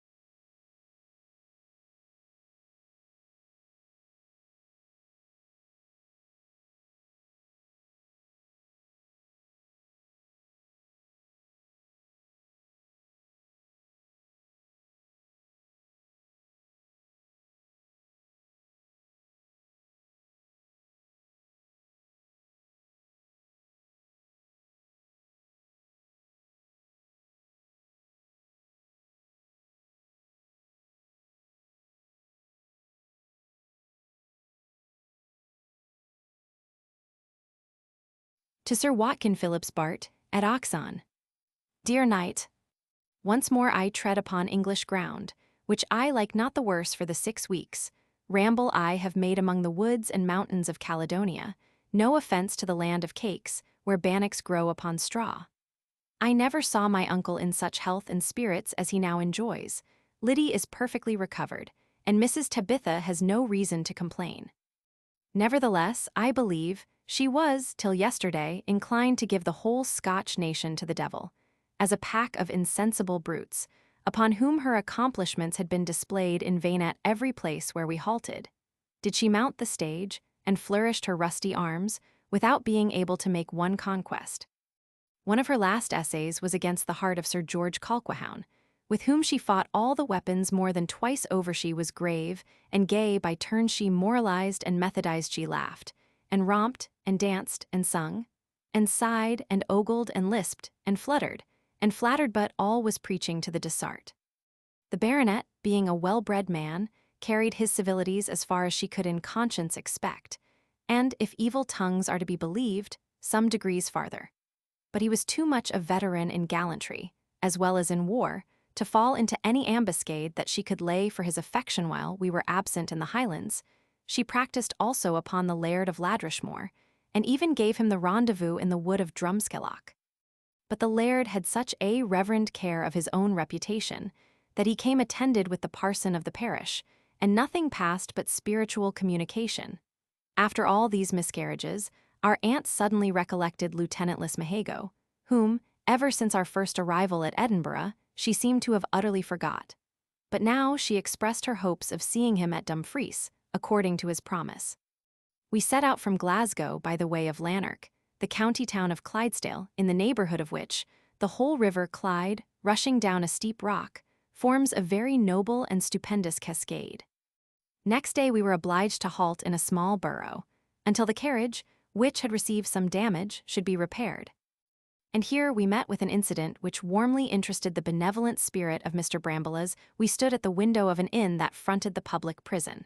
A person arrived on horseback, genteelly though, plainly, dressed in a blue frock, with his own hair cut short, and a gold-laced hat upon his head alighting, and giving his horse to the landlord, he advanced to an old man who was at work in paving the street, and accosted him in these words: "This is hard work for such an old man as you." So saying, he took the instrument out of his hand and began to thump the pavement. After a few strokes, "Have you never a son," said he, "to ease you of this labor?" "Yes, and please your honor," replied the senior, "I have 3 hopeful lads, but at present they are out of the way." "Honor not me," cried the stranger, "but more becomes me to honor your gray hairs. Where are those sons you talk of?" The ancient Pavier said, his eldest son was a captain in the East Indies, and the youngest had lately enlisted as a soldier, in hopes of prospering like his brother. The gentleman desiring to know what was become of the second, he wiped his eyes, and owned he had taken upon him his old father's debts, for which he was now in the prison hard by. The traveler made 3 quick steps towards the jail, then turning short, "Tell me," said he, "has that unnatural captain sent you nothing to relieve your distress?" "Call him not unnatural," replied the other. "God's blessing be upon him. He sent me a great deal of money, but I made a bad use of it. I lost it by being security for a gentleman that was my landlord, and was stripped of all I had in the world besides." At that instant a young man, thrusting out his head and neck between 2 iron bars in the prison window, exclaimed, "Father, father, if my brother William is in life, that's he." I am," cried the stranger, clasping the old man in his arms and shedding a flood of tears. "I am your son Willie, sure enough." Before the father, who was quite confounded, could make any return to this tenderness, a decent old woman bolting out from the door of a poor habitation, cried, "Where is my bairn? Where is my dear Willie?" The captain no sooner beheld her than he quitted his father and ran into her embrace. I can assure you, my uncle, who saw and heard everything that passed, was as much moved as any one of the parties concerned in this pathetic recognition. He sobbed and wept and clapped his hands and hollowed and finally ran down into the street. By this time, the captain had retired with his parents, and all the inhabitants of the place were assembled at the door. Mr. Bramble, nevertheless, pressed through the crowd, and entering the house, "Captain," said he, "I beg the favor of your acquaintance. I would have traveled 100 miles to see this affecting scene, and I shall think myself happy if you and your parents will dine with me at the public house." The captain thanked him for his kind invitation, which, he said, he would accept with pleasure. But in the meantime, he could not think of eating or drinking while his poor brother was in trouble. He forthwith deposited a sum equal to the debt in the hands of the magistrate, who ventured to set his brother at liberty without farther process. And then the whole family repaired to the inn with my uncle, attended by the crowd, the individuals of which shook their townsman by the hand, while he returned their caresses without the least sign of pride or affectation. This honest favorite of fortune, whose name was Brown, told my uncle that he had been bred a weaver, and about 18 years ago had, from a spirit of idleness and dissipation, enlisted as a soldier in the service of the East India Company. That, in the course of duty, he had the good fortune to attract the notice and approbation of Lord Clive, who preferred him from one step to another, till he attained the rank of captain and paymaster to the regiment, in which capacities he had honestly amassed above £12,000, and, at the peace resigned his commission, he had sent several remittances to his father, who received the first only, consisting of £100.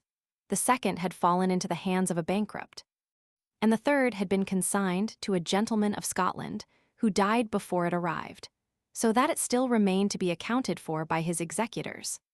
He now presented the old man with £50 for his present occasions, over and above bank notes for 100, which he had deposited for his brother's release. He brought along with him a deed ready executed, by which he settled a perpetuity of £80 upon his parents, to be inherited by their other 2 sons. After their decease he promised to purchase a commission for his youngest brother, to take the other as his own partner in a manufacture which he intended to set up, to give employment and bread to the industrious, and to give £500 by way of dower to his sister, who had married a farmer in low circumstances. Finally, He gave 50 pounds to the poor of the town where he was born and feasted all the inhabitants without exception.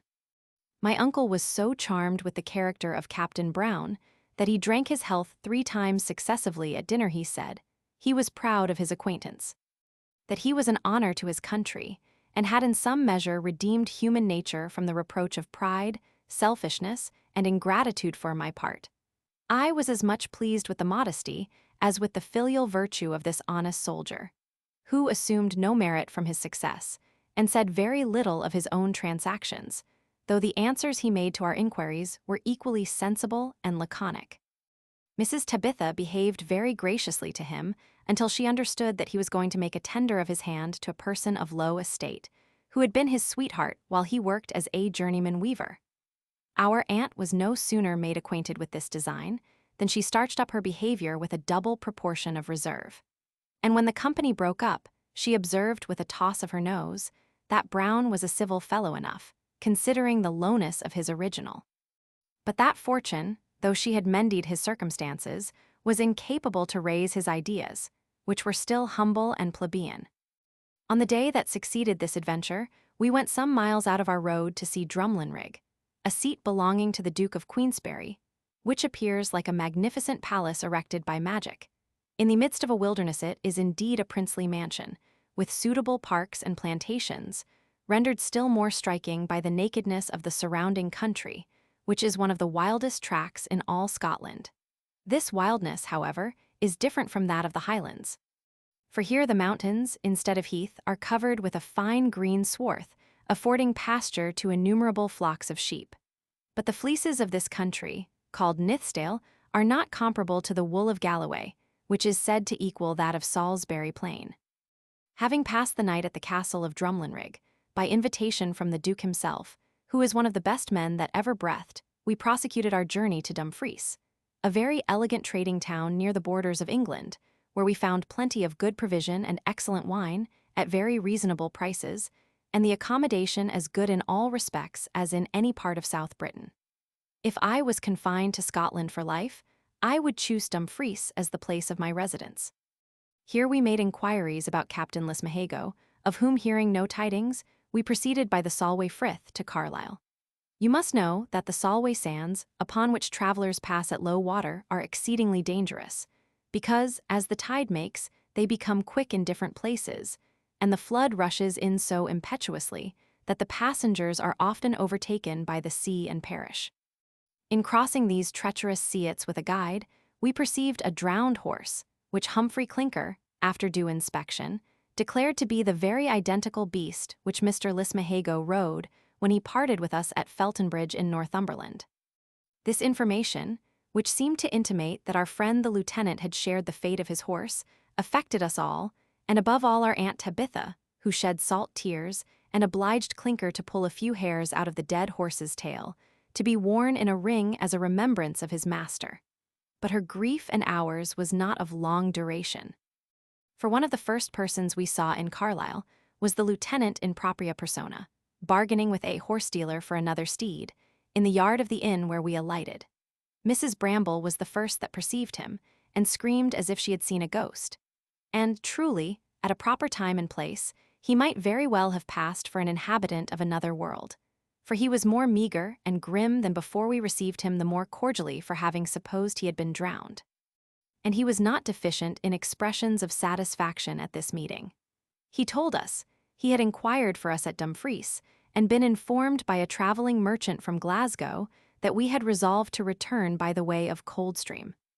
He said that in passing the sands without a guide, his horse had knocked up, and he himself must have perished, if he had not been providentially relieved by a return postchaise. He, moreover, gave us to understand that his scheme of settling in his own country having miscarried, he was so far on his way to London, with a view to embark for North America, where he intended to pass the rest of his days among his old friends the Miamis, and amuse himself in finishing the education of the son he had by his beloved Squinkanacusta. This project was by no means agreeable to our good aunt, who expatiated upon the fatigues and dangers that would attend such a long voyage by sea, and afterwards such a tedious journey by land. She enlarged particularly on the risque he would run, with respect to the concerns of his precious soul, among savages who had not yet received the glad tidings of salvation.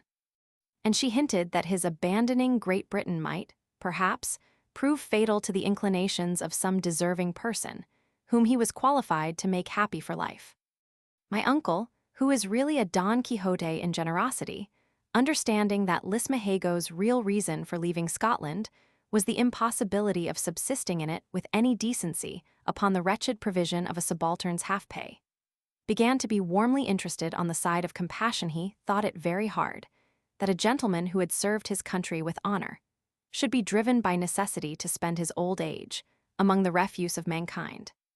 In such a remote part of the world he discoursed with me upon the subject, observing that he would willingly offer the lieutenant an asylum at Brambleton Hall, if he did not foresee that his singularities and humor of contradiction would render him an intolerable housemate, though his conversation at some times might be both instructive and entertaining.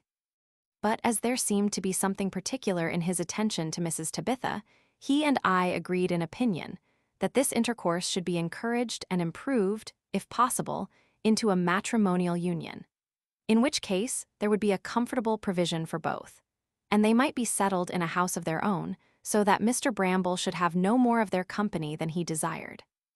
In pursuance of this design, Lismahago has been invited to pass the winter at Brambleton Hall, as it will be time enough to execute his American project in the spring. He has taken time to consider of this proposal.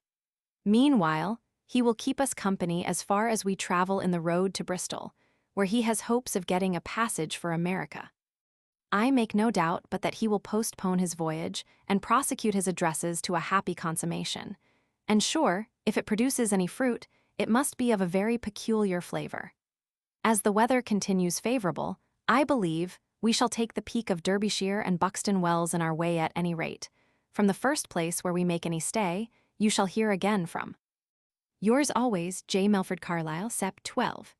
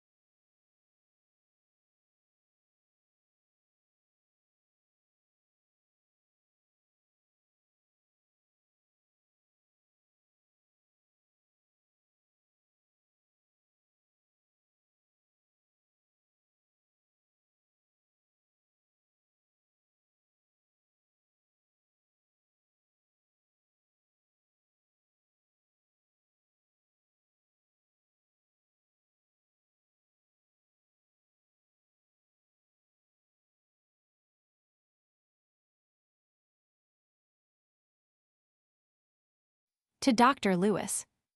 Dear Doctor, the peasantry of Scotland are certainly on a poor footing all over the kingdom, and yet they look better and are better clothed than those of the same rank in Burgundy and many other places of France and Italy. Nay, I will venture to say they are better fed, notwithstanding the boasted wine of these foreign countries. The country people of North Britain live chiefly on oatmeal, and milk, cheese, butter, and some garden stuff, with now and then a pickled herring by way of delicacy.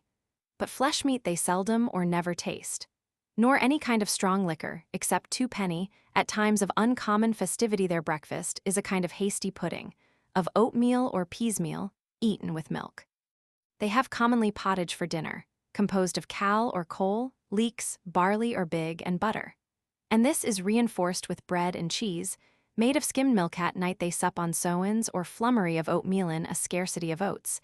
They use the meal of barley and peas, which is both nourishing and palatable. Some of them have potatoes, and you find parsnips in every peasant's garden. They are clothed with a coarse kind of russet of their own making, which is both decent and warm. They dwell in poor huts, built of loose stones and turf, without any mortar, having a fireplace or hearth in the middle, generally made of an old millstone, and a hole at top to let out the smoke. These people, however, are content, and wonderfully sagacious. All of them read the Bible, and are even qualified to dispute upon the articles of their faith, which in those parts I have seen is entirely Presbyterian. I am told that the inhabitants of Aberdeenshire are still more acute.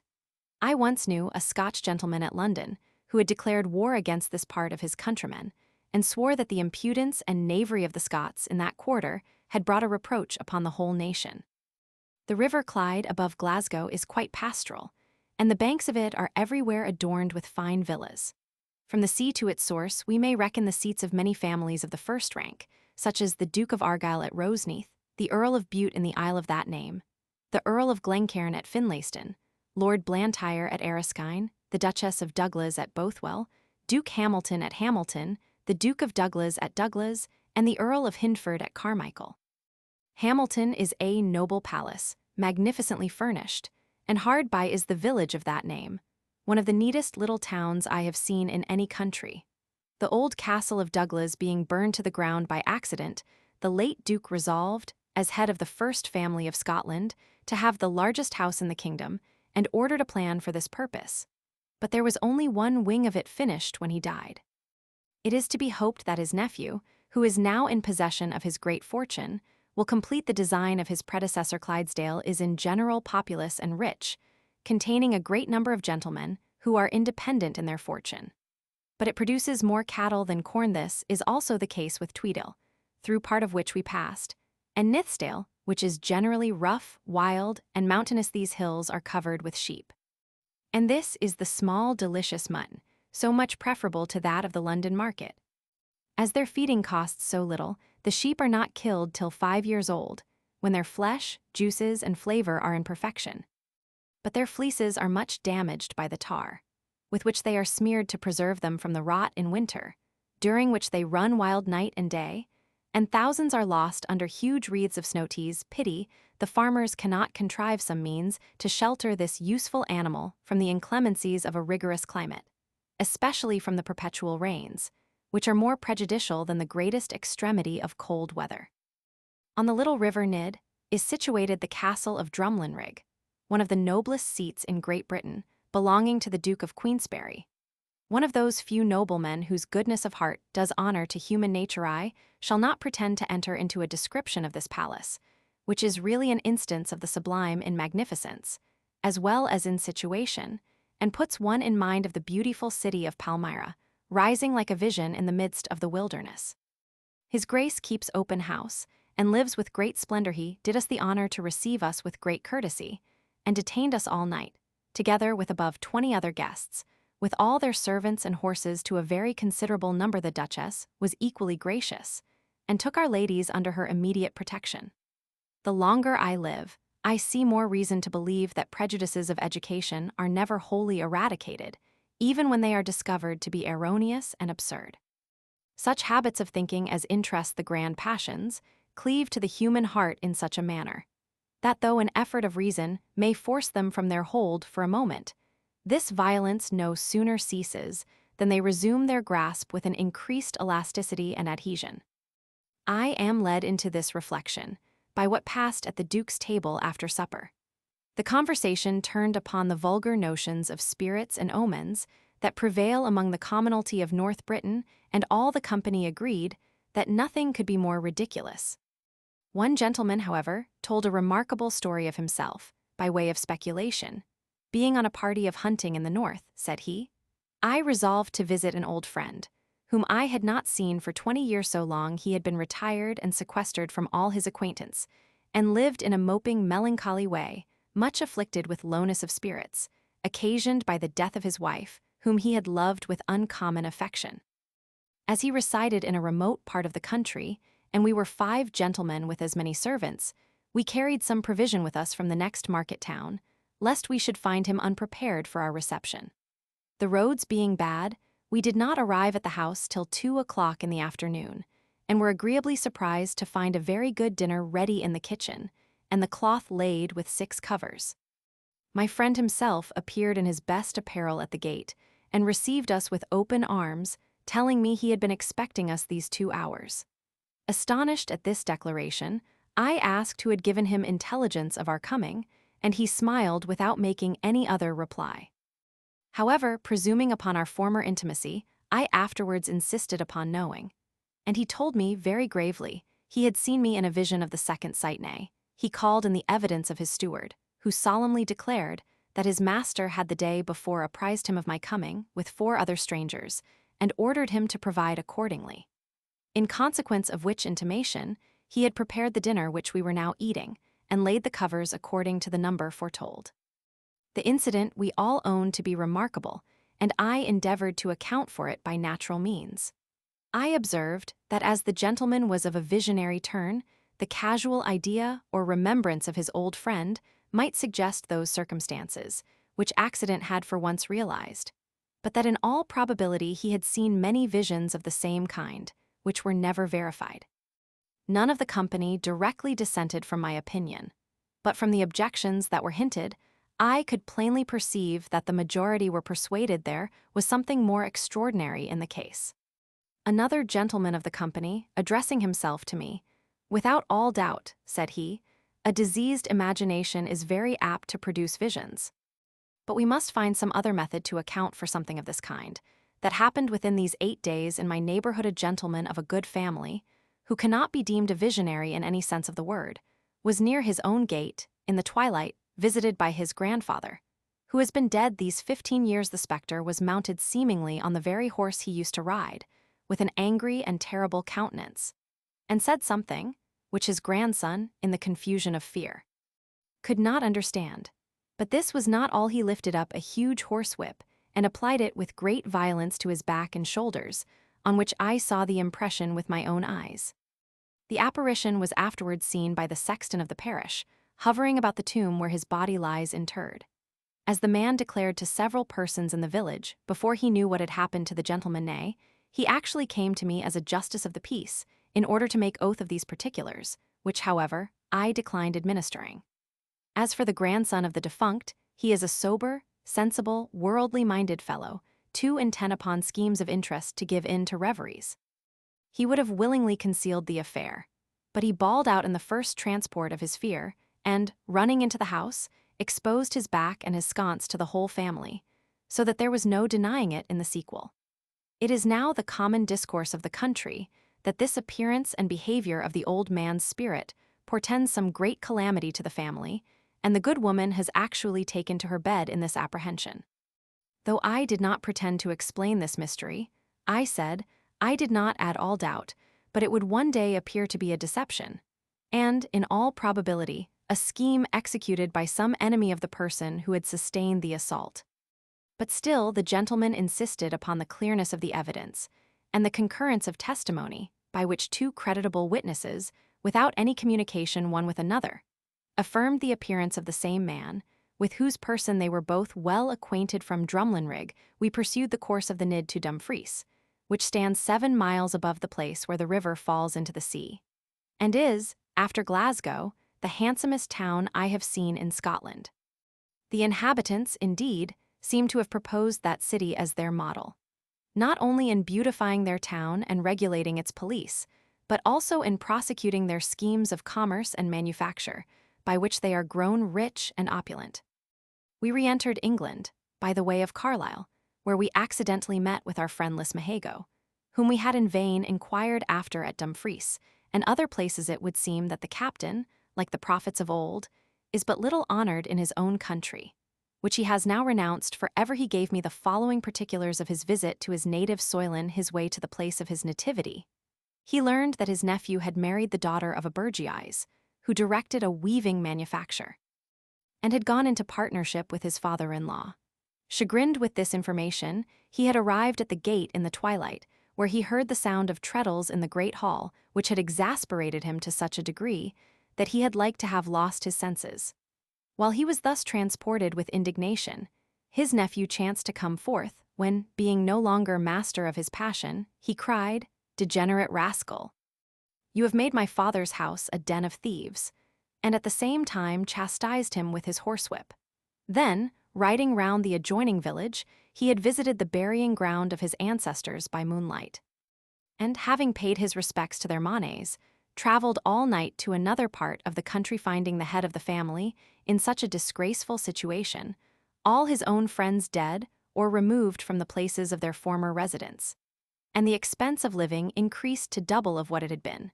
When he first left his native country, he had bid it an eternal adieu, and was determined to seek for repose among the forests of America.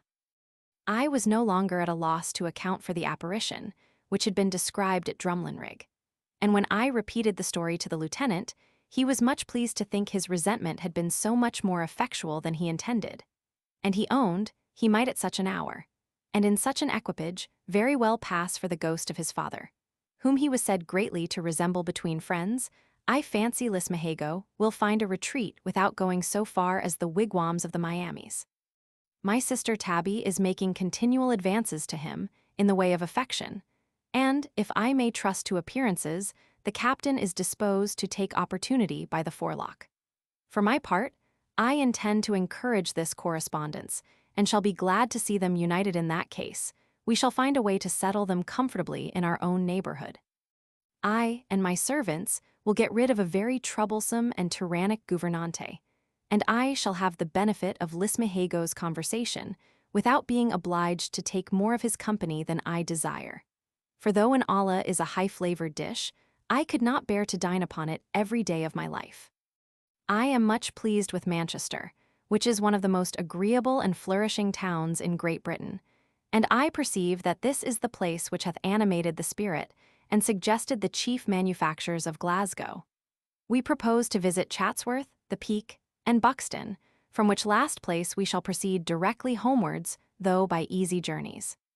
If the season has been as favorable in Wales as in the north, your harvest is happily finished, and we have nothing left to think of but our October, of which let Barnes be properly reminded.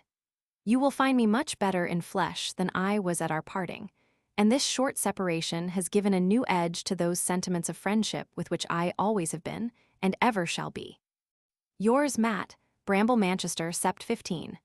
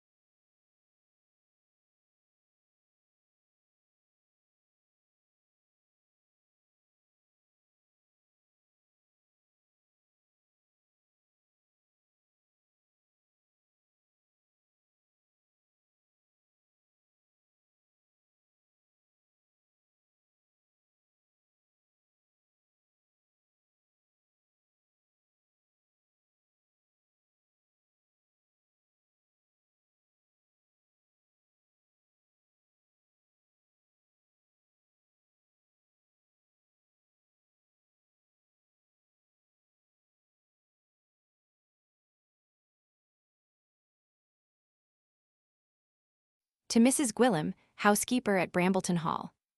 Mrs. Gwillim, it has pleased Providence to bring us safe back to England, and partake us in many pearls by land and water, in particular the Devil's Harse A pike and Hoyden's Hole, which hath got no bottom.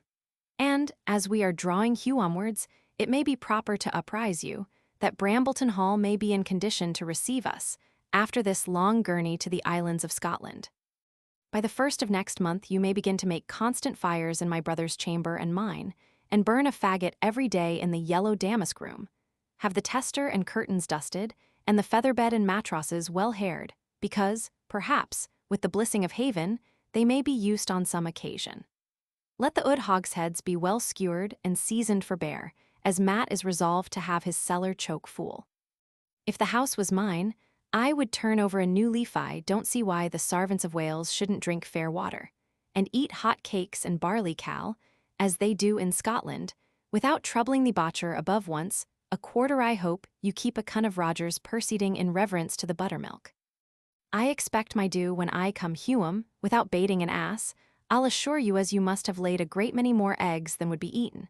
I do suppose there is a power of turks, chickings, and guzzling about the house, and a brave curgo of cheese ready for market, and that the owl has been sent to Crickhole, saving what the maids spun in the family. Pray let the whole house and furniture have a thorough cleaning from top to bottom, for the honor of Wales, and let Roger search into, and make a general clearance of the slit holes, which the maids have in secret, for I know they are much given to sloth and uncleanness. I hope you have worked a reformation among them, as I exhorted you in my last, and set their hearts upon better things than they can find in junketing and caterwauling with the fellows of the country. As for Win Jenkins, she has undergone a perfect metamorphosis, and has become a new creature from the ammunition of Humphry Clinker, our new footman, a pious young man who has labored exceedingly, that she may bring forth fruits of repentance. I make no doubt but he will take the same pains with that pert hussy Mary Jones, and all of you, and that he may have power given to penetrate and instill his goodness, even into your most inward parts, is the fervent prayer of your friend in the spirit, Tab. Bramble Scepter, 18.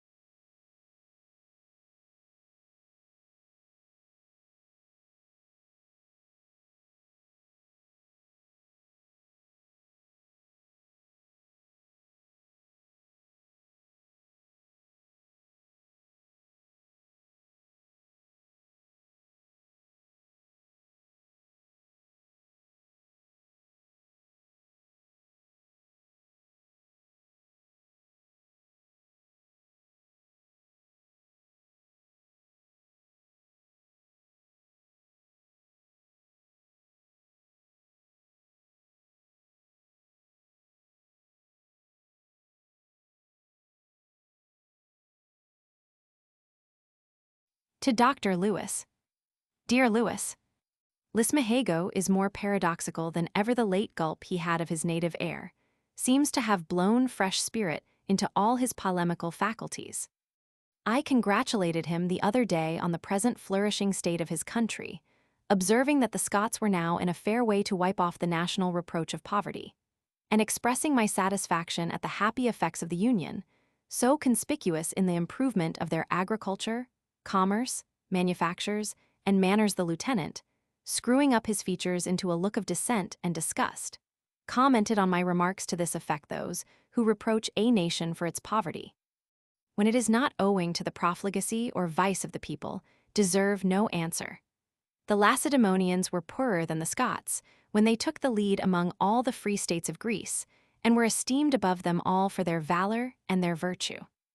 The most respectable heroes of ancient Rome, such as Fabricius, Cincinnatus, and Regulus, were poorer than the poorest freeholder in Scotland. And there are at this day individuals in North Britain, one of whom can produce more gold and silver than the whole Republic of Rome could raise at those times when her public virtue shone with unrivaled luster. And poverty was so far from being a reproach that it added fresh laurels to her fame, because it indicated a noble contempt of wealth, which was proof against all the arts of corruption. If poverty be a subject for reproach, it follows that wealth is the object of esteem and veneration in that case.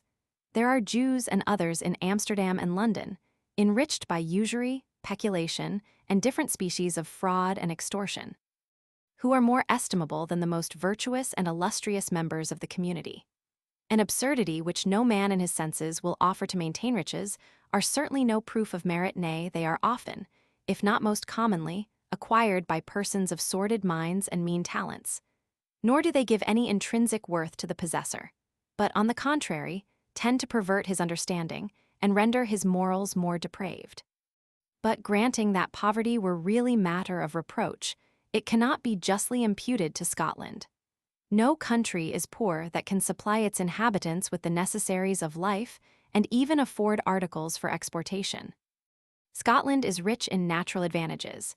It produces every species of provision in abundance, vast herds of cattle and flocks of sheep, with a great number of horses, prodigious quantities of wool and flax, with plenty of copse wood, and in some parts large forests of timber.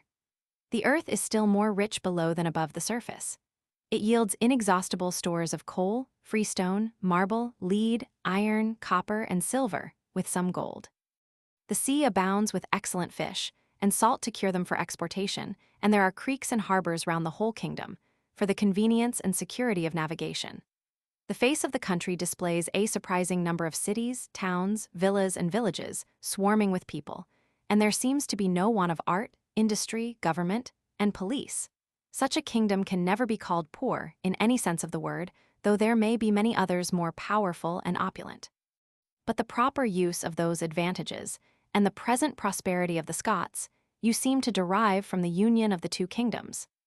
I said, I supposed he would not deny that the appearance of the country was much mended, that the people lived better, had more trade, and a greater quantity of money circulating since the union than before. I may safely admit these premises, answered the lieutenant, without subscribing to your inference. The difference you mention, I should take to be the natural progress of improvement since that period. Other nations, such as the Swedes, the Danes, and in particular the French, have greatly increased in commerce, without any such cause assigned. Before the Union, there was a remarkable spirit of trade among the Scots, as appeared in the case of their Darien Company, in which they had embarked no less than £400,000 sterling. And in the flourishing state of the maritime towns in Fife, and on the eastern coast, enriched by their trade with France, which failed in consequence of the Union. The only solid commercial advantage reaped from that measure was the privilege of trading to the English plantations.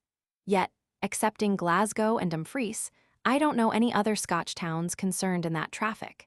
In other respects, I conceive the Scots were losers. By the Union they lost the independency of their state, the greatest prop of national spirit. They lost their parliament, and their courts of justice were subjected to the revision and supremacy of an English tribunal. Softly, Captain, cried I, you cannot be said to have lost your own parliament, while you are represented in that of Great Britain. True, said he, with a sarcastic grin, in debates of national competition, the 16 peers and 45 commoners of Scotland must make a formidable figure in the scale against the whole English legislature. Be that as it may, I observed, while I had the honor to sit in the lower house, the Scotch members had always the majority on their side. I understand you, sir, said he. They generally side with the majority, so much the worse for their constituents. But even this evil is not the worst they have sustained by the Union. Their trade has been saddled with grievous impositions, and every article of living severely taxed, to pay the interest of enormous debts, contracted by the English, in support of measures and connections in which the Scots had no interest nor concern. I begged he would at least allow that by the Union the Scots were admitted to all the privileges and immunities of English subjects, by which means multitudes of them were provided for in the army and navy, and got fortunes in different parts of England and its dominions. All these, said he, become English subjects to all intents and purposes, and are in a great measure lost to their mother country. The spirit of rambling and adventure has been always peculiar to the natives of Scotland. If they had not met with encouragement in England, they would have served and settled, as formerly in other countries, such as Muscovy, Sweden, Denmark, Poland, Germany, France, Piedmont, and Italy, in all which nations their descendants continue to flourish even at this day. By this time my patience began to fail, and I exclaimed, For God's sake, what has England got by this union which, you say, has been so productive of misfortune to the Scots? Great and manifold are the advantages which England derives from the Union, said Lismahago, in a solemn tone.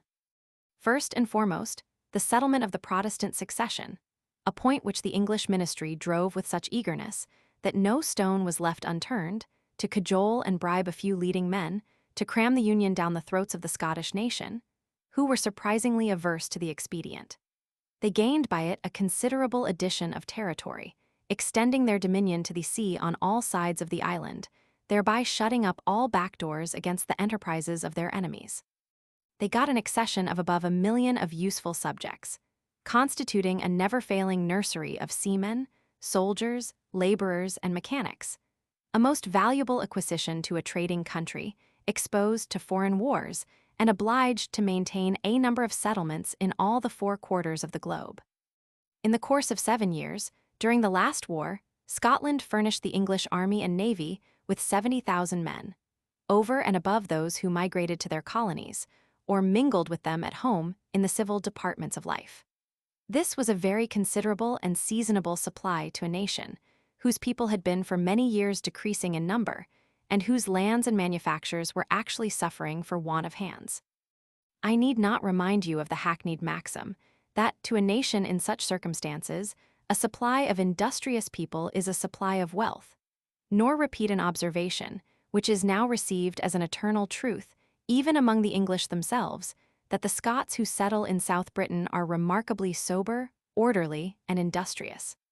I allowed the truth of this remark, adding that by their industry, economy, and circumspection, many of them in England, as well as in her colonies, amassed large fortunes, with which they returned to their own country.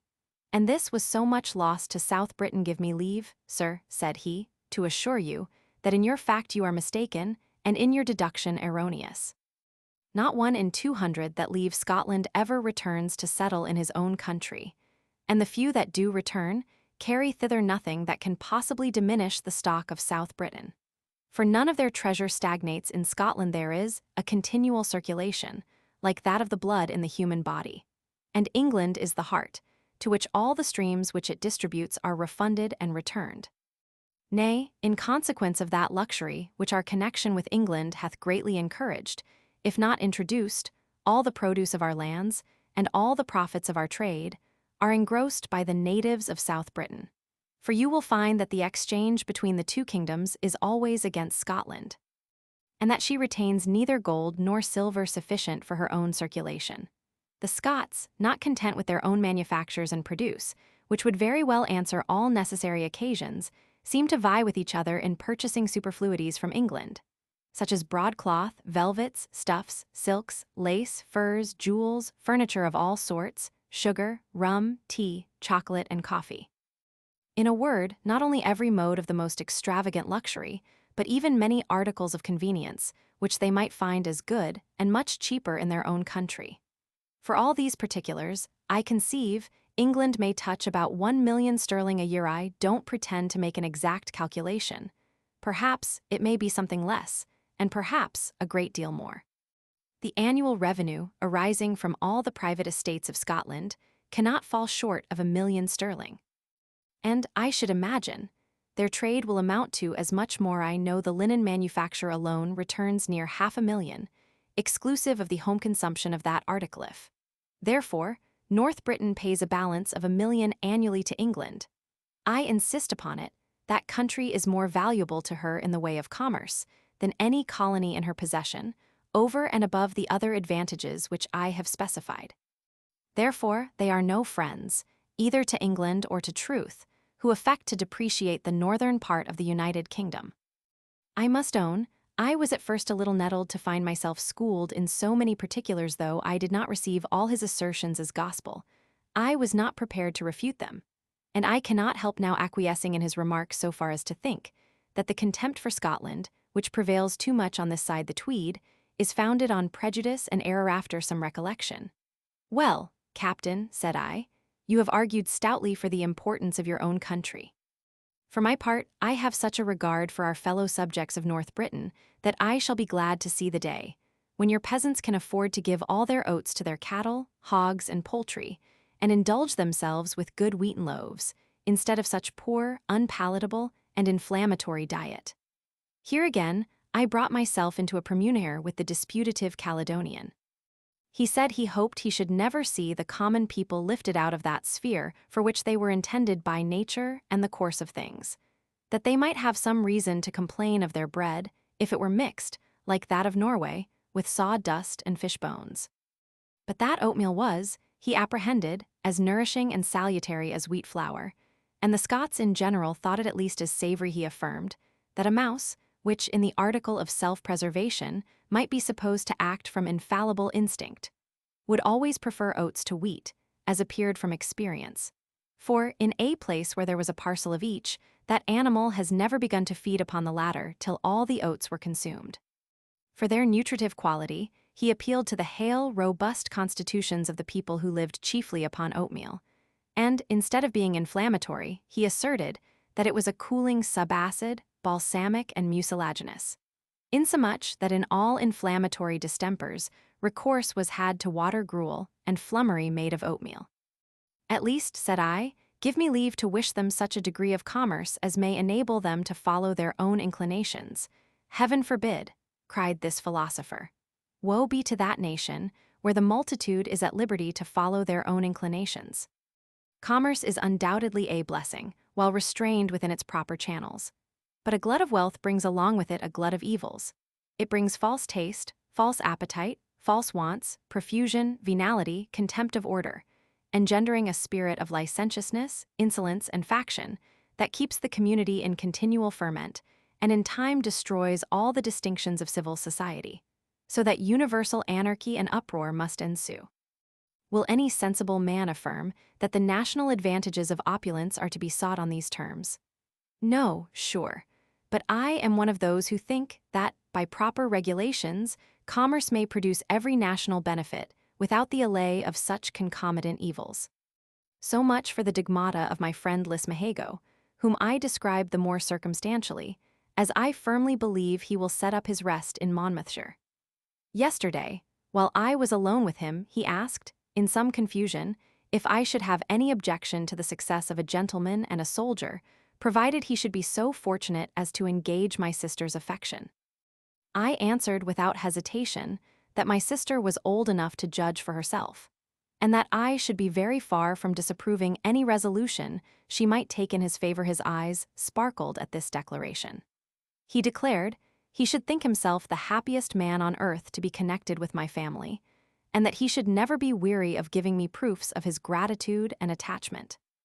I suppose Tabby and he are already agreed, in which case we shall have a wedding at Brambleton Hall, and you shall give away the bride. It is the least thing you can do, by way of atonement for your former cruelty to that poor lovesick maiden, who has been so long a thorn in the side of yours, Matt, Bramble Sep 20. We have been at Buxton, but, as I did not much relish either the company or the accommodations, and had no occasion for the water, we stayed but 2 nights in the place.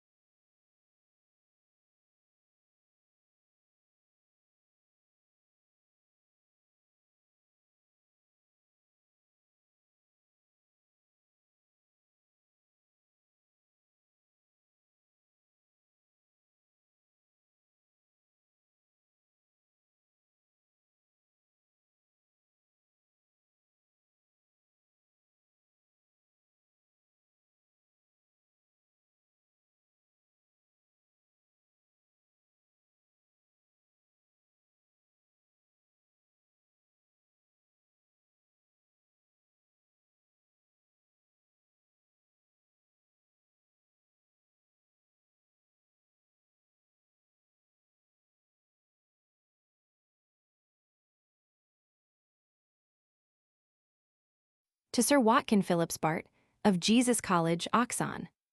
Dear Wat, adventures begin to thicken as we advance to the southward. Lismahago has now professed himself the admirer of our aunt, and carries on his addresses under the sanction of her brother's approbation, so that we shall certainly have a wedding by Christmas.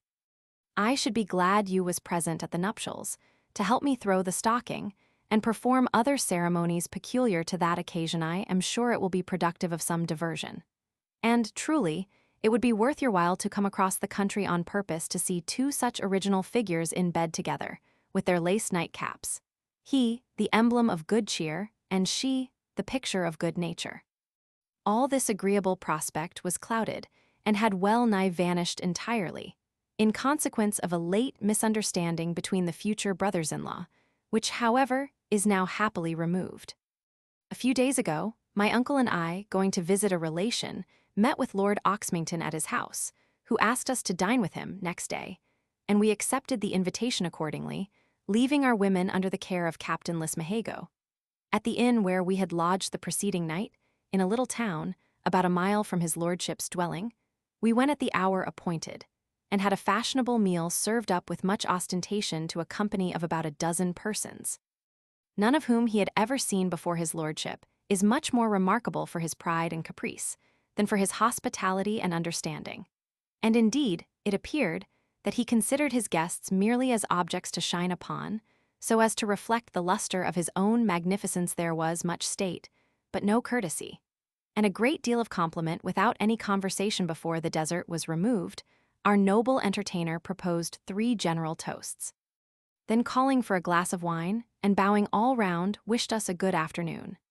This was the signal for the company to break up, and they obeyed it immediately, all except our squire, who was greatly shocked at the manner of this dismission. He changed countenance, bit his lip in silence, but still kept his seat, so that his lordship found himself obliged to give us another hint, by saying he should be glad to see us another time. "There is no time like the present," cried Mr. Bramble. "Your lordship has not yet drank a bumper to the best in Christendom." "I'll drink no more bumpers today," answered our landlord, "and I am sorry to see you have drank too many. Order the gentleman's carriage to the gate." So saying, he rose and retired abruptly, our squire starting up at the same time, laying his hand upon his sword, and eyeing him with a most ferocious aspect. The master having vanished in this manner, our uncle bade one of the servants to see what was to pay, and the fellow answering, "This is no inn." "I cry you mercy," cried the other. "I perceive it is not. If it were, the landlord would be more civil. There's a guinea, however, take it, and tell your lord that I shall not leave the country till I have had the opportunity to thank him in person for his politeness and hospitality." We then walked downstairs through a double range of lacqueys, and getting into the chaise, proceeded homewards. Perceiving the squire much ruffled, I ventured to disapprove of his resentment, observing that as Lord Oxmington was well known to have his brain very ill timbered, a sensible man should rather laugh than be angry at his ridiculous want of breeding. Mr. Bramble took umbrage at my presuming to be wiser than he upon this occasion, and told me that as he had always thought for himself in every occurrence in life, he would still use the same privilege, with my good leave. When we returned to our inn, he closeted Lismahago, and having explained his grievance, desired that gentleman to go and demand satisfaction of Lord Oxmington in his name. The lieutenant charged himself with this commission, and immediately set out a horseback for his lordship's house, attended, at his own request, by my man Archie Macklepine, who had been used to military service. And truly, if Macklepine had been mounted upon an ass, this couple might have passed for the Knight of La Mancha and his Squire Panza. It was not till after some demur that Lismahago obtained a private audience, at which he formally defied his lordship to single combat in the name of Mr. Bramble, and desired him to appoint the time and place. Lord Oxmington was so confounded at this unexpected message that he could not, for some time, make any articulate reply, but stood staring at the lieutenant with manifest marks of perturbation. At length, ringing a bell with great vehemence, he exclaimed, "What? A commoner send a challenge to a peer of the realm? Privilege! Privilege! Here's a person brings me a challenge from the Welshman that dined at my table. An impudent fellow, my wine is not yet out of his head." The whole house was immediately in commotion. Macklepine made a soldierly retreat with 2 horses, but the captain was suddenly surrounded and disarmed by the footmen, whom a French valet de chambre headed in this exploit. His sword was passed through a close stool, and his person through the horse-bond. In this plight he returned to the inn, half mad with his disgrace. So violent was the rage of his indignation, that he mistook its object. He wanted to quarrel with Mr. Bramble. He said he had been dishonored on his account, and he looked for reparation at his hands. My uncle's back was up in a moment, and he desired him to explain his pretensions. "Either compel Lord Oxmington to give me satisfaction," cried he, "or give it me in your own person." "The latter part of the alternative is the most easy and expeditious," replied the squire, starting up. "If you are disposed for a walk, I'll attend you this moment." Here they were interrupted by Mrs. Tabby, who had overheard all that passed. She now burst into the room, and running betwixt them in great agitation, "Is this your regard for me," said she to the lieutenant, "to seek the life of my brother?" Lismahago, who seemed to grow cool as my uncle grew hot, assured her he had a very great respect for Mr. Bramble. But he had still more for his own honor, which had suffered pollution, but if that could be once purified, he should have no further cause of dissatisfaction. The squire said he should have thought it incumbent upon him to vindicate the lieutenant's honor. But, as he had now carved for himself, he might swallow and digest it as well as he could in a word, what betwixt the mediation of Mrs. Tabitha, the recollection of the captain, who perceived he had gone too far, and the remonstrances of your humble servant, who joined them at this juncture, those two originals were perfectly reconciled. And then we proceeded to deliberate upon the means of taking vengeance for the insults they had received from the petulant peer. For, until that aim should be accomplished, Mr. Bramble swore, with great emphasis, that he would not leave the inn where we now lodged, even if he should pass his Christmas on the spot. In consequence of our deliberations, we next day in the forenoon proceeded in a body to his lordship's house, all of us, with our servants, including the coachman, mounted a horseback. With our pistols loaded and ready primed thus prepared for action, we paraded solemnly and slowly before his lordship's gate, which we passed 3 times in such a manner that he could not but see us, and suspect the cause of our appearance. After dinner we returned, and performed the same cavalcade, which was again repeated the morning following, but we had no occasion to persist in these maneuvers. About noon, we were visited by the gentleman, at whose house we had first seen Lord Oxmington. He now came to make apologies in the name of his lordship, who declared he had no intention to give offense to my uncle, in practicing what had been always the custom of his house, and that as for the indignities which had been put upon the officer, they were offered without his lordship's knowledge, at the instigation of his valet de chamber. "If that be the case," said my uncle, in a peremptory tone, "I shall be contented with Lord Oxmington's personal excuses, and I hope my friend will be satisfied with his lordship's turning that insolent rascal out of his service." "Sir," cried Lismahago, "I must insist upon taking personal vengeance for the personal injuries I have sustained." After some debate, the affair was adjusted in this manner. His lordship, meeting us at our friend's house, declared he was sorry for what had happened, and that he had no intention to give umbrage. The valet de chamber asked pardon of the lieutenant upon his knees, when Lismahago, to the astonishment of all present, gave him a violent kick on the face, which laid him on his back, exclaiming in a furious tone, "We gt pardon, gens fouter." Such was the fortunate issue of this perilous adventure, which threatened abundance of vexation to our family. For the squire is one of those who will sacrifice both life and fortune, rather than leave what they conceive to be the least speck or blemish upon their honor and reputation. His lordship had no sooner pronounced his apology, with a very bad grace, than he went away in some disorder, and, I dare say, he will never invite another Welchman to his table. We forthwith quitted the field of this achievement, in order to prosecute our journey, but we follow no determinate course. We make small deviations, to see the remarkable towns, villas, and curiosities on each side of our route, so that we advance by slow steps towards the borders of Monmouthshire. But in the midst of these irregular motions, there is no aberration nor eccentricity in that affection with which I am, dear Wat, yours always, J. Melford, Sep. 28.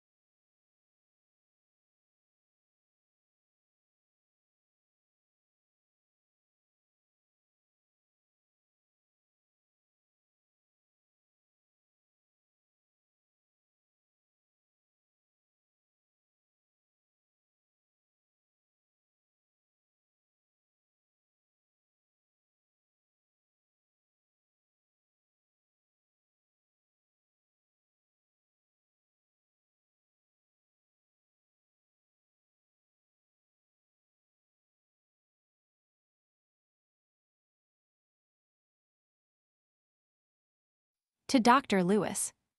Dear Dick, at what time of life may a man think himself exempted from the necessity of sacrificing his repose to the punctilios of a contemptible world? I have been engaged in a ridiculous adventure, which I shall recount at meeting. And this, I hope, will not be much longer delayed, as we have now performed almost all our visits, and seen everything that I think has any right to retard us in our journey homewards a few days ago, understanding by accident that my old friend Baynard was in the country. I would not pass so near his habitation without paying him a visit, though our correspondence had been interrupted for a long course of years. I felt myself very sensibly affected by the idea of our past intimacy, as we approached the place where we had spent so many happy days together. But when we arrived at the house, I could not recognize any one of those objects, which had been so deeply impressed upon my remembrance. The tall oaks that shaded the avenue had been cut down, and the iron gates at the end of it removed, together with the high wall that surrounded the courtyard. The house itself, which was formerly a convent of Cistercian monks, had a venerable appearance, and along the front that looked into the garden was a stone gallery which afforded me many an agreeable walk when I was disposed to be contemplative. Now the old front is covered with a screen of modern architecture, so that all without is Grecian and all within Gothic. As for the garden, which was well stocked with the best fruit which England could produce, there is not now the least vestige remaining of trees, walls, or hedges. Nothing appears but a naked circus of loose sand, with a dry basin and a leaden triton in the middle. You must know that Baynard, at his father's death, had a clear estate of £1,500 a year, and was in other respects extremely well qualified to make a respectable figure in the Commonwealth. But, what with some excesses of youth, and the expense of a contested election, he in a few years found himself encumbered with a debt of £10,000, which he resolved to discharge by means of a prudent marriage. He accordingly married a Miss Thompson, whose fortune amounted to double the sum that he owed. She was the daughter of a citizen who had failed in trade. But her fortune came by an uncle, who died in the East Indies. Her own parents being dead, she lived with a maiden aunt, who had superintended her education, and in all appearance was well enough qualified for the usual purposes of the married state. Her virtues, however, stood rather upon a negative than a positive foundation. She was neither proud, insolent, nor capricious, nor given to scandal, nor addicted to gaming, nor inclined to gallantry. She could read and write and dance and sing and play upon the harpsichord and smatter French and take a hand at whist and ombre. But even these accomplishments she possessed by halves. She excelled in nothing. Her conversation was flat, her style mean, and her expression embarrassed. In a word, her character was totally insipid. Her person was not disagreeable, but there was nothing graceful in her address, nor engaging in her manners, and she was so ill qualified to do the honors of the house that when she sat at the head of the table, one was always looking for the mistress of the family in some other place. Baynard had flattered himself that it would be no difficult matter to mold such a subject after his own fashion, and that she would cheerfully enter into his views, which were wholly turned to domestic happiness. He proposed to reside always in the country, of which he was fond to a degree of enthusiasm, to cultivate his estate, which was very improvable, to enjoy the exercise of rural diversions, to maintain an intimacy of correspondence with some friends that were settled in his neighborhood, to keep a comfortable house without suffering his expense to exceed the limits of his income, and to find pleasure and employ merit for his wife in the management and avocations of her own family. This, however, was a visionary scheme, which he never was able to realize. His wife was as ignorant as a newborn babe of everything that related to the conduct of a family, and she had no idea of a country life. Her understanding did not reach so far as to comprehend the first principles of discretion, and, indeed, if her capacity had been better than it was, her natural indolence would not have permitted her to abandon a certain routine, to which she had been habituated. She had not taste enough to relish any rational enjoyment, but her ruling passion was vanity, not that species which arises from self-conceit of superior accomplishments, but that which is of a bastard and idiot nature, excited by show and ostentation, which implies not even the least consciousness of any personal merit. The nuptial peal of noise and nonsense being rung out in all the usual changes, Mr. Baynard thought it high time to make her acquainted with the particulars of the plan, which he had projected. He told her that his fortune, though sufficient to afford all the comforts of life, was not ample enough to command all the superfluities of pomp and pageantry, which, indeed, were equally absurd and intolerable. He therefore hoped she would have no objection to their leaving London in the spring, when he would take the opportunity to dismiss some unnecessary domestics, whom he had hired for the occasion of their marriage. She heard him in silence, and after some pause, "So," said she, "I am to be buried in the country." He was so confounded at this reply that he could not speak for some minutes. At length he told her he was much mortified to find he had proposed anything that was disagreeable to her ideas. "I am sure," added he, "I meant nothing more than to lay down a comfortable plan of living within the bounds of our fortune, which is but moderate." "Sir," said she, "you are the best judge of your own affairs. My fortune, I know, does not exceed £20,000 yet. Even with that pittance, I might have had a husband who would not have begrudged me a house in London. Good God!" "My dear," cried poor Baynard in the utmost agitation, "you don't think me so sordid. I only hinted what I thought, but I don't pretend to impose."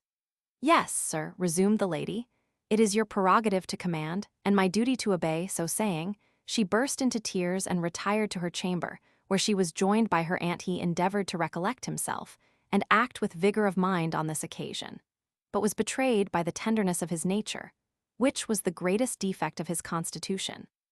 He found the aunt in tears and the niece in a fit, which held her the best part of 8 hours, at the expiration of which she began to talk incoherently about death and her dear husband, who had sat by her all this time, and now pressed her hand to his lips, in a transport of grief and penitence for the offense he had given. From thenceforward, he carefully avoided mentioning the country, and they continued to be sucked deeper and deeper into the vortex of extravagance and dissipation, leading what is called a fashionable life in town. About the latter end of July, however, Mrs. Baynard, in order to exhibit a proof of conjugal obedience, desired of her own accord that they might pay a visit to his country house, as there was no company left in London.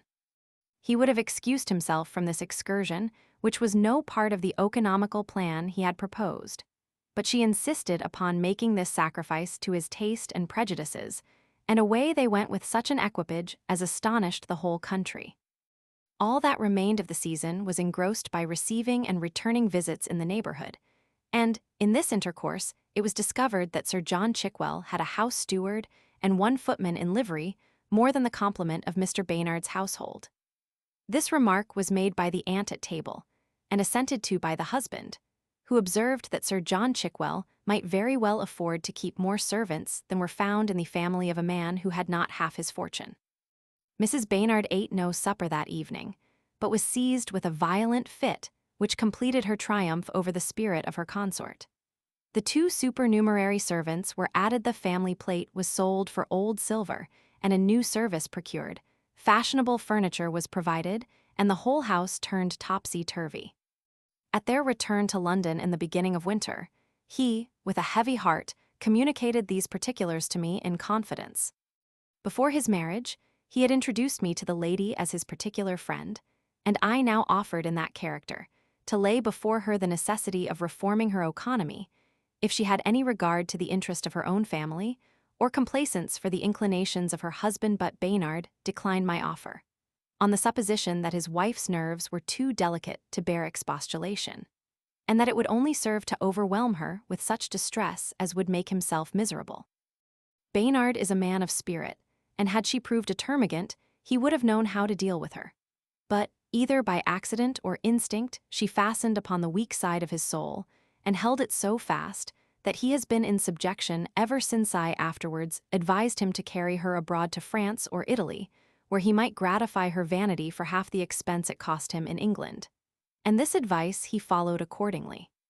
She was agreeably flattered with the idea of seeing and knowing foreign parts and foreign fashions, of being presented to sovereigns and living familiarly with princes. She forthwith seized the hint which I had thrown out on purpose, and even pressed Mr. Baynard to hasten his departure, so that in a few weeks they crossed the sea to France with a moderate train, still including the aunt, who was her bosom counselor, and abetted her in all her oppositions to her husband's will. Since that period, I have had little or no opportunity to renew our former correspondence. All that I knew of his transactions amounted to no more than that after an absence of 2 years, they returned so little improved in economy that they launched out into new oceans of extravagance, which at length obliged him to mortgage his estate. By this time she had bore him 3 children, of which the last only survives. A puny boy of 12 or 13, who will be ruined in his education by the indulgence of his mother. As for Baynard, neither his own good sense, nor the dread of indigence, nor the consideration of his children, has been of force sufficient to stimulate him into the resolution of breaking at once the shameful spell by which he seems enchanted with a taste capable of the most refined enjoyment, a heart glowing with all the warmth of friendship and humanity, and a disposition strongly turned to the more rational pleasures of a retired and country life. He is hurried about in a perpetual tumult, amidst a mob of beings pleased with rattles, baubles, and gewgaws, so void of sense and distinction, that even the most acute philosopher would find it a very hard task to discover for what wise purpose of Providence they were created. Friendship is not to be found, nor can the amusements for which he sighs be enjoyed within the rotation of absurdity, to which he is doomed for life. He has long resigned all views of improving his fortune by management and attention to the exercise of husbandry, in which he delighted, and as to domestic happiness, not the least glimpse of hope remains to amuse his imagination. Thus blasted in all his prospects, he could not fail to be overwhelmed with melancholy and chagrin, which have preyed upon his health and spirits in such a manner that he is now threatened with a consumption. I have given you a sketch of the man, whom the other day I went to visit. At the gate we found a great number of powdered laquas, but no civility. After we had sat a considerable time in the coach, we were told that Mr. Baynard had rode out, and that his lady was dressing. But we were introduced to a parlor, so very fine and delicate, that in all appearance it was designed to be seen only, not inhabited. The chairs and couches were carved, gilt, and covered with rich damask, so smooth and slick, that they looked as if they had never been sat upon. There was no carpet upon the floor, but the boards were rubbed and waxed in such a manner that we could not walk, but were obliged to slide along them. And as for the stove, it was too bright and polished to be polluted with sea coal, or stained by the smoke of any gross material fire. When we had remained above half an hour sacrificing to the inhospitable powers in the temple of cold reception, my friend Baynard arrived, and understanding we were in the house, made his appearance so meager, yellow, and dejected that I really should not have known him, had I met with him in any other place. Running up to me with great eagerness, he strained me in his embrace, and his heart was so full that for some minutes he could not speak. Having saluted us all round, he perceived our uncomfortable situation, and conducting us into another apartment which had fire in the chimney, called for chocolate. Then, withdrawing, he returned with a compliment from his wife, and in the meantime presented his son Harry, a shambling, blear-eyed boy in the habit of a hussar, very rude, forward, and impertinent. His father would have sent him to a boarding school, but his mamma and aunt would not hear of his lying out of the house, so that there was a clergyman engaged as his tutor in the family. As it was but just turned of 12, and the whole house was in commotion to prepare a formal entertainment, I foresaw it would be late before we dined, and proposed a walk to Mr. Baynard, that we might converse together freely. In the course of this perambulation, when I expressed some surprise that he had returned so soon from Italy, he gave me to understand that his going abroad had not at all answered the purpose for which he left England. That although the expense of living was not so great in Italy as at home, respect being had to the same rank of life in both countries, it had been found necessary for him to lift himself above his usual style, that he might be on some footing with the counts, marquises, and cavaliers, with whom he kept company. He was obliged to hire a great number of servants, to take off a great variety of rich clothes, and to keep a sumptuous table for the fashionable scoraconi of the country, who, without a consideration of this kind, would not have paid any attention to an untitled foreigner, let his family or fortune be ever so respectable. Besides, Mrs. Baynard was continually surrounded by a train of expensive loungers, under the denominations of language masters, musicians, painters, and ciceroni, and had actually fallen into the disease of buying pictures and antiques upon her own judgment, which was far from being infallible. At length she met with an affront, which gave her disgust to Italy, and drove her back to England with some precipitation. By means of frequenting the Duchess of B's conversazioni, while her Grace was at Rome, Mrs. Baynard became acquainted with all the fashionable people of that city, and was admitted to their assemblies without scruple. Thus favored, she conceived too great an idea of her own importance, and when the Duchess left Rome, resolved to have a conversazione that should leave the Romans no room to regret her Grace's departure. She provided hands for a musical entertainment, and sent biglietti of invitation to every person of distinction. But not one Roman of the female sex appeared at her assembly. She was that night seized with a violent fit, and kept her bed 3 days, at the expiration of which she declared that the heir of Italy would be the ruin of her constitution. In order to prevent this catastrophe, she was speedily removed to Geneva, from whence they returned to England by the way of Lyons and Paris. By the time they arrived at Calais, she had purchased such a quantity of silks, stuffs, and laces that it was necessary to hire a vessel to smuggle them over, and this vessel was taken by a custom-house cutter, so that they lost the whole cargo, which had cost them above £800. It now appears that her travels had produced no effect upon her, but that of making her more expensive and fantastic than ever. She affected to lead the fashion, not only in point of female dress, but in every article of taste and connoisseurship.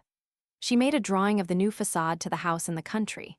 She pulled up the trees, and pulled down the walls of the garden, so as to let in the easterly wind, which Mr. Baynard's ancestors had been at great pains to exclude. To show her taste in laying out ground, she seized into her own hand a farm of 200 acres, about a mile from the house, which she parcelled out into walks and shrubberies, having a great basin in the middle, into which she poured a whole stream that turned 2 mills, and afforded the best trout in the country. The bottom of the basin, however, was so ill secured that it would not hold the water which strained through the earth, and made a bog of the whole plantation. In a word, the ground which formerly paid him £150 a year, now cost him £200 a year to keep it in tolerable order, over and above the first expense of trees, shrubs, flowers, turf, and gravel. There was not an inch of garden ground left about the house, nor a tree that produced fruit of any kind. Nor did he raise a truss of hay, or a bushel of oats for his horses, nor had he a single cow to afford milk for his tea. Far less did he ever dream of feeding his own mutton, pigs, and poultry. Every article of housekeeping, even the most inconsiderable, was brought from the next market town, at the distance of 5 miles, and thither they sent a courier every morning to fetch hot rolls for breakfast. In short, Baynard fairly owned that he spent double his income, and that in a few years he should be obliged to sell his estate for the payment of his creditors. He said that his wife had such delicate nerves, and such imbecility of spirit, that she could neither bear remonstrance, be it ever so gentle, nor practice any scheme of retrenchment, even if she perceived the necessity of such a measure. He had therefore ceased struggling against the stream, and endeavored to reconcile himself to ruin, by reflecting that his child at least would inherit his mother's fortune, which was secured to him by the contract of marriage. The detail which he gave me of his affairs filled me at once with grief and indignation. I inveighed bitterly against the indiscretion of his wife, and reproached him with his unmanly acquiescence under the absurd tyranny which she exerted. I exhorted him to recollect his resolution, and make one effectual effort to disengage himself from a thraldom equally shameful and pernicious. I offered him all the assistance in my power.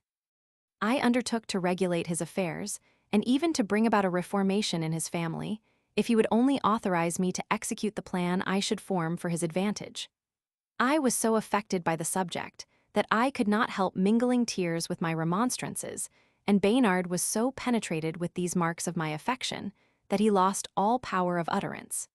He pressed me to his breast with great emotion, and wept in silence. At length he exclaimed, "Friendship is undoubtedly the most precious balm of life. Your words, dear Bramble, have in a great measure recalled me from an abyss of despondence, in which I have been long overwhelmed. I will, upon honor, make you acquainted with a distinct state of my affairs, and, as far as I am able to go, will follow the course you prescribe. But there are certain lengths which my nature the truth is, there are tender connections, of which a bachelor has no idea. Shall I own my weakness? I cannot bear the thoughts of making that woman uneasy, and yet, cried I, she has seen you unhappy for a series of years, unhappy from her misconduct, without ever showing the least inclination to alleviate your distress nevertheless. Said he, I am persuaded she loves me with the most warm affection. But these are incongruities in the composition of the human mind which I hold to be inexplicable. I was shocked at his infatuation and changed the subject, after we had agreed to maintain a close correspondence for the future. He then gave me to understand that he had 2 neighbors who, like himself, were driven by their wives at full speed in the high road to bankruptcy and ruin. All the 3 husbands were of dispositions very different from each other, and according to this variation, their consorts were admirably suited to the purpose of keeping them all 3 in subjection. The views of the ladies were exactly the same. They vied in grandeur, that is, in ostentation, with the wife of Sir Charles Chickwell, who had 4 times their fortune. And she again piqued herself upon making an equal figure with a neighboring peeress, whose revenue trebled her own. Here then was the fable of the frog and the ox, realized in 4 different instances within the same county, 1 large fortune and 3 moderate estates, in a fair way of being burst by the inflation of female vanity. And in 3 of these instances, 3 different forms of female tyranny were exercised. Mr. Baynard was subjugated by practicing upon the tenderness of his nature. Mr. Milkson, being of a timorous disposition, truckled to the insolence of a termagant. Mr. Sowerby, who was of a temper neither to be moved by fits nor driven by menaces, had the fortune to be fitted with a helpmate, who assailed him with the weapons of irony and satire, sometimes sneering in the way of compliment, sometimes throwing out sarcastic comparisons, implying reproaches upon his want of taste, spirit, and generosity, by which means she stimulated his passions from one act of extravagance to another, just as the circumstances of her vanity required. All these 3 ladies have at this time the same number of horses, carriages, and servants in and out of livery, the same variety of dress, the same quantity of plate and china, the like ornaments in furniture, and in their entertainments they endeavor to exceed one another in the variety, delicacy, and expense of their dishes. I believe it will be found upon inquiry that 19 out of 20, who are ruined by extravagance, fall a sacrifice to the ridiculous pride and vanity of silly women, whose parts are held in contempt by the very men whom they pillage and enslave. Thank heaven, Dick, that among all the follies and weaknesses of human nature, I have not yet fallen into that of matrimony. After Baynard and I had discussed all these matters at leisure, we returned towards the house, and met Jury with our 2 women, who had come forth to take the air, as the lady of the mansion had not yet made her appearance. In short, Mrs. Baynard did not produce herself, till about a quarter of an hour before dinner was upon the table. Then her husband brought her into the parlor, accompanied by her aunt and son, and she received us with a coldness of reserve sufficient to freeze the very soul of hospitality. Though she knew I had been the intimate friend of her husband, and had often seen me with him in London, she showed no marks of recognition or regard when I addressed myself to her in the most friendly terms of salutation. She did not even express the common compliment of, I am glad to see you, or I hope you have enjoyed your health since we had the pleasure of seeing you, or some such words, of course, nor did she once open her mouth in the way of welcome to my sister and my niece, but sat in silence like a statue, with an aspect of insensibility. Her aunt, the model upon which she had been formed, was indeed the very essence of insipid formality, but the boy was very pert and impudent, and prated without ceasing. At dinner, the lady maintained the same ungracious indifference, never speaking but in whispers to her aunt.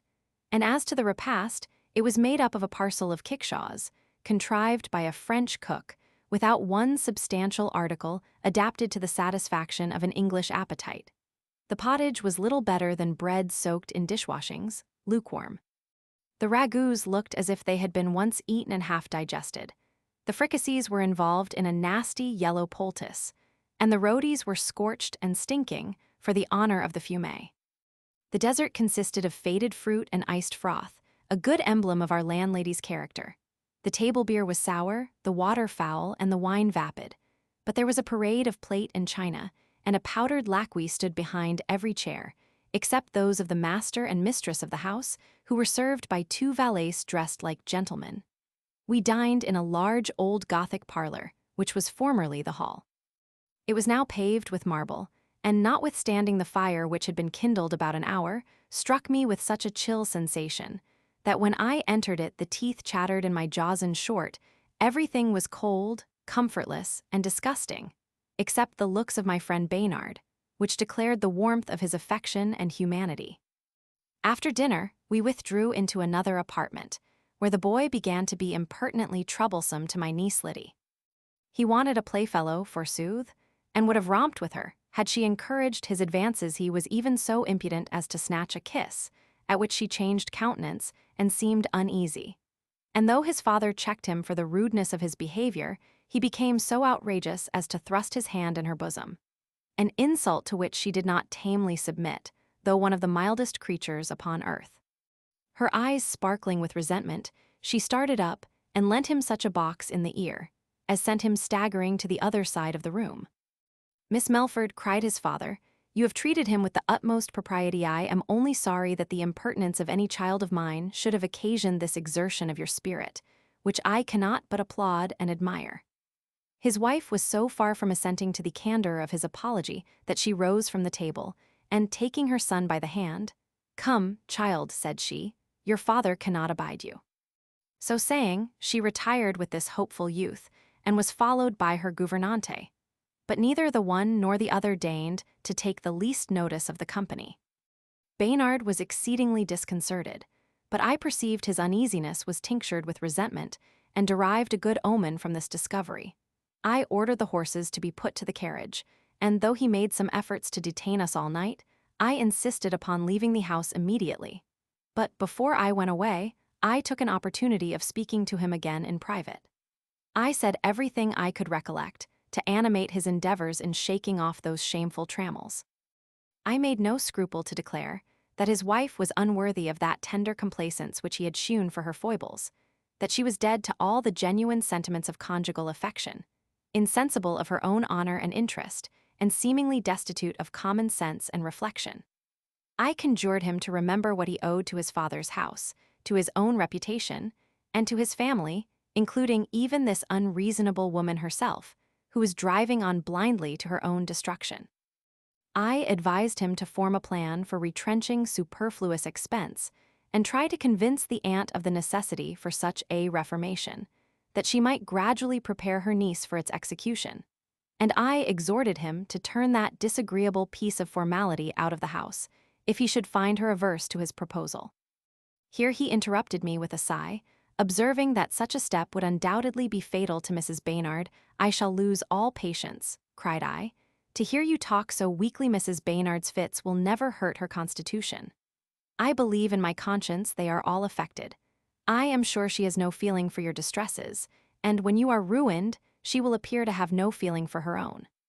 Finally, I took his word and honor that he would make an effort, such as I had advised, that he would form a plan of economy, and if he found it impracticable without my assistance, he would come to Bath in the winter, where I promised to give him the meeting, and contribute all in my power to the retrieval of his affairs. With this mutual engagement we parted.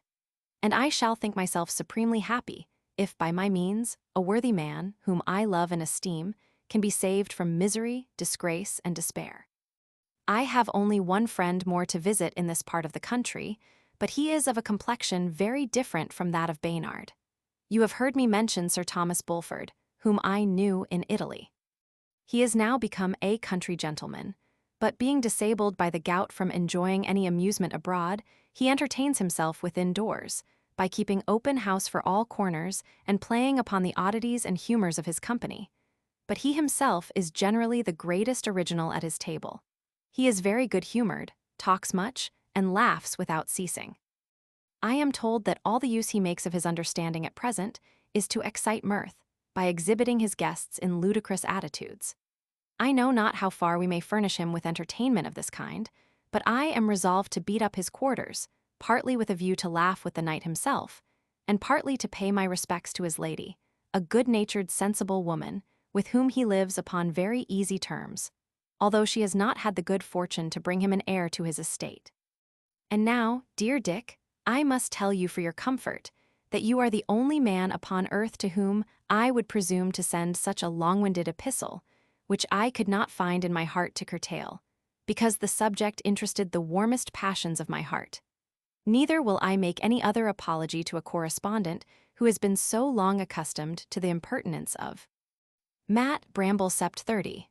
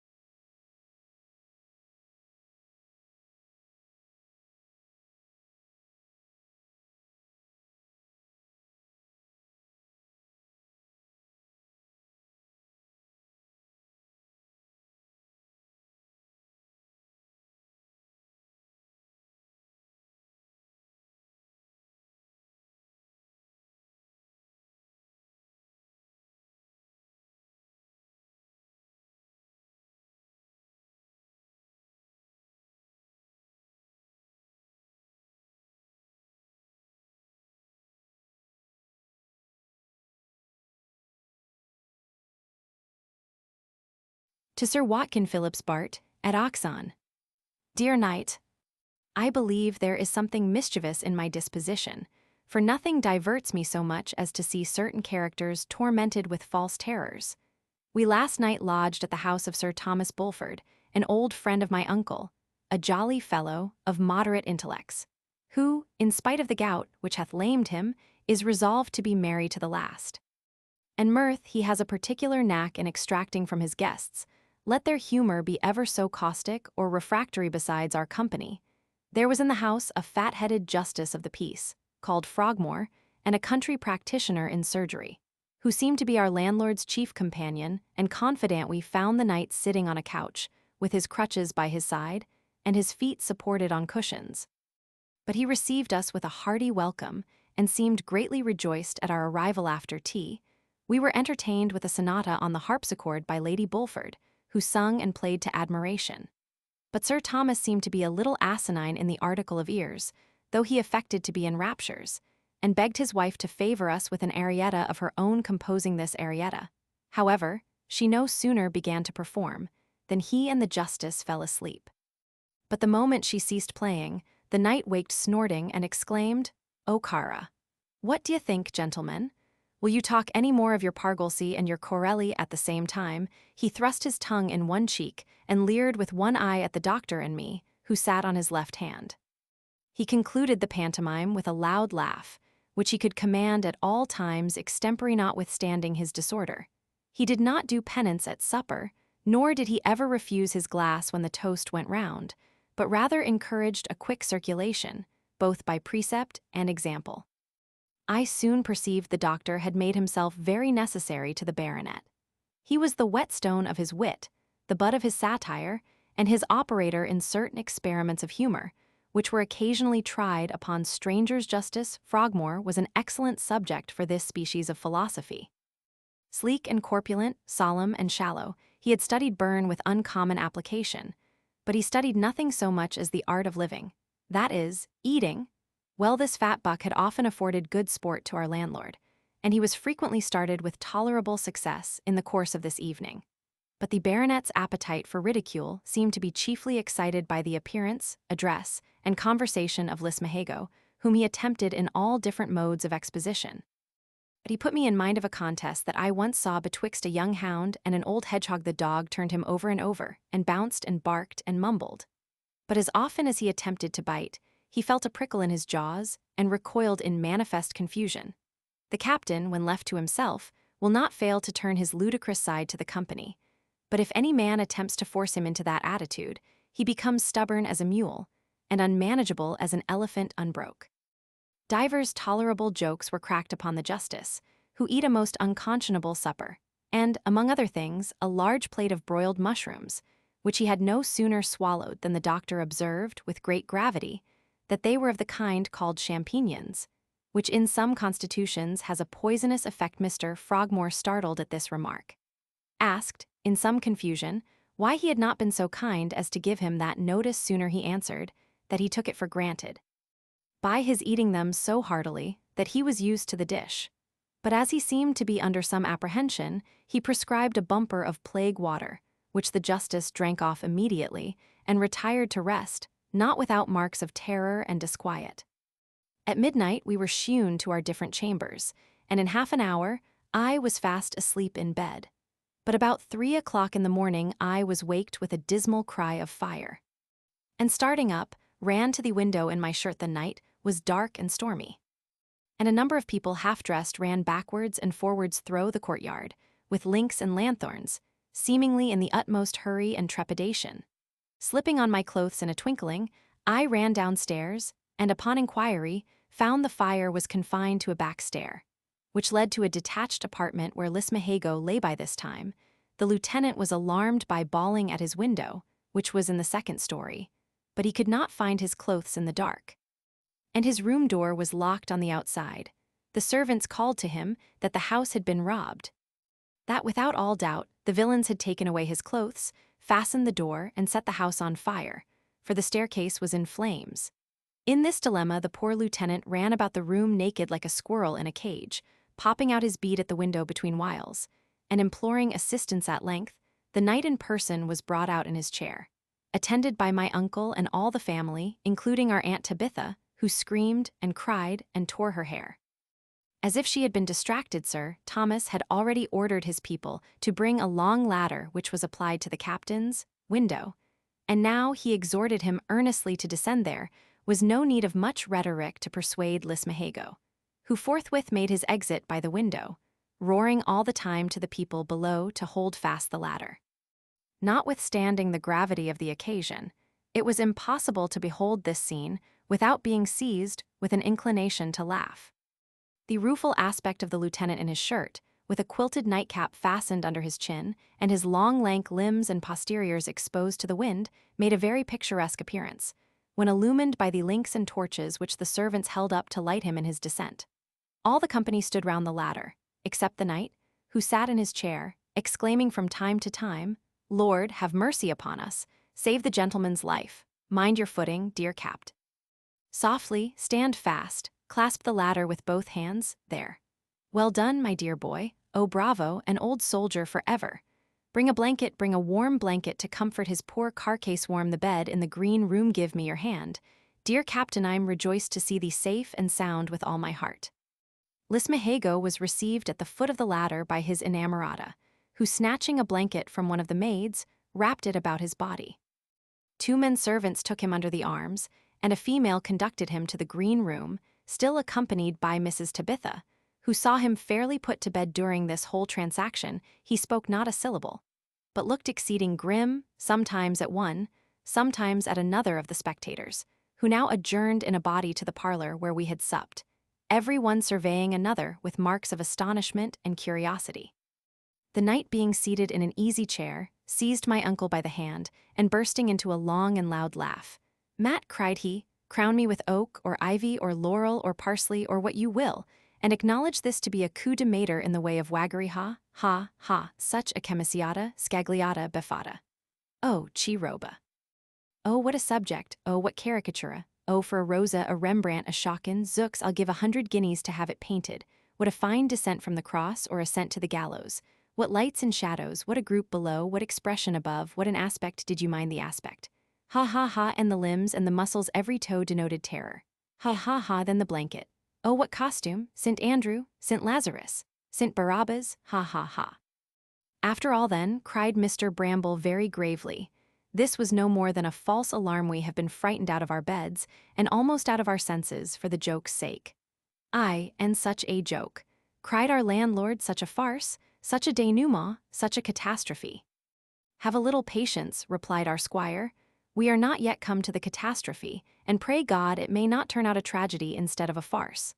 The captain is one of those saturnine subjects who have no idea of humor. He never laughs in his own person, nor can he bear that other people should laugh at his expense. Besides, if the subject had been properly chosen, the joke was too severe in all conscience. Death," cried the knight. "I could not have baited him an ace had he been my own father, and as for the subject, such another does not present itself once in half a century. Here Mrs. Tabitha interposing, and bridling up, declared she did not see that Mr. Lismahago was a fitter subject for ridicule than the knight himself, and that she was very much afraid he would very soon find he had mistaken his man. The baronet was a good deal disconcerted by his intimation, saying that he must be a Goth and a barbarian if he did not enter into the spirit of such a happy and humorous contrivance. He begged, however, that Mr. Bramble and his sister would bring him to reason. And this request was reinforced by Lady Bulford, who did not fail to read the baronet a lecture upon his indiscretion, which lecture he received with submission on one side of his face and a leer upon the other. We now went to bed for the second time, and before I got up, my uncle had visited Lismahago in the green room and used such arguments with him that when we met in the parlor he seemed to be quite appeased. He received the knight's apology with good grace, and even professed himself pleased at finding he had contributed to the diversion of the company. Sir Thomas shook him by the hand, laughing heartily, and then desired a pinch of snuff in token of perfect reconciliation. The lieutenant, putting his hand in his waistcoat pocket, pulled out, instead of his own Scotch mull, a very fine gold snuff-box, which he no sooner perceived than he said, "Here is a small mistake." "No mistake at all," cried the baronet. "A fair exchange is no robbery. Oblige me so far, captain, as to let me keep your mull as a memorial." "Sir," said the lieutenant, "the mull is much at your service, but this machine I can by no means retain. It looks like compounding a sort of felony in the code of honor. Besides, I don't know but there may be another joke in this conveyance, and I don't find myself disposed to be brought upon the stage again. I won't presume to make free with your pockets, but I beg you will put it up again with your own hand." So saying, with a certain austerity of aspect, he presented the snuff-box to the knight, who received it in some confusion, and restored the mull, which he would by no means keep except on the terms of exchange.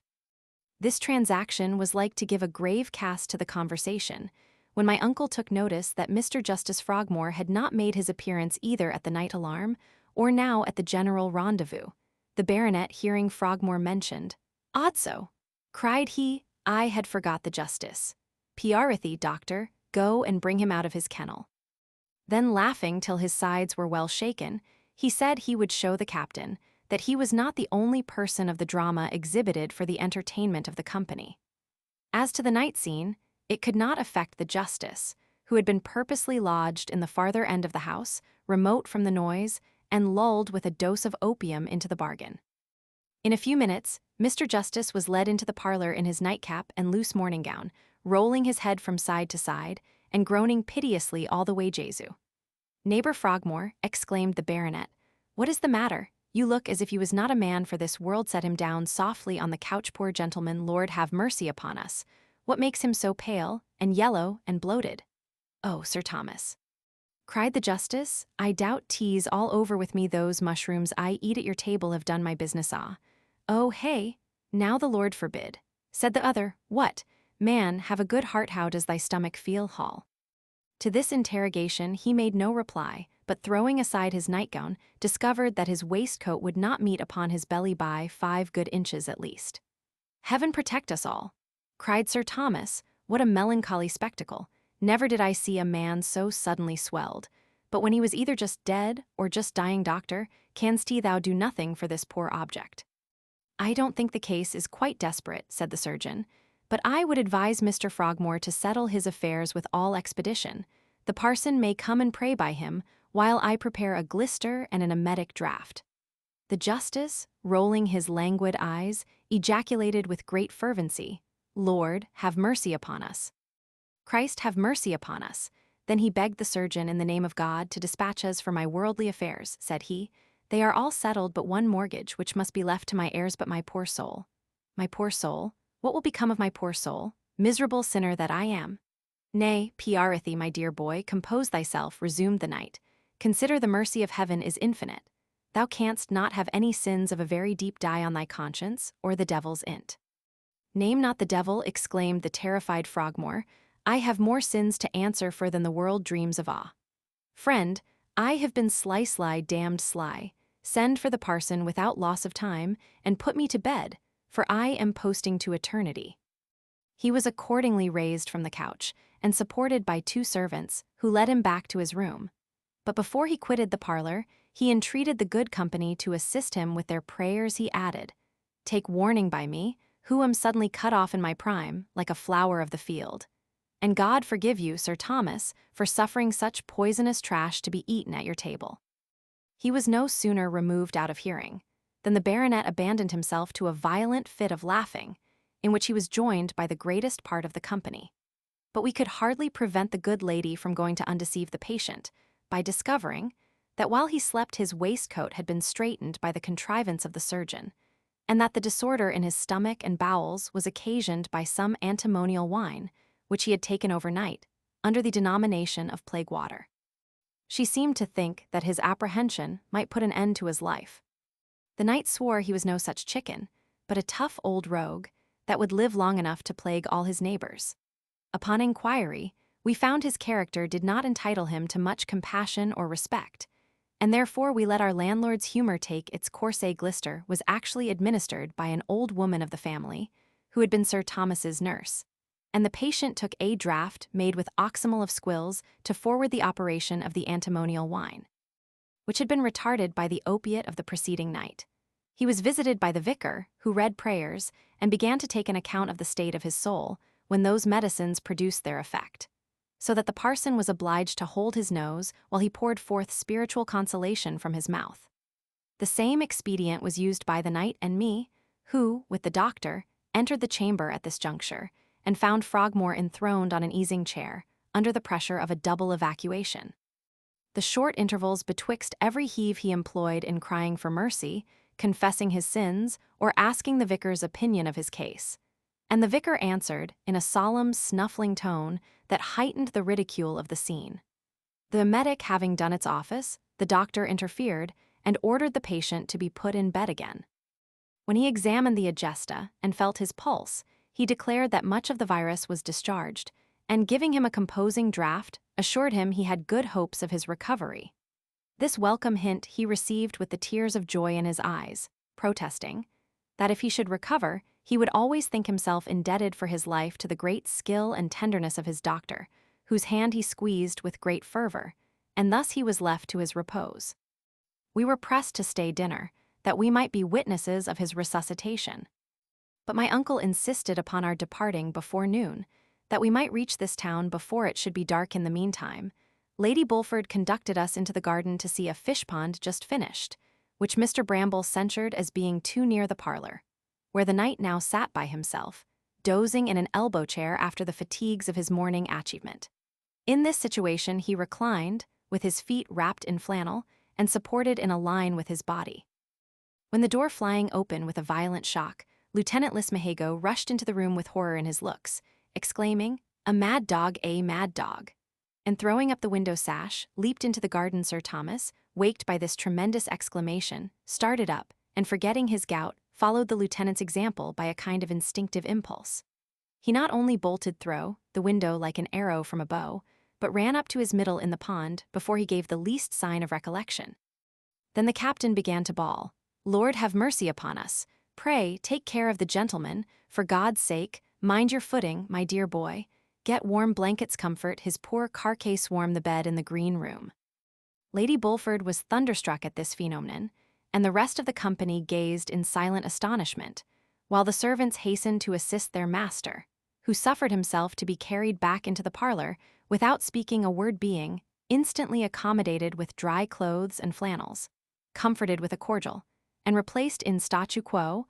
One of the maids was ordered to chafe his lower extremities, an operation in consequence of which his senses seemed to return and his good humor to revive. As we had followed him into the room, he looked at every individual in his turn, with a certain ludicrous expression in his countenance, but fixed his eyes in particular upon Lismahago, who presented him with a pinch of snuff, and when he took it in silence, "Sir Thomas Bulford," said he, "I am much obliged to you for all your favors, and some of them I have endeavored to repay in your own coin." "Give me thy hand," cried the baronet. "Thou hast indeed paid me scot and lot, and even left a balance in my hands, for which, in presence of this company, I promise to be accountable." So saying, he laughed very heartily, and even seemed to enjoy the retaliation which had been exacted at his own expense. But Lady Bulford looked very grave, and in all probability thought the lieutenant had carried his resentment too far, considering that her husband was valetudinary but, according to the proverb, he that will play at bowls must expect to meet with rubbers. I have seen a tame bear, very diverting when properly managed, become a very dangerous wild beast when teased for the entertainment of the spectators as for Lismahago. He seemed to think the fright and the cold bath would have a good effect upon his patient's constitution. But the doctor hinted some apprehension that the gouty matter might, by such a sudden shock, be repelled from the extremities and thrown upon some of the more vital parts of the machinae, should be very sorry to see this prognostic verified upon our facetious landlord, who told Mrs. Tabitha at parting that he hoped she would remember him in the distribution of the bride's favors, as he had taken so much pains to put the captain's parts and metal to the proof after all. I am afraid our squire will appear to be the greatest sufferer by the baronet's wit, for his constitution is by no means calculated for night alarms. He has yawned and shivered all day, and gone to bed without supper, so that, as we have got into good quarters, I imagine we shall make a halt tomorrow, in which case you will have at least 1 day's respite from the persecution of J. Melford Oct. 3.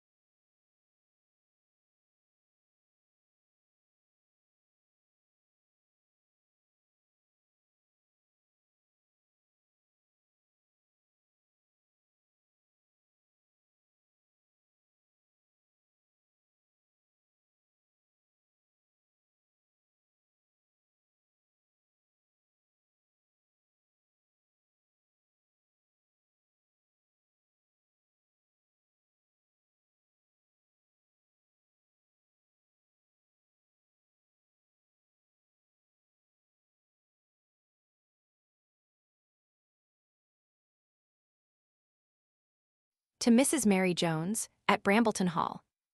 Dear Mary Jones, Miss Liddy is so good as to unclose me in a kiver as fur as Gloucester, and the carrier will bring it to hand God send us all safe to Monmouthshire. For I'm quite jaded with rambling teas, a true saying, live and learn zero woman, what chuckling and changing have I seen. Well, there's nothing sartain in this world who would have thought that mistress, after all the pains taken for the good of her Prusia's soul, would go for to throw away her poor body. That she would cast the haze of infection upon such a carrion crow as Lashmihago. As old as Matthew Sullen, as dry as a red herring, and as poor as a starved Weasel Zero, Molly, hadst thou seen him come down the ladder in a shirt so scanty that it could not kiver his nakedness. The young squire called him Dunquixet. But he looked for all the world like Craddock ap Morgan, the oud tinker, that suffered at Abergany for stealing of kettle then he's a profane scuffle, and, as Mr. Clinker says, no better than an imfiddle, continually playing upon the piebill, and the new birth I doubt he has as little manners as money. For he can't say a civil word, much more make me a present of a pair of gloves for goodwill. But he looks as if he wanted to be very forward and familiar that ever a gentlewoman of years and discretion should tear her air, and cry and disparage herself for such a nubjack. As the song goes, I vow she would fain have a bird that bids such a price for an owl. But for sartain, he must have dealt with some Scotch musician to bring her to this pass as for me. I put my trust in the Lord, and I have got a slice of wych elm sewed in the gathers of my under petticoat. And Mr. Clinker assures me that by the new light of Greece, I may deify the devil and all his works, but I knows what I knows if mistress should take up with Lashmihago. This is no sarvice for me, thank God, there's no want of places. And if it wa'n't for one thing, I would but, no matter Madam Baynard's woman has 20 good pounds a year in parquisites, and dresses like a parson of Distinction I dined with her and the Valley de Shambles, with bags and golden jackets. But there was nothing comfortable to eat, being as how they lived upon board, and having nothing but a piss of good cuddling tart and some blamingy, I was tuck with the culloch, and a mercy it was that mistress had her vial of assings in the cocks. But as I was saying, I think for sartin this match will go forward, for things are come to a crisis, and I have seen with my own bays such smuggling, but I scorn for to exclose the secrets of the family. And if it once comes to marrying, who knows but the frolic may go round. I believes as how Miss Liddy would have no reversion if her swan would appear. And you would be surprised, Molly, to receive a bride's fever from your humble sarvant, but this is all suppository, dear girl. And I have sullenly promised to Mr. Clinker that neither man, woman, nor child shall know that arrow said a civil thing to me in the way of infection. I hope to drink your health at Brambleton Hall, in a horn of October. Before the month be out, pray let my bed be turned once a day, and the window opened, while the weather is dry, and burn a few billets with some brush in the footman's garret, and see their matrash be dry as a bone. For both our gentlemen have got a sad could by lying in damp shits at Sir Thomas Balfart's. No more at present, but my sarvice to Saul and the rest of our fellow sarvants, being, Dear Mary Jones, always yours, Win. Jenkins Oct. 4.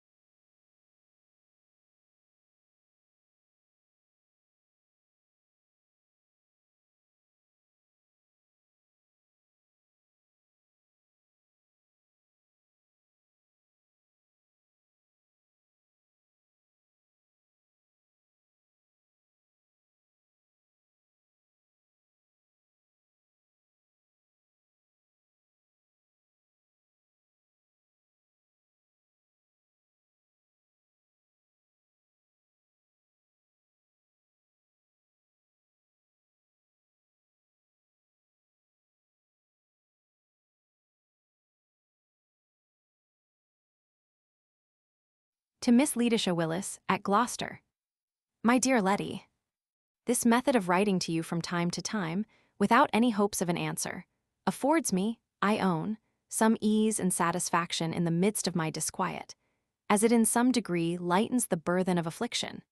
But it is at best a very imperfect enjoyment of friendship, because it admits of no return of confidence and good counsel. I would give the whole world to have your company for a single day. I am heartily tired of this itinerant way of life. I am quite dizzy with a perpetual succession of objects. Besides, it is impossible to travel such a length of way without being exposed to inconveniencies, dangers, and disagreeable accidents, which prove very grievous to a poor creature of weak nerves like me, and make me pay very dear for the gratification of my curiosity. Nature never intended me for the busy world. I long for repose and solitude, where I can enjoy that disinterested friendship which is not to be found among crowds, and indulge those pleasing reveries that shun the hurry and tumult of fashionable society. Unexperienced as I am in the commerce of life, I have seen enough to give me a disgust to the generality of those who carry it on. There is such malice, treachery, and dissimulation, even among professed friends and intimate companions, as cannot fail to strike a virtuous mind with horror, and when vice quits the stage for a moment, her place is immediately occupied by folly, which is often too serious to excite anything but compassion. Perhaps I ought to be silent on the foibles of my poor aunt, but with you, my dear Willis, I have no secrets, and, truly, her weaknesses are such as cannot be concealed. Since the first moment we arrived at Bath, she has been employed constantly in spreading nets for the other sex, and, at length, she has caught a superannuated lieutenant, who is in a fair way to make her change her name. My uncle and my brother seem to have no objection to this extraordinary match, which, I make no doubt, will afford abundance of matter for conversation and mirth. For my part, I am too sensible of my own weaknesses to be diverted with those of other people at present. I have something at heart that employs my whole attention, and keeps my mind in the utmost terror and suspense. Yesterday in the forenoon, as I stood with my brother at the parlor window of an inn where we had lodged, a person passed a horseback whom, gracious heaven, I instantly discovered to be Wilson. He wore a white riding coat with the cape buttoned up to his chin, looking remarkably pale, and passed at a round trot without seeming to observe us. Indeed, he could not see us, for there was a blind that concealed us from the view. You may guess how I was affected at this apparition. The light forsook my eyes, and I was seized with such a palpitation and trembling that I could not stand. I sat down upon a couch and strove to compose myself, that my brother might not perceive my agitation. But it was impossible to escape his prying eyes. He had observed the object that alarmed me, and doubtless knew him at the first glance. He now looked at me with a stern countenance. Then he ran out into the street, to see what road the unfortunate horseman had taken. He afterwards dispatched his man for further intelligence, and seemed to meditate some violent design. My uncle, being out of order, we remained another night at the inn. An all-day-long jury acted the part of an indefatigable spy upon my conduct. He watched my very looks with such eagerness of attention, as if he would have penetrated into the utmost recesses of my heart. This may be owing to his regard for my honor, if it is not the effect of his own pride. But he is so hot, and violent, and unrelenting, that the sight of him alone throws me into a flutter. And really it will not be in my power to afford him any share of my affection, if he persists in persecuting me at this rate. I am afraid he has formed some scheme of vengeance, which will make me completely wretched. I am afraid he suspects some collusion from this appearance of Wilson. Good God, did he really appear? Or was it only a phantom, a pale spectre to apprise me of his death? Oh, Letty, what shall I do? Where shall I turn for advice and consolation? Shall I implore the protection of my uncle, who has been always kind and compassionate? This must be my last resource. I dread the thoughts of making him uneasy, and would rather suffer 1,000 deaths than live the cause of dissension in the family. I cannot conceive the meaning of Wilson's coming hither. Perhaps it was in quest of us, in order to disclose his real name and situation. But wherefore pass without staying to make the least inquiry? My dear Willis, I am lost in conjecture. I have not closed an eye since I saw him. All night long have I been tossed about from one imagination to another. The reflection finds no resting place. I have prayed, and sighed, and wept plentifully. If this terrible suspense continues much longer, I shall have another fit of illness, and then the whole family will be in confusion. If it was consistent with the wise purposes of Providence, would I were in my grave, but it is my duty to be resigned. My dearest Letty, excuse my weakness, excuse these blots. My tears fall so fast that I cannot keep the paper dry. Yet I ought to consider that I have as yet no cause to despair, but I am such a faint-hearted, timorous creature. Thank God, my uncle is much better than he was yesterday. He is resolved to pursue our journey straight to Wales. I hope we shall take Gloucester in our way. That hope cheers my poor heart. I shall once more embrace my best beloved Willis, and pour all my griefs into her friendly bosom. Zero heaven! Is it possible that such happiness is reserved for the dejected and forlorn Lydia Melford? Oct. 4.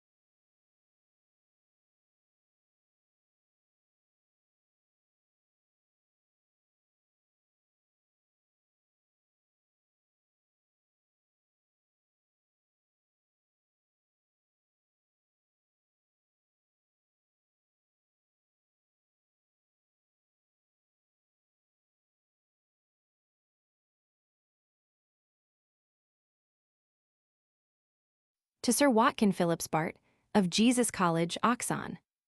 Dear Watkin, I yesterday met with an incident which I believe you will own to be very surprising, as I stood with Liddy at the window of the inn where we had lodged, who should pass by but Wilson a horseback.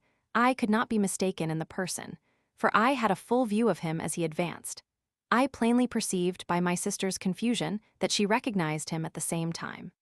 I was equally astonished and incensed at his appearance, which I could not but interpret into an insult, or something worse.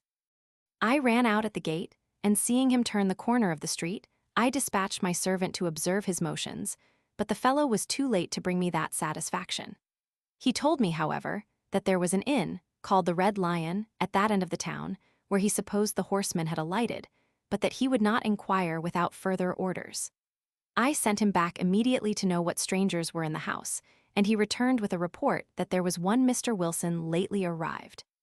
In consequence of this information, I charged him with a note directed to that gentleman, desiring him to meet me in half an hour in a certain field at the town's end, with a case of pistols, in order to decide the difference which could not be determined at our last rencounter. But I did not think proper to subscribe the billet. My man assured me he had delivered it into his own hand, and, that having read it, he declared he would wait upon the gentleman at the place and time appointed. Alpine being an old soldier, and luckily sober at the time, I entrusted him with my secret. I ordered him to be within call, and having given him a letter to be delivered to my uncle in case of accident, I repaired to the rendezvous, which was an enclosed field at a little distance from the highway. I found my antagonist had already taken his ground, wrapped in a dark horseman's coat, with a laced hat flapped over his eyes. But what was my astonishment, when, throwing off this wrapper, he appeared to be a person whom I had never seen before. He had one pistol stuck in a leather belt, and another in his hand ready for action, and advancing a few steps, called to know if I was ready. I answered, "No," and desired a parley. Upon which he turned the muzzle of his piece towards the earth, then replaced it in his belt, and met me halfway. When I assured him he was not the man I expected to meet, he said it might be so, that he had received a slip of paper directed to Mr. Wilson, requesting him to come hither, and that as there was no other in the place of that name, he naturally concluded the note was intended for him, and him only. I then gave him to understand that I had been injured by a person who assumed that name, which person I had actually seen within the hour, passing through the street on horseback. That hearing there was a Mr. Wilson at the Red Lion, I took it for granted he was the man, and in that belief had writ the billet. And I expressed my surprise that he, who was a stranger to me and my concerns, should give me such a rendezvous, without taking the trouble to demand a previous explanation.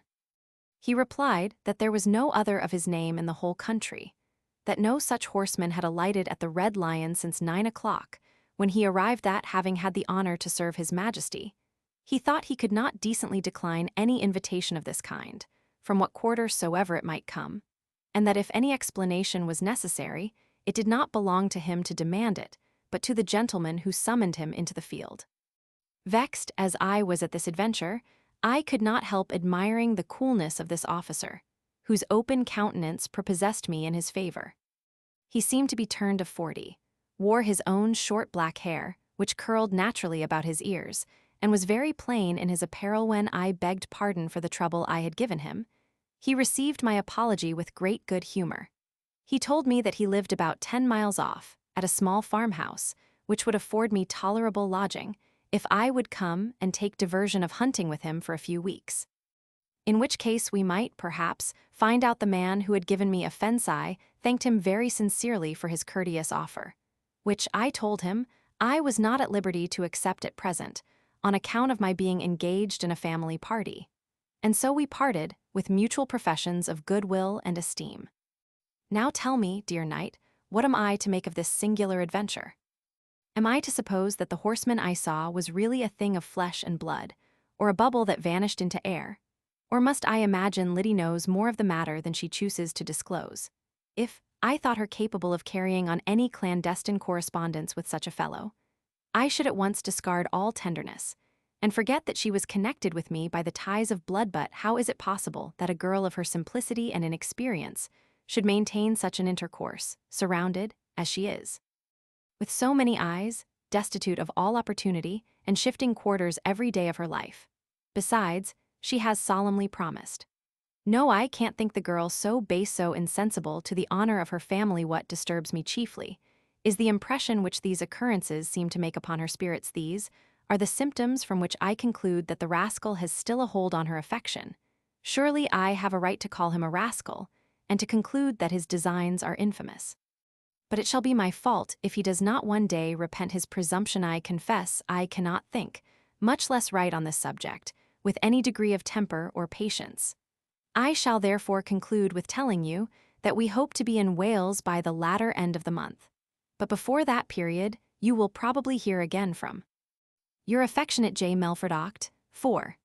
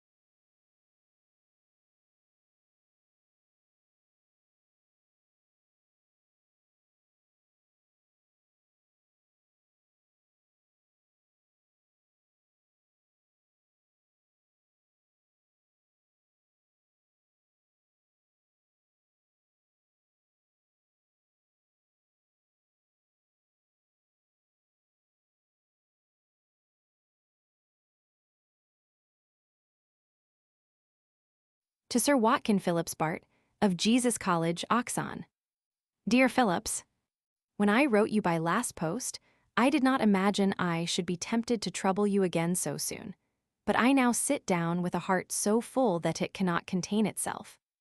Though I am under such agitation of spirits that you are to expect neither method nor connection in this address, we have been this day within a hair's breadth of losing honest Matthew Bramble, in consequence of a cursed accident, which I will endeavor to explain. In crossing the country to get into the post road, it was necessary to ford a river, and we that were a horseback passed without any danger or difficulty.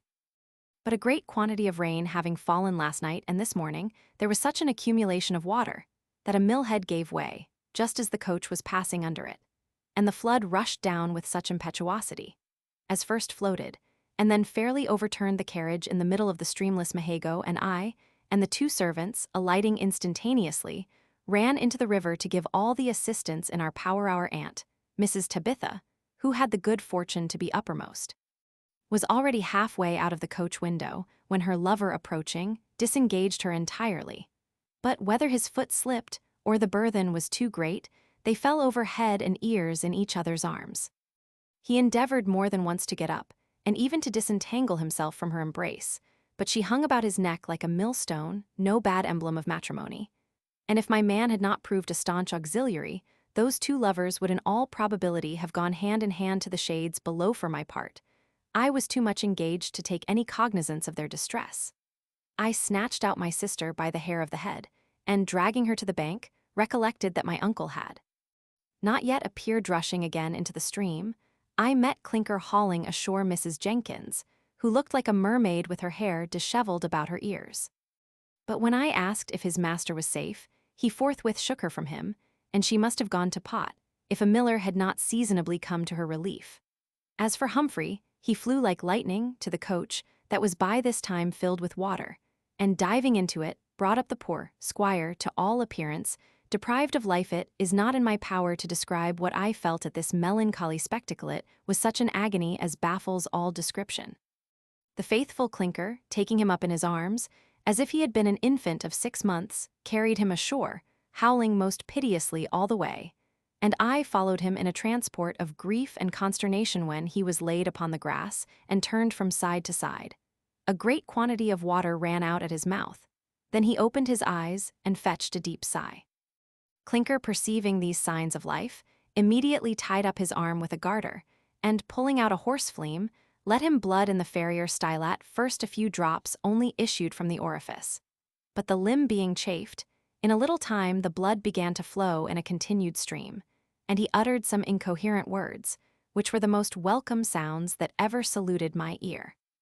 There was a country inn hard by, the landlord of which had by this time come with his people to give their assistance thither. My uncle, being carried, was undressed and put to bed, wrapped in warm blankets.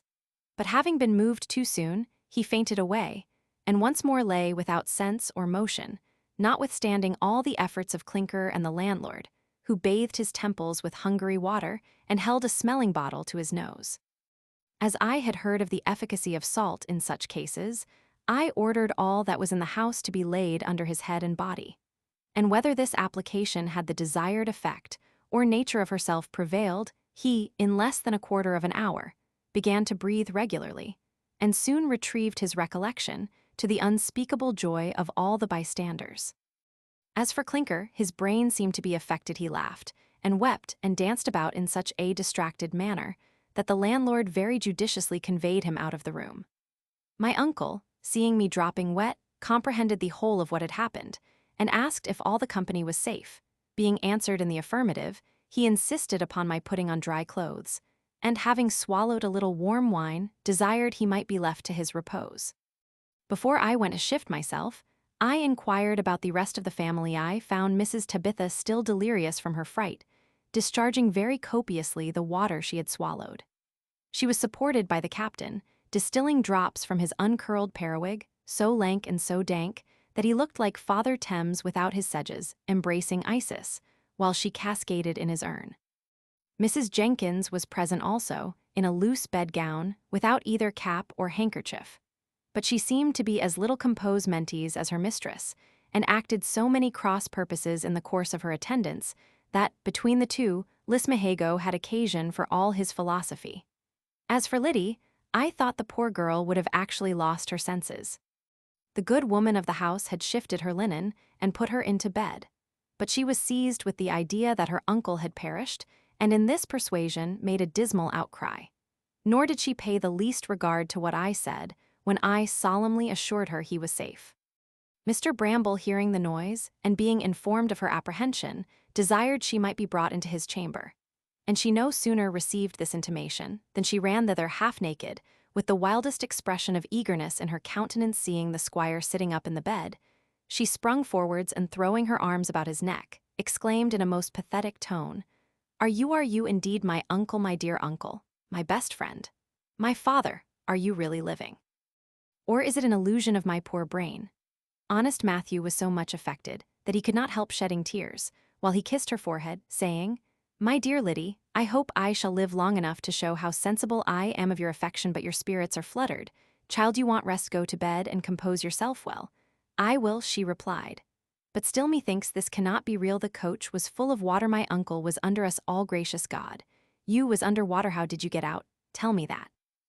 Or I shall think this is all a deception. In what manner I was brought out, I know as little as you do, my dear," said the squire. "And truly, that is a circumstance of which I want to be informed."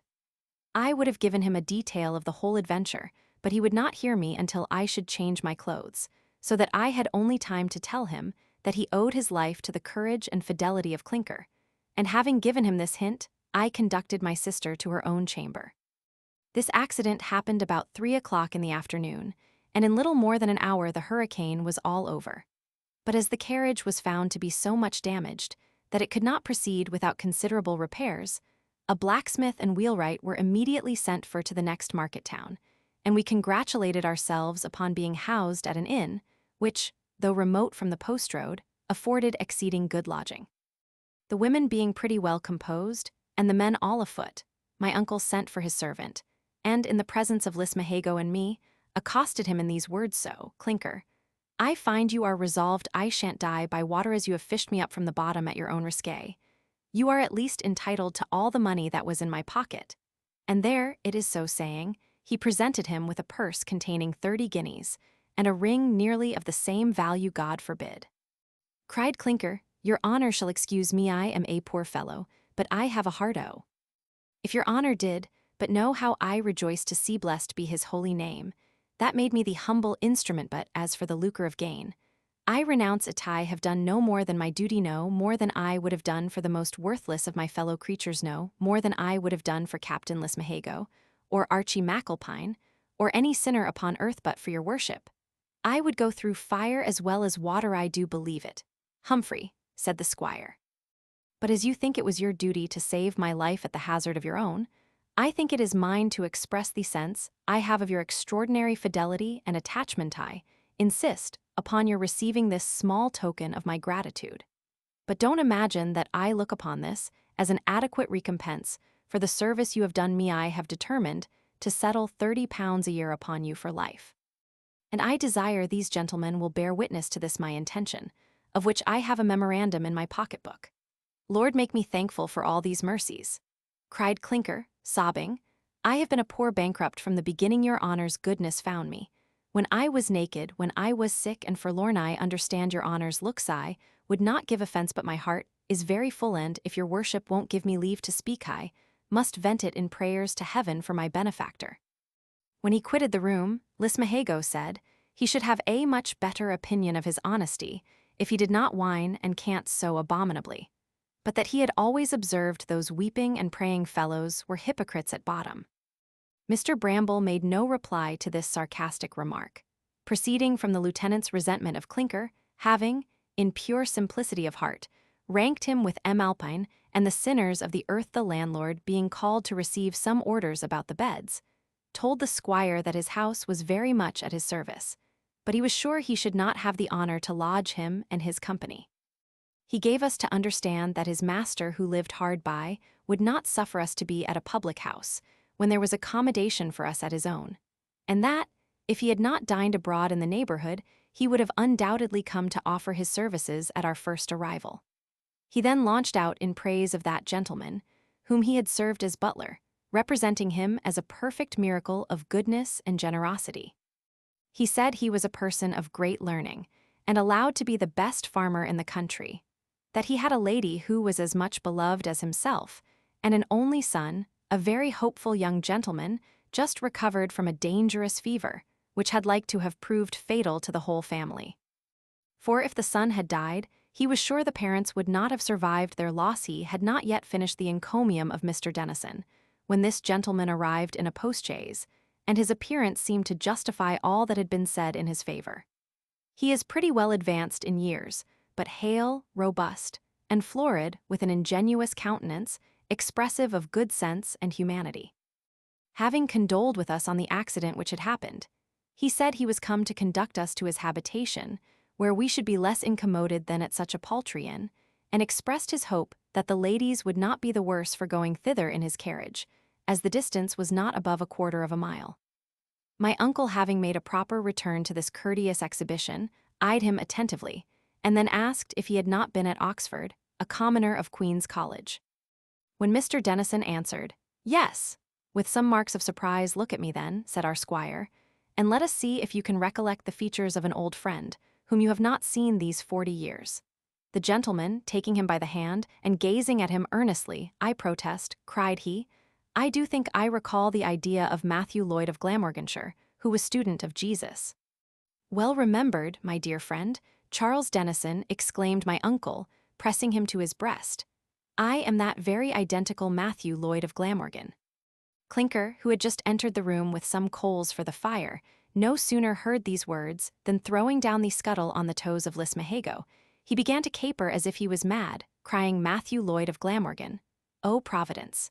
Matthew Lloyd of Glamorgan!" Then, clasping my uncle's knees, he went on in this manner, "Your worship must forgive me, Matthew Lloyd of Glamorgan. Oh, Lord, sir! I can't contain myself. I shall lose my senses." "Nay, thou hast lost them already, I believe," said the squire peevishly.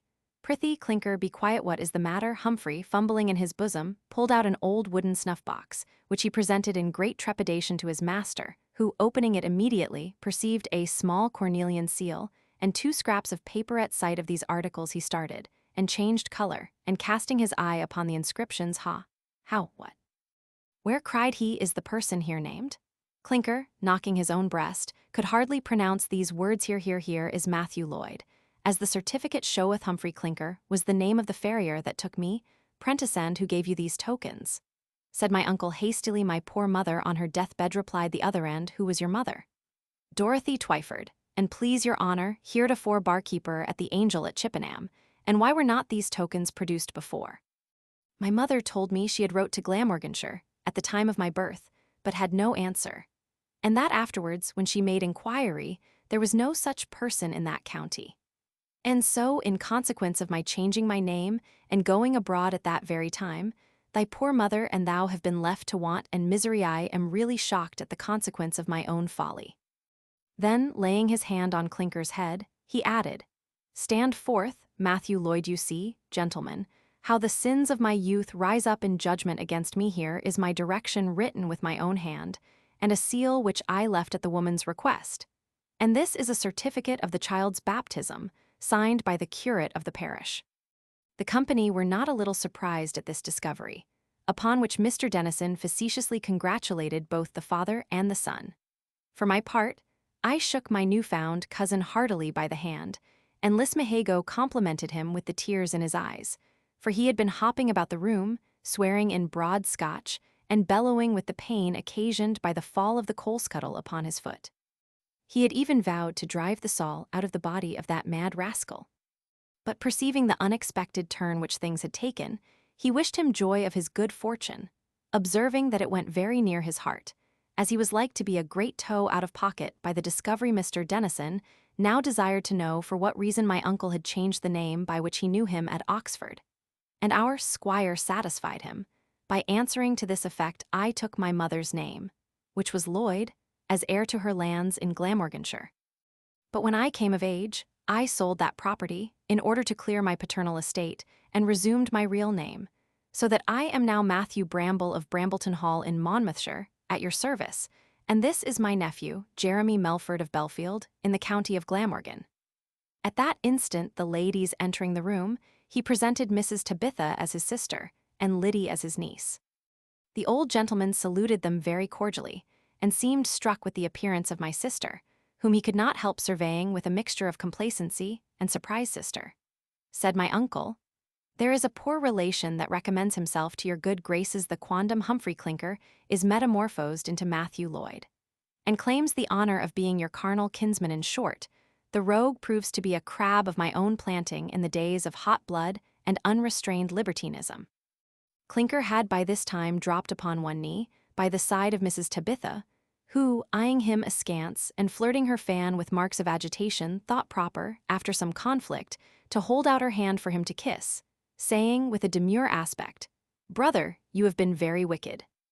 But I hope you'll live to see the folly of your ways. I am very sorry to say the young man, whom you have this day acknowledged, has more grace and religion, by the gift of God, than you with all your profane learning, and repeated opportunity. I do think he has got the trick of the eye, and the tip of the nose of my uncle Lloyd of F. Lydwellyn.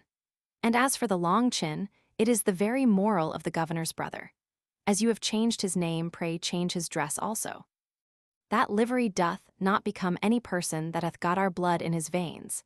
Liddy seemed much pleased with this acquisition to the family. She took him by the hand, declaring she should always be proud to own her connection with a virtuous young man, who had given so many proofs of his gratitude and affection to her uncle Mrs.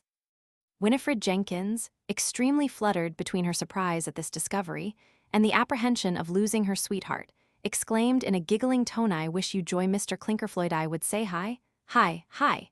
You'll be so proud you won't look at your poor fellow servants. Oh, oh, oh. Honest Clinker owned he was overjoyed at his good fortune, which was greater than he deserved, but wherefore should I be proud? Said he, a poor object conceived in sin, and brought forth in iniquity, nursed in a parish workhouse, and bred in a smithy. Whenever I seem proud, Mrs. Jenkins, I beg of you to put me in mind of the condition I was in, when I first saw you between Chippenham and Marlborough. When this momentous affair was discussed to the satisfaction of all parties concerned, the weather being dry, the ladies declined the carriage, so that we walked all together to Mr. Denison's house, where we found the tea ready prepared by his lady, an amiable matron, who received us with all the benevolence of hospitality. The house is old-fashioned and irregular, but lodgeable and commodious. To the south it has the river in front, at the distance of 100 paces, and on the north there is a rising ground covered with an agreeable plantation. The greens and walks are kept in the nicest order, and all is rural and romantic. I have not yet seen the young gentleman, who is on a visit to a friend in the neighborhood, from whose house he is not expected, till tomorrow.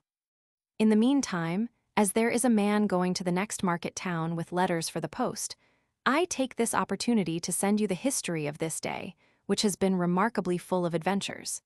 And you will own I give you them like a beefsteak at Dolly's, hot, without ceremony and parade, just as they come from the recollection of yours, J. Melford.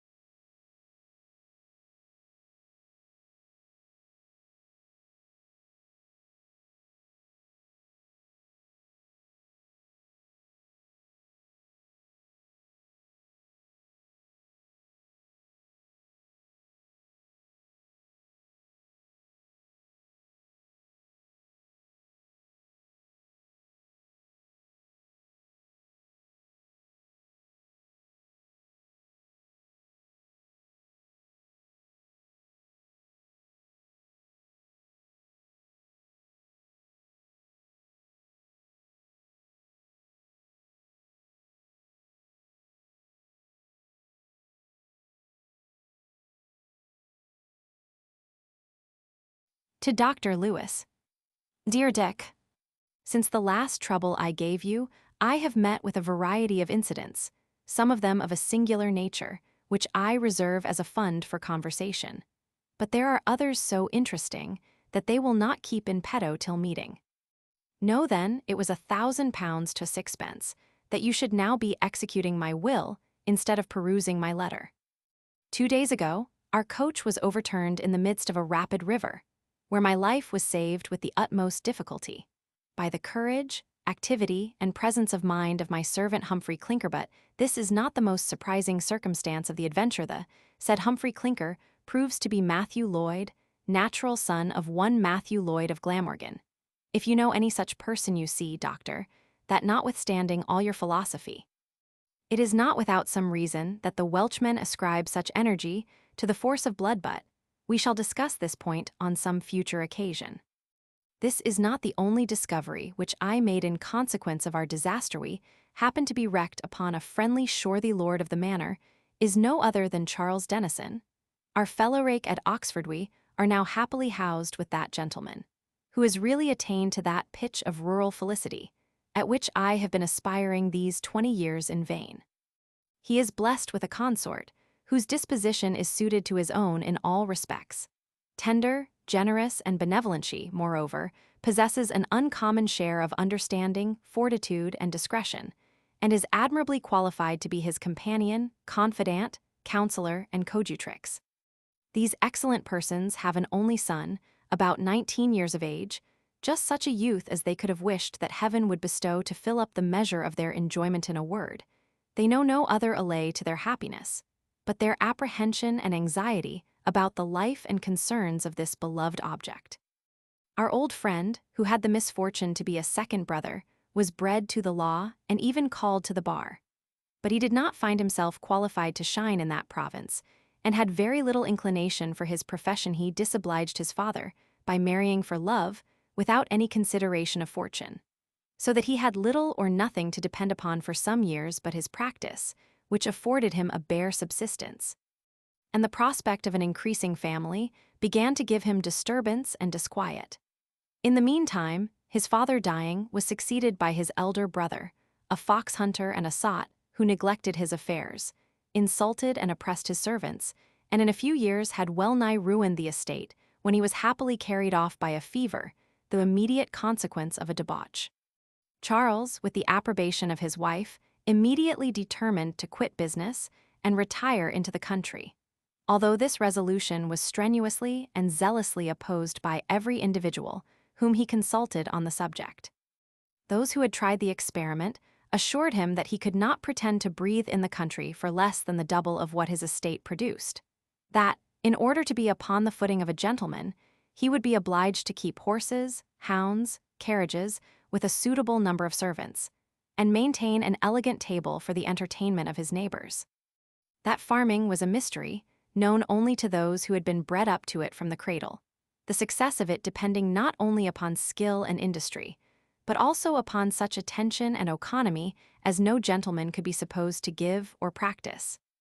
Accordingly, every attempt made by gentlemen miscarried, and not a few had been ruined by their prosecution of agriculture. Nay, they affirmed that he would find it cheaper to buy hay and oats for his cattle, and to go to market for poultry, eggs, kitchen herbs, and roots, and every the most inconsiderable article of housekeeping, than to have those articles produced on his own ground. These objections did not deter Mr. Denison, because they were chiefly founded on the supposition that he would be obliged to lead a life of extravagance and dissipation, which he and his consort equally detested, despised, and determined to avoid. The objects he had in view were health of body, peace of mind, and the private satisfaction of domestic quiet, unallayed by actual want, and uninterrupted by the fears of indigency. Was very moderate in his estimate of the necessaries, and even of the comforts of life. He required nothing but wholesome air, pure water, agreeable exercise, plain diet, convenient lodging, and decent apparel. He reflected that if a peasant without education, or any great share of natural sagacity, could maintain a large family and even become opulent upon a farm, for which he paid an annual rent of £200 or £300 to the landlord, surely he himself might hope for some success from his industry, having no rent to pay, but, on the contrary, £300 or £400 a year to receive. He considered that the earth was an indulgent mother that yielded her fruits to all her children without distinction. He had studied the theory of agriculture with a degree of eagerness and delight, and he could not conceive there was any mystery in the practice, but what he should be able to disclose by dint of care and application.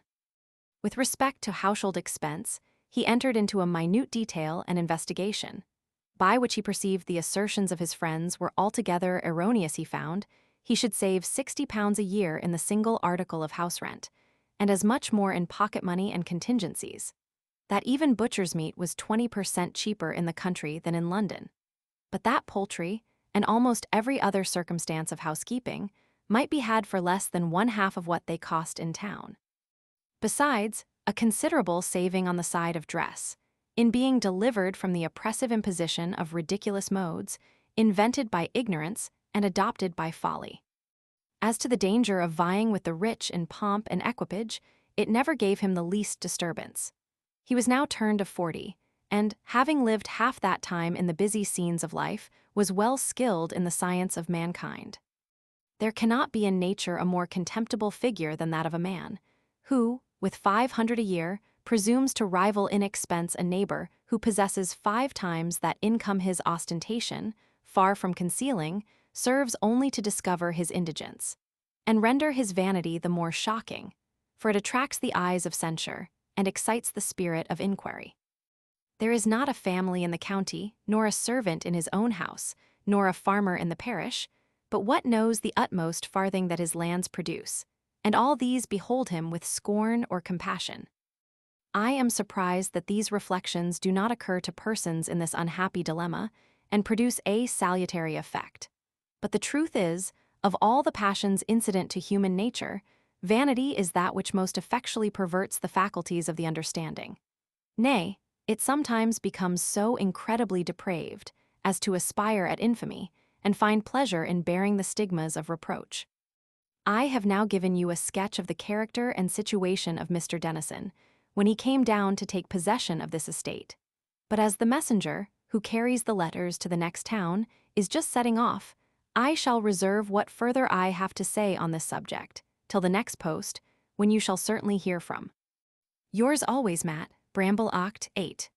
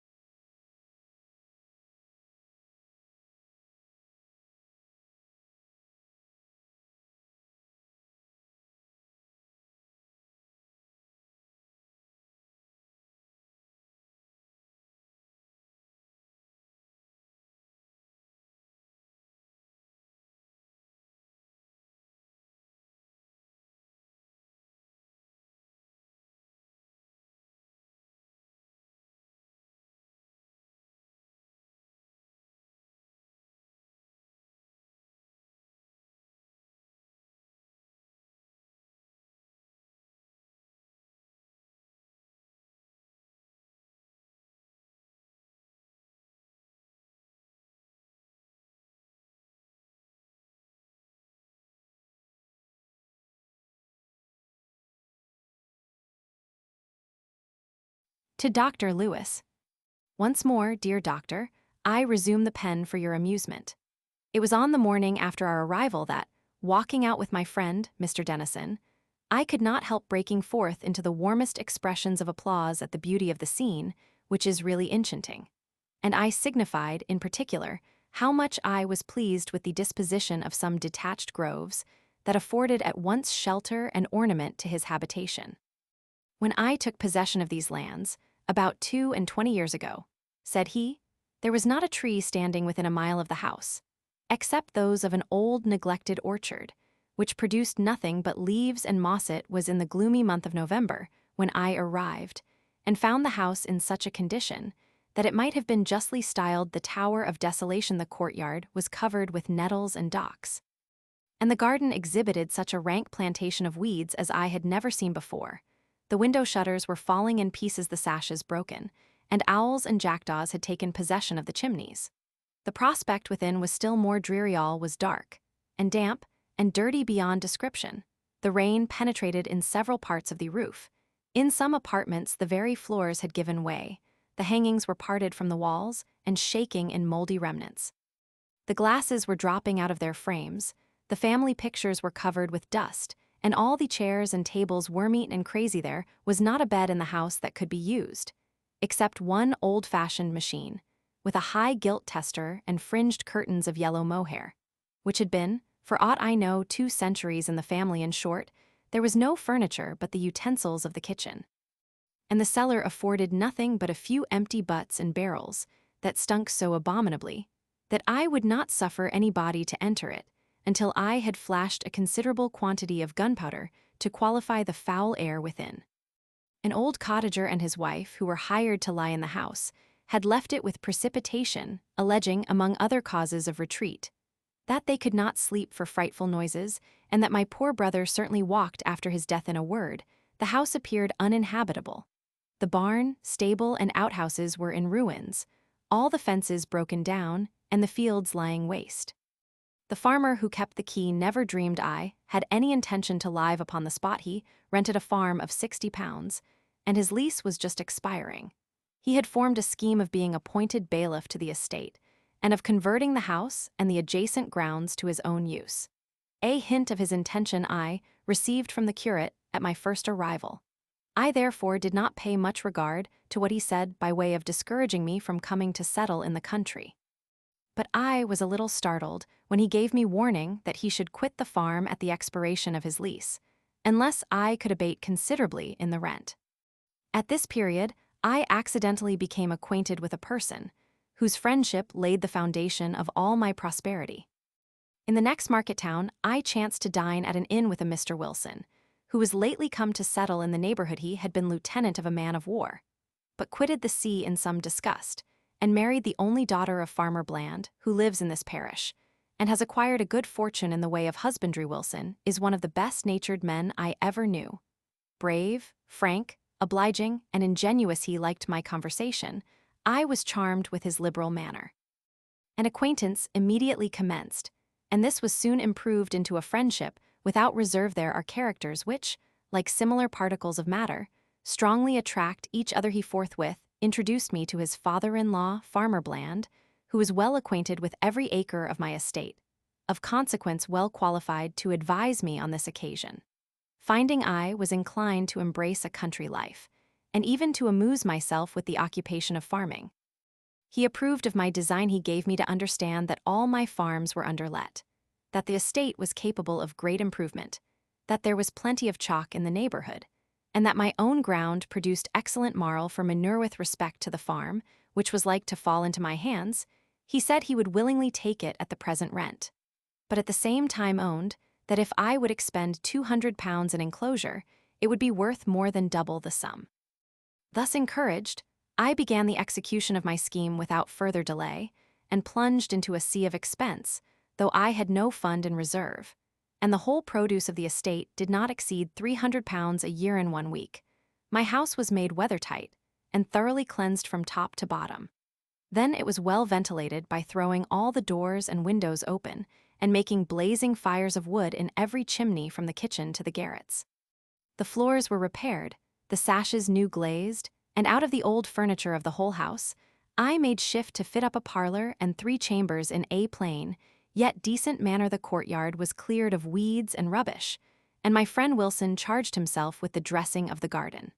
Bricklayers were set at work upon the barn and stable, and laborers engaged to restore the fences and begin the work of hedging and ditching, under the direction of Farmer Bland, at whose recommendation I hired a careful hind to lie in the house and keep constant fires in the apartments.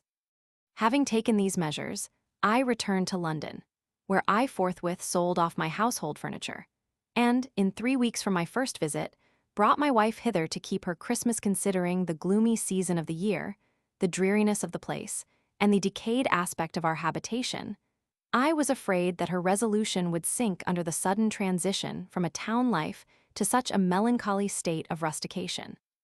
But I was agreeably disappointed. She found the reality less uncomfortable than the picture I had drawn. By this time, indeed, things were mended in appearance. The outhouses had risen out of their ruins. The pigeon house was rebuilt and replenished by Wilson, who also put my garden in decent order and provided a good stock of poultry, which made an agreeable figure in my yard. And the house, on the whole, looked like the habitation of human creatures. Farmer Bland spared me a milch cow for my family, and an ordinary saddle horse for my servant to go to market at the next town. I hired a country lad for a footman. The hind's daughter was my housemaid, and my wife had brought a cookmaid from London. Such was my family when I began housekeeping in this place, with £300 in my pocket, raised from the sale of my superfluous furniture.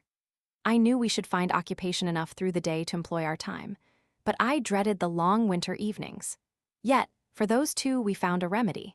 The curate, who was a single man, soon became so naturalized to the family that he generally lay in the house, and his company was equally agreeable and useful.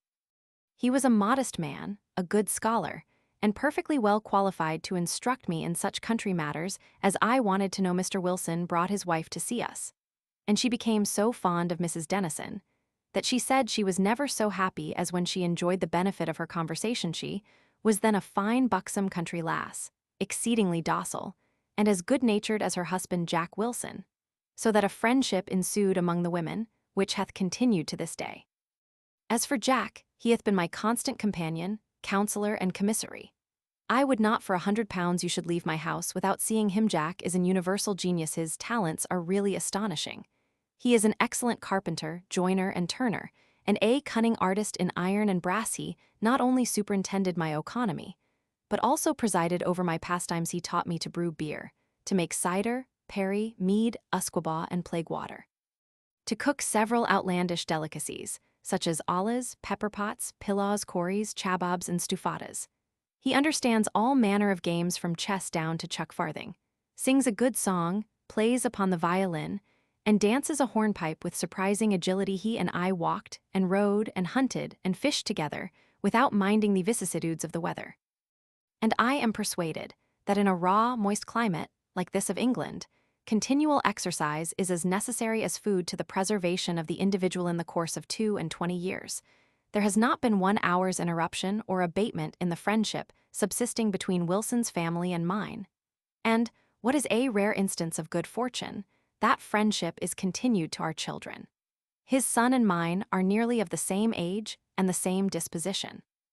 They have been bred up together at the same school and college, and love each other with the warmest affection. By Wilson's means, I likewise formed an acquaintance with a sensible physician who lives in the next market town, and his sister, an agreeable old maiden, passed the Christmas holidays at our house. Meanwhile I began my farming with great eagerness, and that very winter planted these groves that please you so much. As for the neighboring gentry, I had no trouble from that quarter during my first campaign. They were all gone to town before I settled in the country, and by the summer I had taken measures to defend myself from their attacks. When a gay equipage came to my gates, I was never at home. Those who visited me in a modest way, I received, and according to the remarks I made on their characters and conversation, either rejected their advances or returned their civility. I was in general despised among the fashionable company, as a low fellow, both in breeding and circumstances. Nevertheless, I found a few individuals of moderate fortune, who gladly adopted my style of living. And many others would have acceded to our society, had they not been prevented by the pride, envy, and ambition of their wives and daughters. Those, in times of luxury and dissipation, are the rocks upon which all the small estates in the country are wrecked.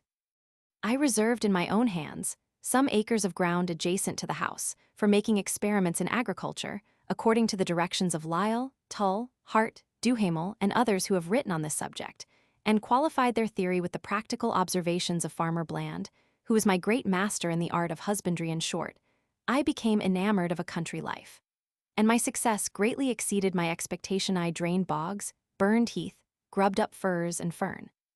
I planted copse and willows where nothing else would grow. I gradually enclosed all my farms and made such improvements that my estate now yields me clear £1,200 a year. All this time my wife and I have enjoyed uninterrupted health and a regular flow of spirits, except on a very few occasions when our cheerfulness was invaded by such accidents as are inseparable from the condition of life. I lost 2 children in their infancy by the smallpox, so that I have one son only, in whom all our hopes are centered. He went yesterday to visit a friend, with whom he has stayed all night, but he will be here to dinner. I shall this day have the pleasure of presenting him to you and your family, and I flatter myself you will find him not altogether unworthy of our affection. The truth is, either I am blinded by the partiality of a parent, or he is a boy of very amiable character. And yet his conduct has given us unspeakable disquiet. You must know, we had projected a match between him and a gentleman's daughter in the next county, who will in all probability be heiress of a considerable fortune. But it seems he had a personal disgust to the alliance. He was then at Cambridge, and tried to gain time on various pretenses.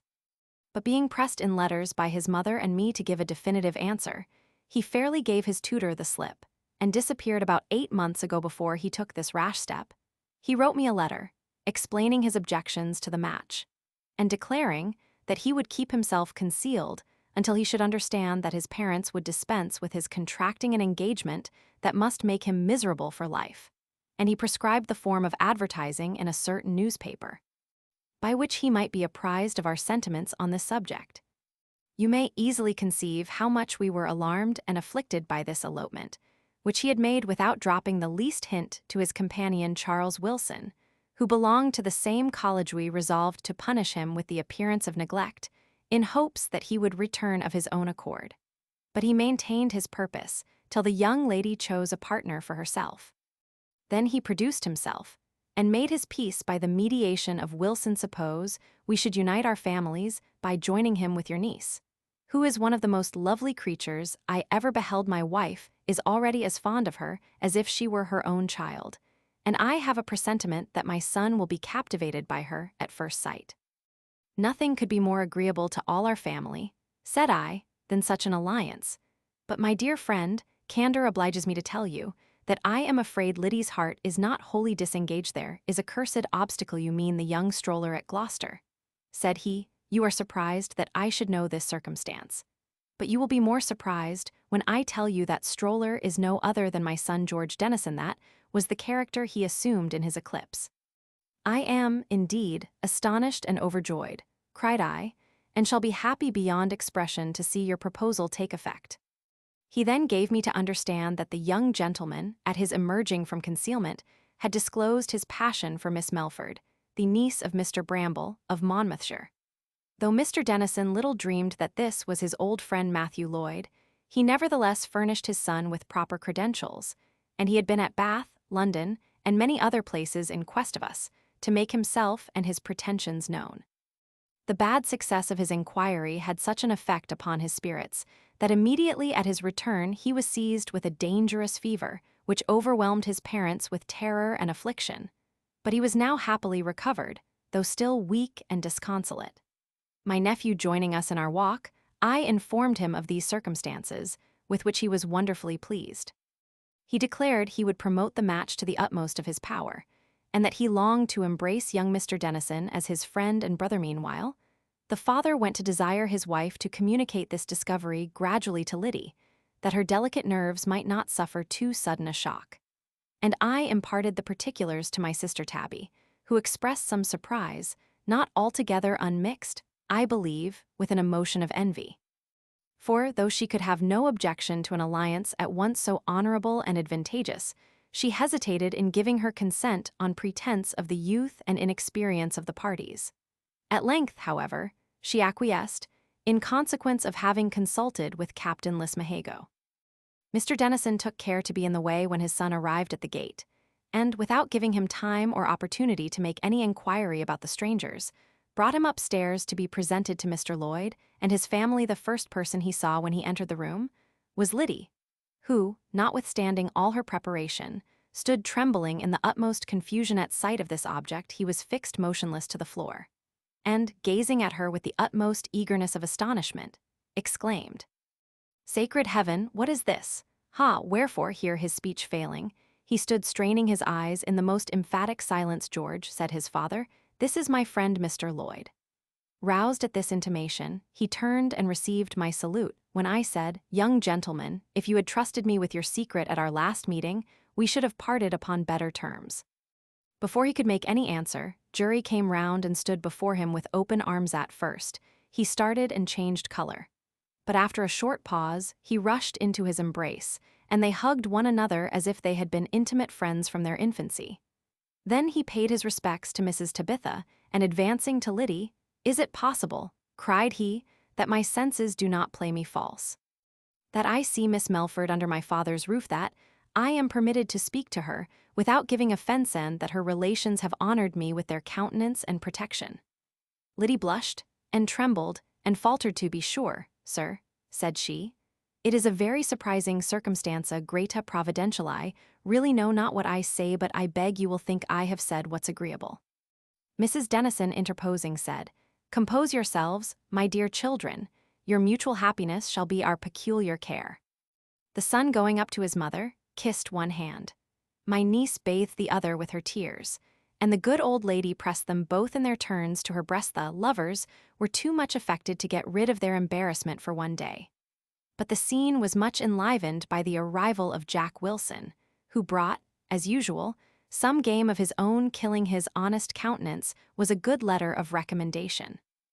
I received him like a dear friend after a long separation, and I could not help wondering to see him shake Jury by the hand as an old acquaintance. They had indeed been acquainted some days, in consequence of a diverting incident, which I shall explain at meeting. That same night, a consultation was held upon the concerns of the lovers, when the match was formally agreed to, and all the marriage articles were settled without the least dispute. My nephew and I promised to make Liddy's fortune £5,000.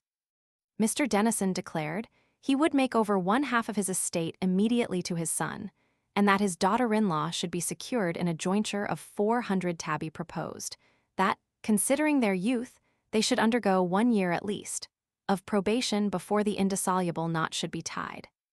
But the young gentleman, being very impatient and importunate, and the scheme implying that the young couple should live in the house, under the wings of his parents, we resolved to make them happy without further delay.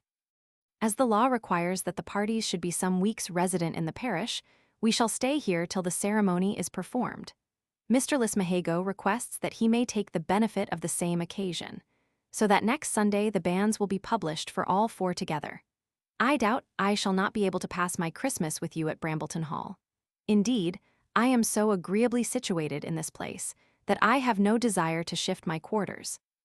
And I foresee that when the day of separation comes, there will be abundance of sorrow on all sides. In the meantime, we must make the most of those blessings which heaven bestows. Considering how you are tethered by your profession, I cannot hope to see you so far from home. Yet the distance does not exceed a summer day's journey, and Charles Denison, who desires to be remembered to you, would be rejoiced to see his old competitor. But as I am now stationary, I expect regular answers to the epistles of yours invariably, Matt Bramble. Oct. 11.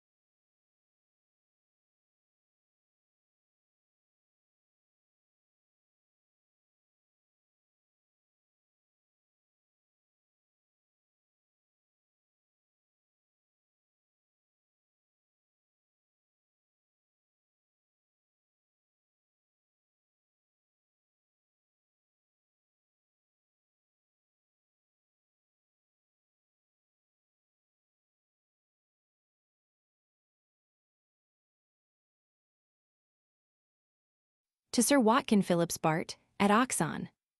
Dear Wat, every day is now big with incident and discovery. Young Mr. Denison proves to be no other than that identical person whom I have execrated so long.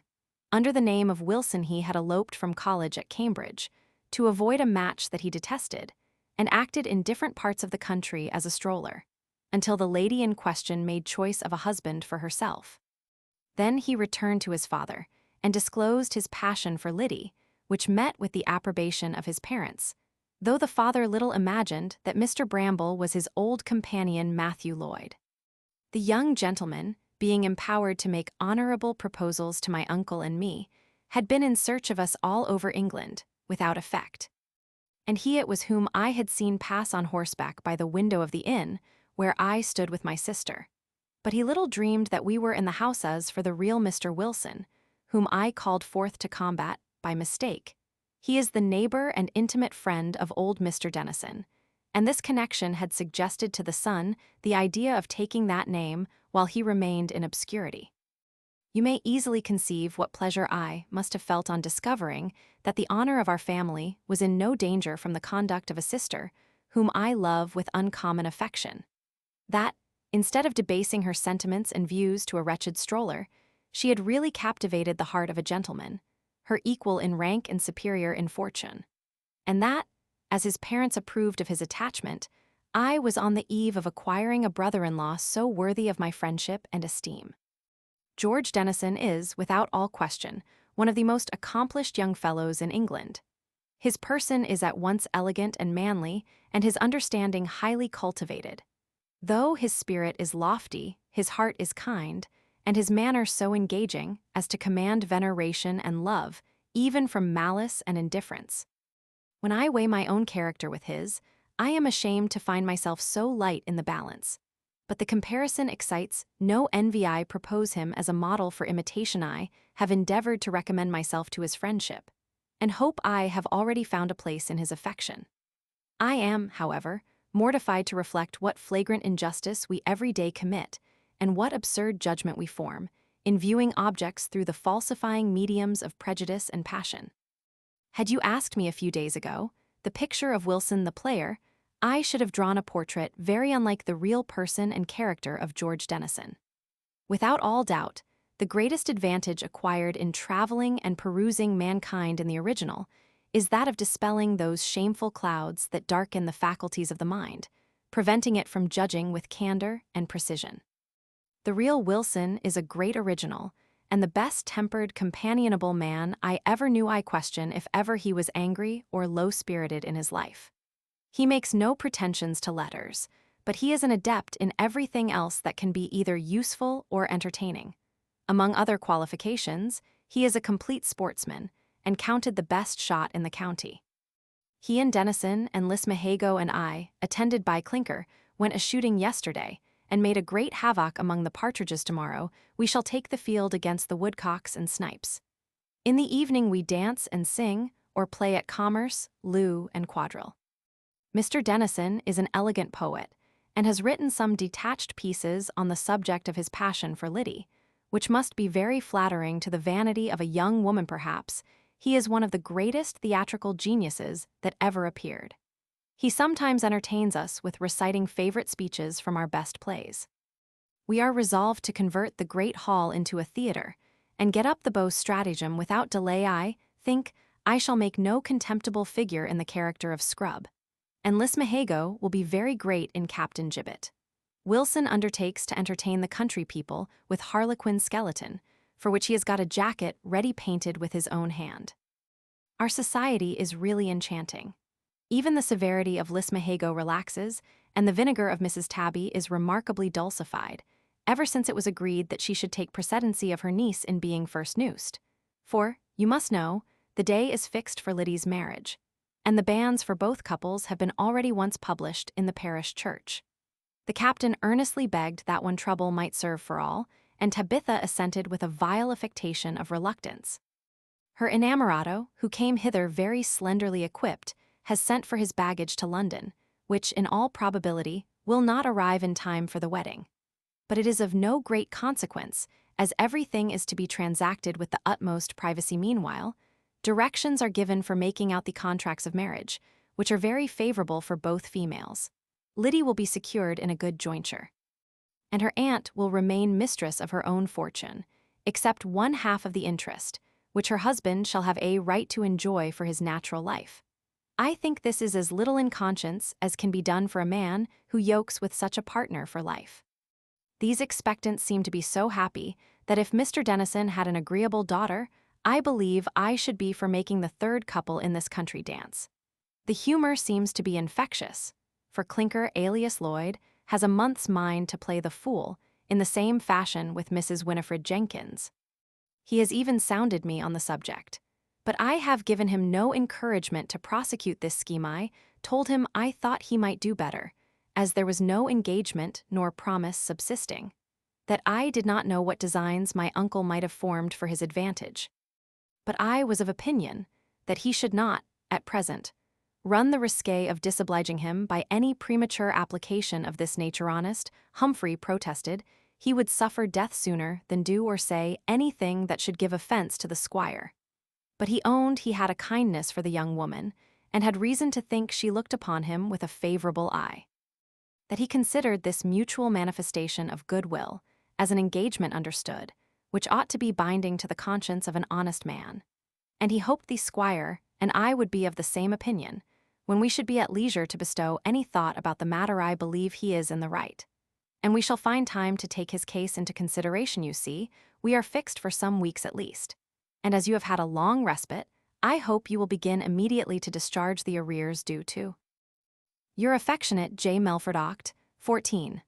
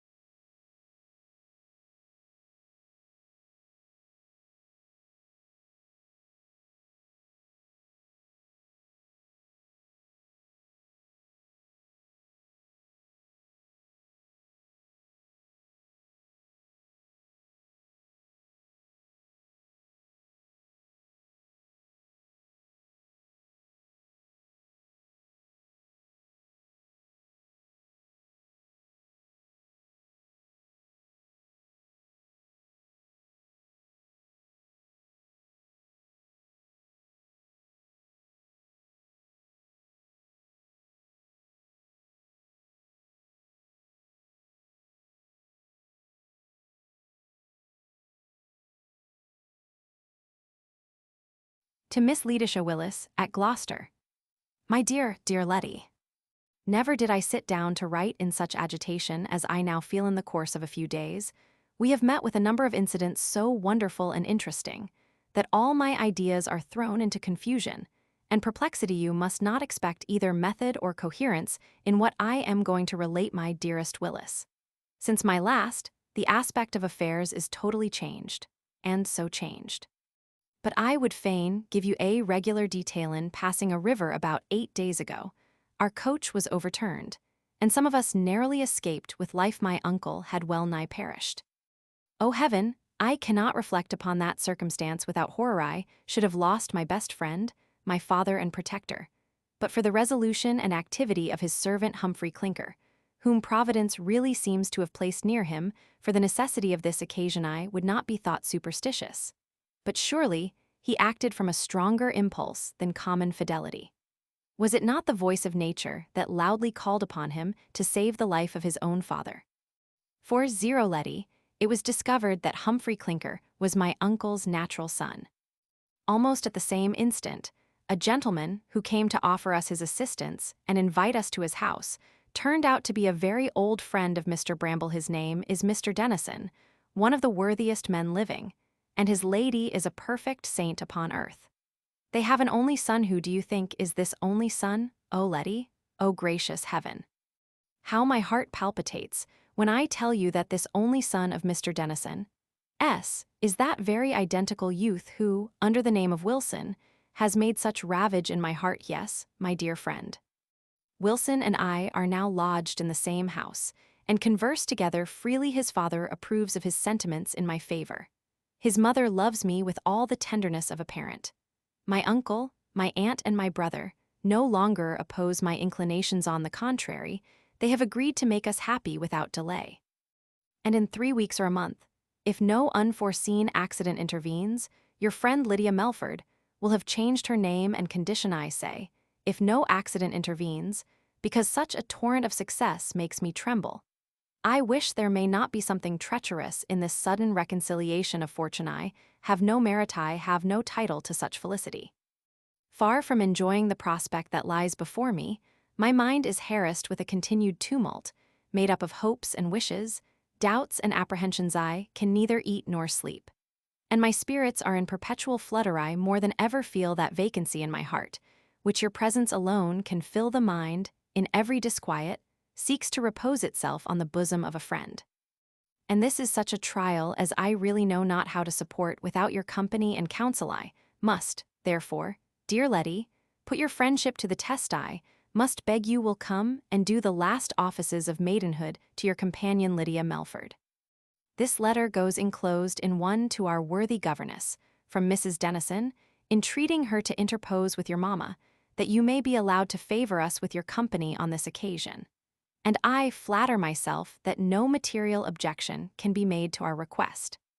The distance from hence to Gloucester does not exceed 100 miles, and the roads are good. Mr. Clinker, alias Lloyd, shall be sent over to attend your motions if you step into the postchaise, with your maid Betty Barker. At 7 in the morning, you will arrive by 4 in the afternoon at the halfway house, where there is good accommodation. There you shall be met by my brother and myself, who will next day conduct you to this place, where, I am sure, you will find yourself perfectly at your case in the midst of an agreeable society. Dear Letty, I will take no refusal if you have any friendship, any humanity. You will come. I desire that immediate application may be made to your mamma, and that the moment her permission is obtained, you will apprise. Your ever faithful Lydia Melford. Oct. 14.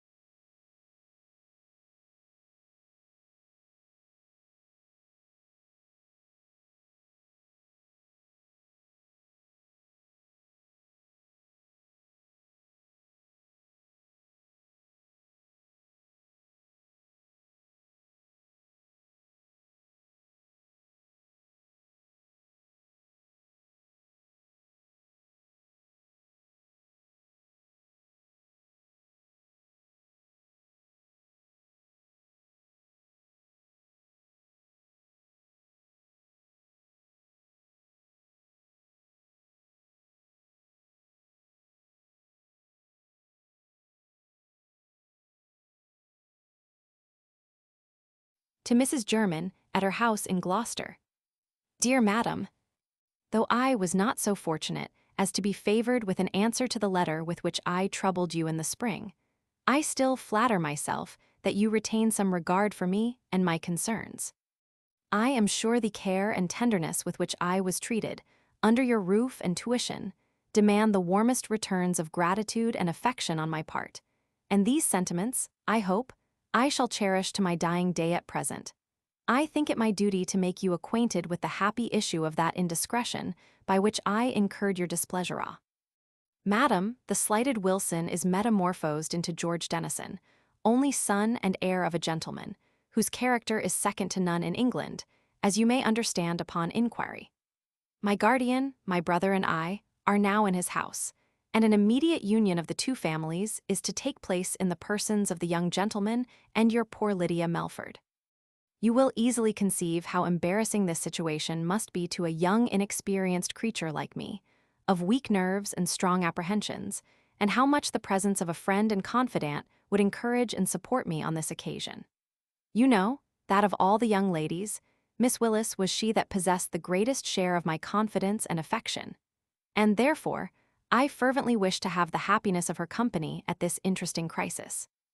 Mrs. Dennison, who is the object of universal love and esteem, has, at my request, written to you on this subject, and I now beg leave to reinforce her solicitations. My dear Mrs. German, my ever-honored governess, let me conjure you by that fondness which once distinguished your favorite Lydia, by that benevolence of heart which disposes you to promote the happiness of your fellow creatures in general.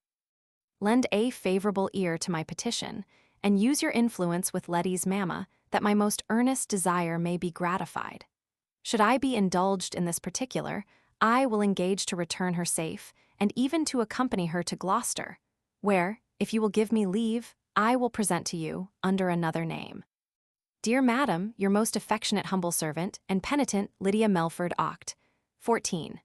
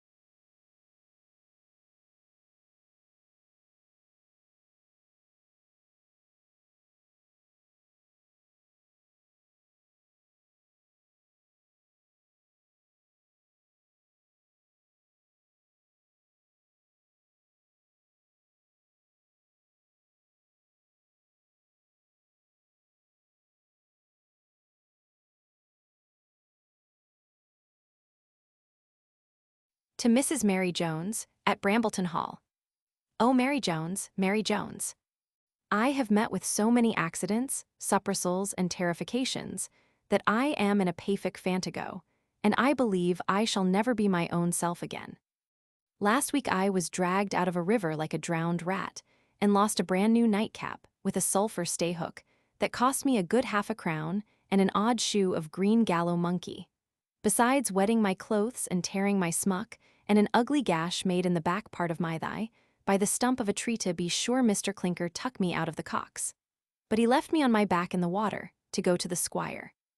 And I might have had a watery grave, if a miller had not brought me to the dry land but, oh, what choppings and changes girl the player man that came after Miss Liddy, and frightened me with a beard at Bristol Well, is now Matthew Murphy'd into a fine young gentleman. Son and heir of Squire Dollison, we are all together in the same house, and all parties have agreed to the match, and in a fortnight the ceremony will be performed. But this is not the only wedding we are to have. Mistress is resolved to have the same frolic, in the name of God. Last Sunday in the parish crutch, if my own ours may be trusted, the clerk called the banes of marriage betwixt Apenia Lashmihigo and Tapitha Bramble, spinster. He might as well have called her Inkle Weaver, for she never spun an hank of yarn in her life young. Squire Dollison and Miss Liddy make the second kipple, and there might have been a turd, but times are changed with Mr. Clinker O'Malley. What deuce d'ye think? Mr. Clinker is found to be a piblo of our own squire, and his right nom is Mr. Matthew Lloyd. Thoff God, he knows how that can be. And he is now out of livery, and wears ruffles, but I knew him when he was out at elbows, and had not a rag to kiver his pistoreros. So he need not hold his head so high. He is for sartin very humble and complaisant, and pertists as how he has the same regard as before. But that he is no longer his own master, and cannot portend to marry without the squire's consent. He says he must wait with patience, and trust to Providence, and such nonsense. But if so be as how his regard be the same, why stand shilly-shally? Why not strike while the iron is hot, and speak to the squire without loss of time. What subjection can the squire make to our coming together, thof my father wa'n't a gentleman? My mother was an honest woman, I didn't come on the wrong side of the blanket. Girl, my parents were marred according to the right of Holy Mother Crutch. In the face of men and angles mark that, Mary Jones. Mr. Clinker, Lloyd I would say, had best look to his tackle. There be other chaps in the market, as the saying is, what would he say if I should accept the soot and sarvice of the young squire's valley? Mr. Matchappy is a gentleman born, and has been abroad in the wars. He has a world of buck-larning, and speaks French and Ditch and Scotch and all manner of outlandish lingos. To be sure, he's a little the worse for the wear, and is much given to drink. But then he's good-tempered in his liquor, and a prudent woman mought wind him about her finger, but I have no thoughts of him. I'll assure you I scorn for to do, or to say, or to think anything that mought give unbreach to Mr. Lloyd. Without further occasion, but then I have such vapors, Molly, I sit and cry by myself, and take ass of Edita, and smill to burnt fathers and kindle snuffs. And I pray constantly for Greece, that I may have a glimpse of the new light, to show me the way through this wretched vale of tears. And yet, I want for nothing in this family of love, where every soul is so kind and so courteous, that one would think they are so many saints in haven.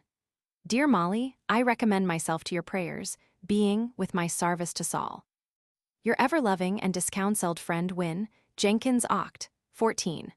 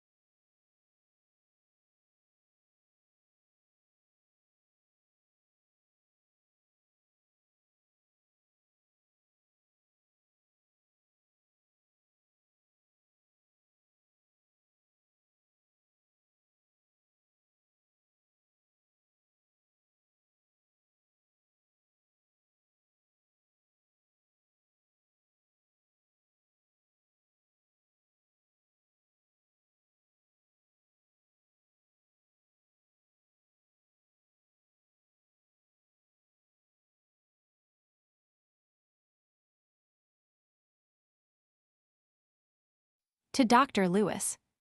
Dear Dick, you cannot imagine what pleasure I have in seeing your handwriting, after such a long cessation on your side of our correspondence yet. Heaven knows, I have often seen your handwriting with disgust, I mean, when it appeared in abbreviations of apothecaries, nigh like your hint of making interest for the reversion of the collector's place. For Mr. Lismahago, who is much pleased with the scheme, and presents you with his compliments and best thanks for thinking so kindly of his concerns, the man seems to mend.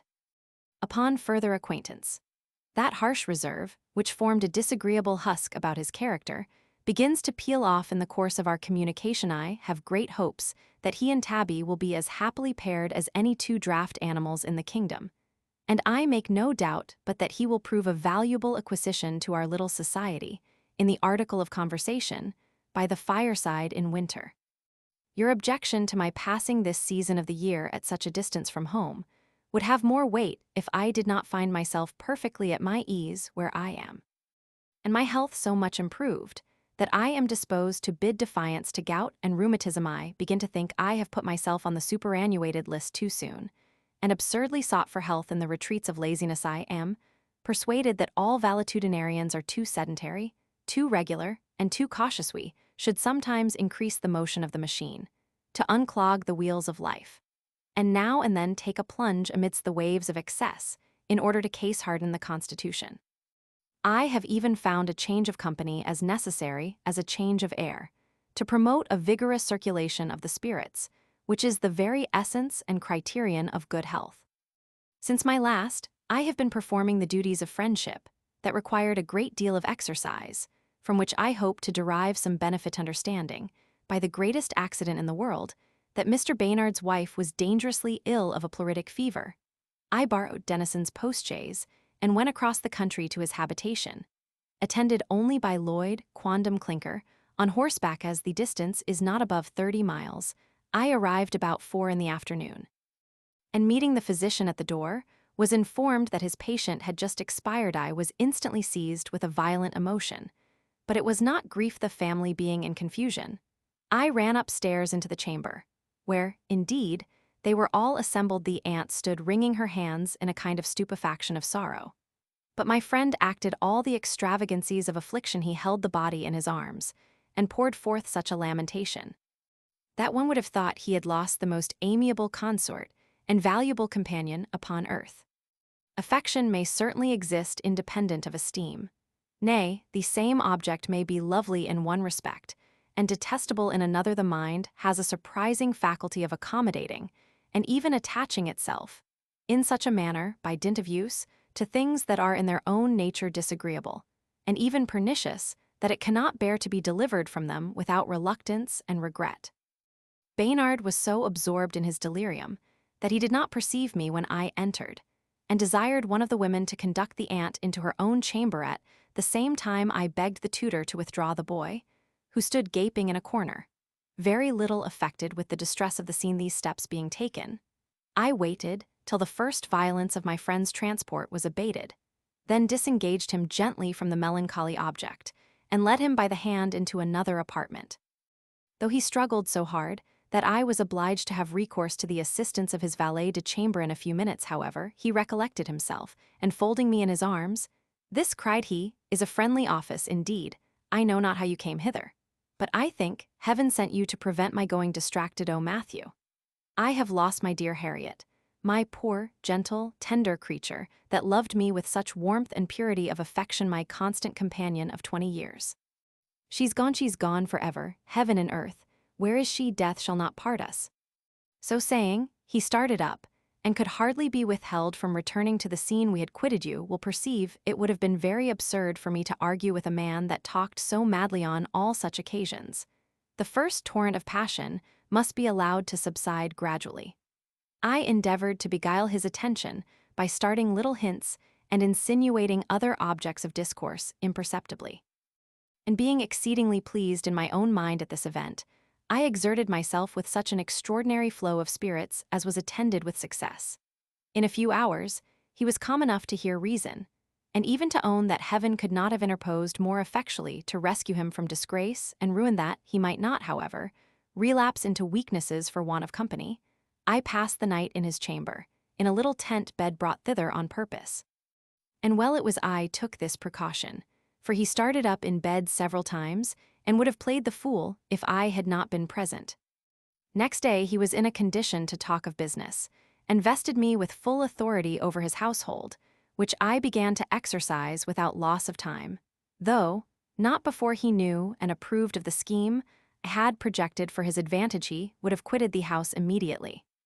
But this retreat I opposed. Far from encouraging a temporary disgust, which might degenerate into an habitual aversion, I resolved, if possible, to attach him more than ever to his household gods. I gave directions for the funeral to be as private as was consistent with decency. I wrote to London that an inventory and estimate might be made of the furniture and effects in his town house, and gave notice to the landlord that Mr. Baynard should quit the premises at Ladyday. I set a person at work to take account of everything in the country house, including horses, carriages, and harness. I settled the young gentleman at a boarding school kept by a clergyman in the neighborhood, and thither he went without reluctance, as soon as he knew that he was to be troubled no more with his tutor, whom we dismissed. The aunt continued very sullen, and never appeared at table, though Mr. Baynard paid his respects to her every day in her own chamber. There also she held conferences with the waiting women and other servants of the family. But the moment her niece was interred, she went away in a postchaise prepared for that purpose. She did not leave the house, however, without giving Mr. Baynard to understand that the wardrobe of her niece was the perquisite of her woman.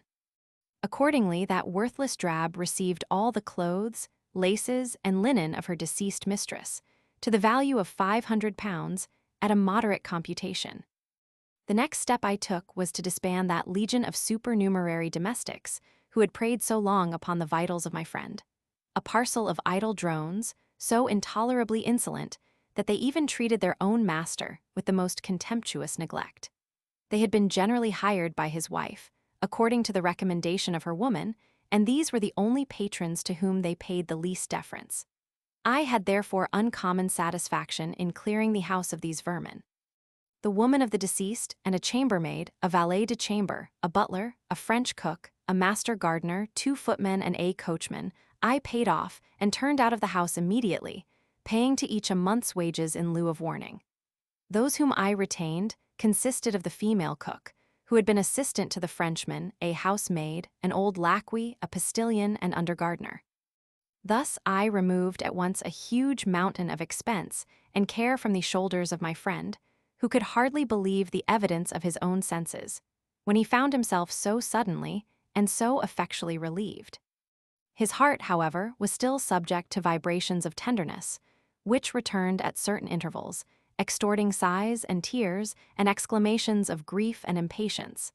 But these fits grew every day less violent and less frequent, till at length his reason obtained a complete victory over the infirmities of his nature.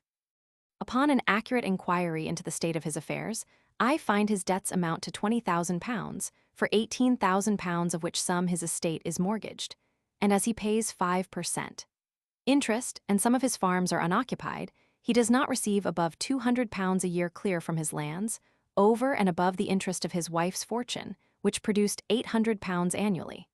For lightening this heavy burthen, I devised the following expedient. His wife's jewels, together with his superfluous plate and furniture in both houses, his horses and carriages, which are already advertised to be sold by auction, will, according to the estimate, produce £2,500 in ready money, with which the debt will be immediately reduced to £18,000. I have undertaken to find him £10,000 at 4%, by which means he will save £100 a year in the article of interest, and perhaps we shall be able to borrow the other £8,000 on the same terms. According to his own scheme of a country life, he says he can live comfortably for £300 a year. But as he has a son to educate, we will allow him £500. Then there will be an accumulating fund of £700 a year, principal and interest, to pay off the encumbrance. And I think we may modestly add £300 on the presumption of new leasing and improving the vacant farms. So that, in a couple of years, I suppose there will be above £1,000 a year appropriated to liquidate a debt of £16,000. We forthwith began to class and set apart the articles designed for sale, under the direction of an upholder from London, and, that nobody in the house might be idle, commenced our reformation without doors as well as within. With Baynard's good leave, I ordered the gardener to turn the rivulet into its old channel, to refresh the fainting naiads, who had so long languished among mouldering roots, withered leaves, and dry pebbles. The shrubbery is condemned to extirpation, and the pleasure ground will be restored to its original use. Of cornfield and pasture orders are given for rebuilding the walls of the garden at the back of the house, and for planting clumps of firs, intermingled with beech and chestnut, at the east end, which is now quite exposed to the surly blasts that come from that quarter. All these works being actually begun, and the house and auction left to the care and management of a reputable attorney, I brought Baynard along with me in the chaise, and made him acquainted with Denison, whose goodness of heart would not fail to engage his esteem and affection. He is indeed charmed with our society in general, and declares that he never saw the theory of true pleasure reduced to practice before. I really believe it would not be an easy task to find such a number of individuals assembled under one roof, more happy than we are at present. I must tell you, however, in confidence, I suspect Tabby of tergiversation. I have been so long accustomed to that original, that I know all the caprices of her heart, and can often perceive her designs while they are yet in embryo. She attached herself to Lismahago for no other reason, but that she despaired of making a more agreeable conquest. At present, if I am not much mistaken in my observation, she would gladly convert the widowhood of Baynard to her own advantage. Since he arrived, she has behaved very coldly to the captain, and strove to fasten on the other's heart, with the hooks of overstrained civility. These must be the instinctive efforts of her constitution, rather than the effects of any deliberate design. For matters are carried to such a length with the lieutenant that she could not retract with any regard to conscience or reputation. Besides, she will meet with nothing but indifference or aversion on the side of Baynard, who has too much sense to think of such a partner at any time, and too much delicacy to admit a thought of any such connection at the present juncture. Meanwhile, I have prevailed upon her to let him have £4,000 at 4% towards paying off his mortgage. Young Dennison has agreed that Liddy's fortune shall be appropriated to the same purpose, on the same terms. His father will sell out £3,000 stock for his accommodation. Farmer Bland has, at the desire of Wilson, undertaken for £2,000, and I must make an effort to advance what further will be required to take my friend out of the hands of the Philistines. He is so pleased with the improvements made on his estate, which is all cultivated like a garden, that he has entered himself as a pupil in farming to Mr. Dennison, and resolved to attach himself wholly to the practice of husbandry. Everything is now prepared for our double wedding. The marriage articles for both couples are drawn and executed, and the ceremony only waits until the parties shall have been resident in the parish, the term prescribed by law. Young Dennison betrays some symptoms of impatience, but Lismahago bears this necessary delay with the temper of a philosopher. You must know, the captain does not stand altogether on the foundation of personal merit. Besides his half-pay, amounting to £42 a year, this indefatigable economist has amassed £800, which he has secured in the funds. This sum arises partly from his pay running up while he remained among the Indians, partly from what he received as a consideration for the difference between his full appointment and the half-pay, to which he is now restricted, and partly from the profits of a little traffic he drove in peltry during his sachamship among the Miamis. Liddy's fears and perplexities have been much assuaged by the company of one Miss Willis, who had been her intimate companion at the boarding school. Her parents had been earnestly solicited to allow her making this friendly visit on such an extraordinary occasion, and 2 days ago she arrived with her mother, who did not choose that she should come without a proper gouvernante. The young lady is very sprightly, handsome, and agreeable, and the mother a mighty good sort of a woman, so that their coming adds considerably to our enjoyment. But we shall have a third couple yoked in the matrimonial chain. Mr. Clinker Lloyd has made humble remonstrance through the canal of my nephew, setting forth the sincere love and affection mutually subsisting between him and Mrs. Winifred Jenkins, and praying my consent to their coming together for life. I would have wished that Mr. Clinker had kept out of this scrape, but as the nymph's happiness is at stake, and she has already some fits in the way of despondence, I, in order to prevent any tragical catastrophe, have given him leave to play the fool, in imitation of his betters, and I suppose we shall in time have a whole litter of his progeny at Brambleton Hall. The fellow is stout and lusty, very sober and conscientious, and the wench seems to be as great an enthusiast in love as in religion. I wish you would think of employing him some other way, that the parish may not be overstocked. You know he has been bred a farrier, consequently belongs to the faculty, and as he is very docile, I make no doubt but with your good instruction, he may be in a little time qualified to act as a Welch apothecary. Tabby, who never did a favor with a good grace, has consented with great reluctance to this match. Perhaps it hurts her pride, as she now considers Clinker in the light of a relation, but I believe her objections are of a more selfish nature. She declares she cannot think of retaining the wife of Matthew Lloyd in the character of a servant, and she foresees that on such an occasion the woman will expect some gratification for her past services. As for Clinker, exclusive of other considerations, he is so trusty, brave, affectionate, and alert, and I owe him such personal obligations, that he merits more than all the indulgence that can possibly be shewn him by yours, Matt Bramble, Oct. 26.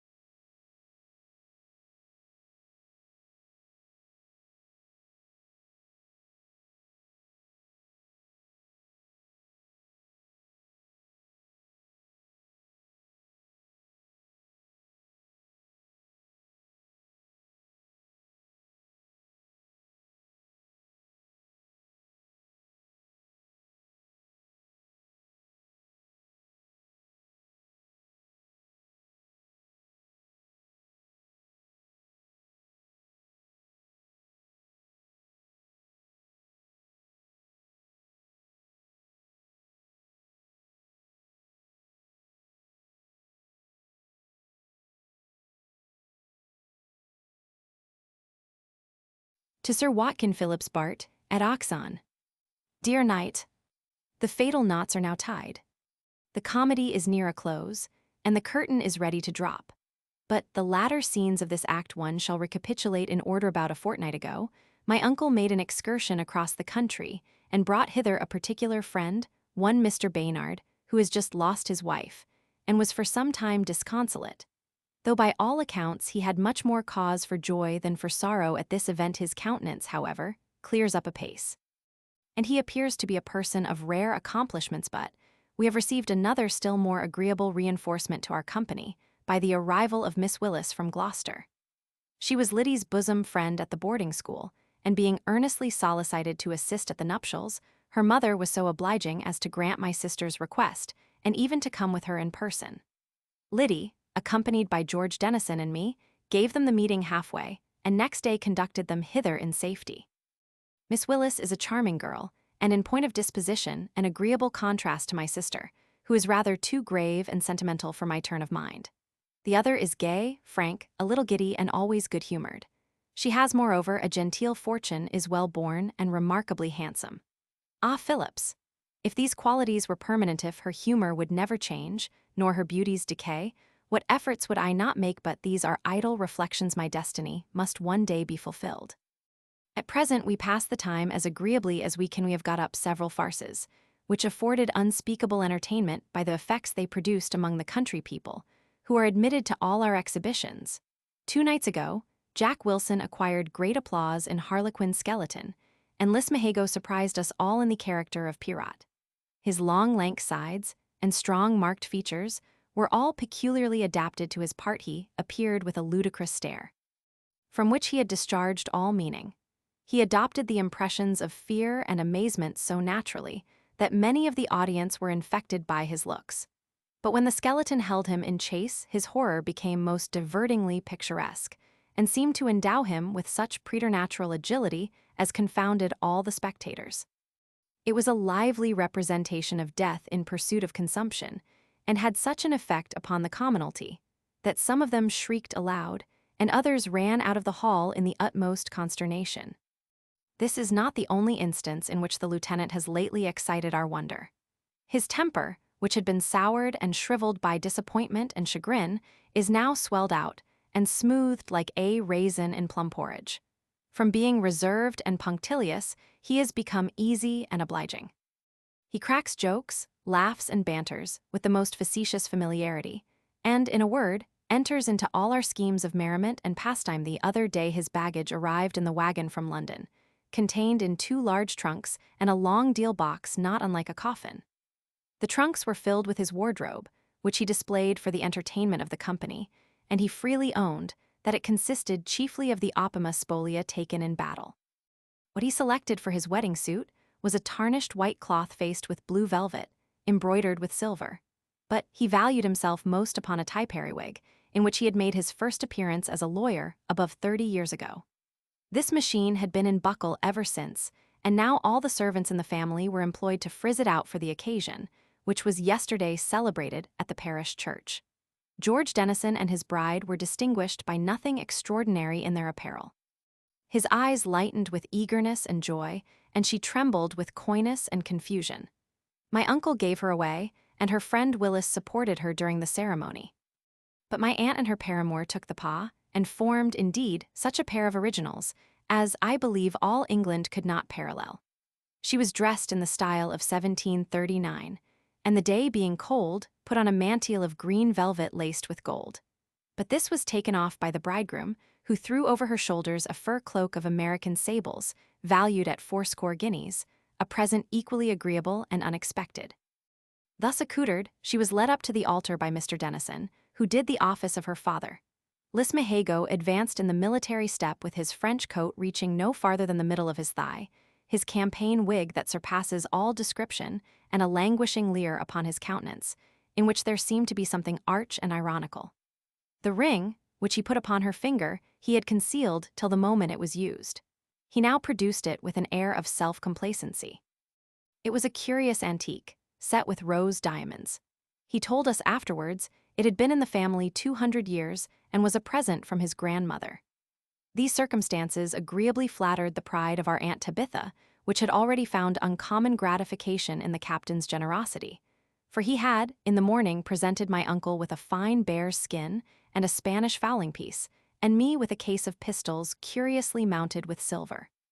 At the same time, he gave Mrs. Jenkins an Indian purse, made of silk grass, containing 20 crown pieces. You must know, this young lady, with the assistance of Mr. Lloyd, formed the third couple who yesterday sacrificed to Hymen.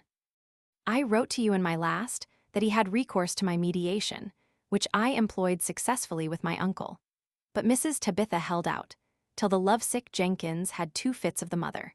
Then she relented, and those 2 cooing turtles were caged for life. Our aunt made an effort of generosity in furnishing the bride with her superfluities of clothes and linen, and her example was followed by my sister. Nor did Mr. Bramble and I neglect her on this occasion. It was, indeed, a day of peace-offering. Mr. Dennison insisted upon Lydia's accepting 2 bank notes of £100 each as pocket money, and his lady gave her a diamond necklace of double that value. There was, besides, a mutual exchange of tokens among the individuals of the 2 families thus happily united. As George Dennison and his partner were judged improper objects of mirth, Jack Wilson had resolved to execute some jokes on Lismahago, and after supper began to ply him with bumpers when the ladies had retired. But the captain, perceiving his drift, begged for quarter, alleging that the adventure, in which he had engaged, was a very serious matter, and that it would be more the part of a good Christian to pray that he might be strengthened than to impede his endeavors to finish the adventure. He was spared accordingly, and permitted to ascend the nuptial couch with all his senses about him there. He and his consort sat in state, like Saturn and Cybele, while the benediction posset was drank, and a cake being broken over the head of Mrs. Tabitha Lismahago. The fragments were distributed among the bystanders, according to the custom of the antient Britons, on the supposition that every person who eat of this hallowed cake should that night have a vision of the man or woman whom heaven designed should be his or her wedded mate. The weight of Wilson's waggery fell upon honest Humphry and his spouse, who were bedded in an upper room, with the usual ceremony of throwing the stocking this being performed, and the company withdrawn, a sort of caterwauling ensued, when Jack found means to introduce a real cat shod with walnut shells, which, galloping along the boards, made such a dreadful noise as effectually discomposed our lovers. Winifred screamed aloud, and shrunk under the bedclothes. Mr. Lloyd, believing that Satan was come to buffet him in propria persona, laid aside all carnal thoughts, and began to pray aloud with great fervency at length. The poor animal, being more afraid than either, leaped into the bed, and moaned with the most piteous exclamation. Lloyd, thus informed of the nature of the annoyance, rose and set the door wide open, so that this troublesome visitant retreated with great expedition. Then, securing himself, by means of a double bolt, from a second intrusion, he was left to enjoy his good fortune without further disturbance. If one may judge from the looks of the parties, they are all very well satisfied with what has passed. George Dennison and his wife are too delicate to exhibit any strong marked signs of their mutual satisfaction, but their eyes are sufficiently expressive. Mrs. Tabitha Lismahago is rather fulsome in signifying her approbation of the captain's love, while his deportment is the very pink of gallantry. He sighs and ogles and languishes at this amiable object. He kisses her hand, mutters ejaculations of rapture, and sings tender airs, and no doubt laughs internally at her folly in believing him sincere. In order to show how little his vigor was impaired by the fatigues of the preceding day, he this morning danced a Highland Saraband over a naked back-sword, and leaped so high that I believe he would make no contemptible figure as a vaulter at Sadler's Wells. Mr. Matthew Lloyd, when asked how he relished his bargain, throws up his eyes, crying, "For what we have received, Lord make us thankful. Amen." His helpmate giggles, and holds her hand before her eyes, affecting to be ashamed of having been in bed with a man thus. All these widgeons enjoy the novelty of their situation, but perhaps their notes will be changed when they are better acquainted with the nature of the decoy. As Mrs. Willis cannot be persuaded to stay, and Lydia is engaged by promise to accompany her daughter back to Gloucester, I fancy there will be a general migration from hence, and that most of us will spend the Christmas holidays at Bath. In which case, I shall certainly find an opportunity to beat up your quarters by this time. I suppose, you are sick of alma mater, and even ready to execute that scheme of peregrination, which was last year concerted between you and your affectionate J. Melford Nov, 8.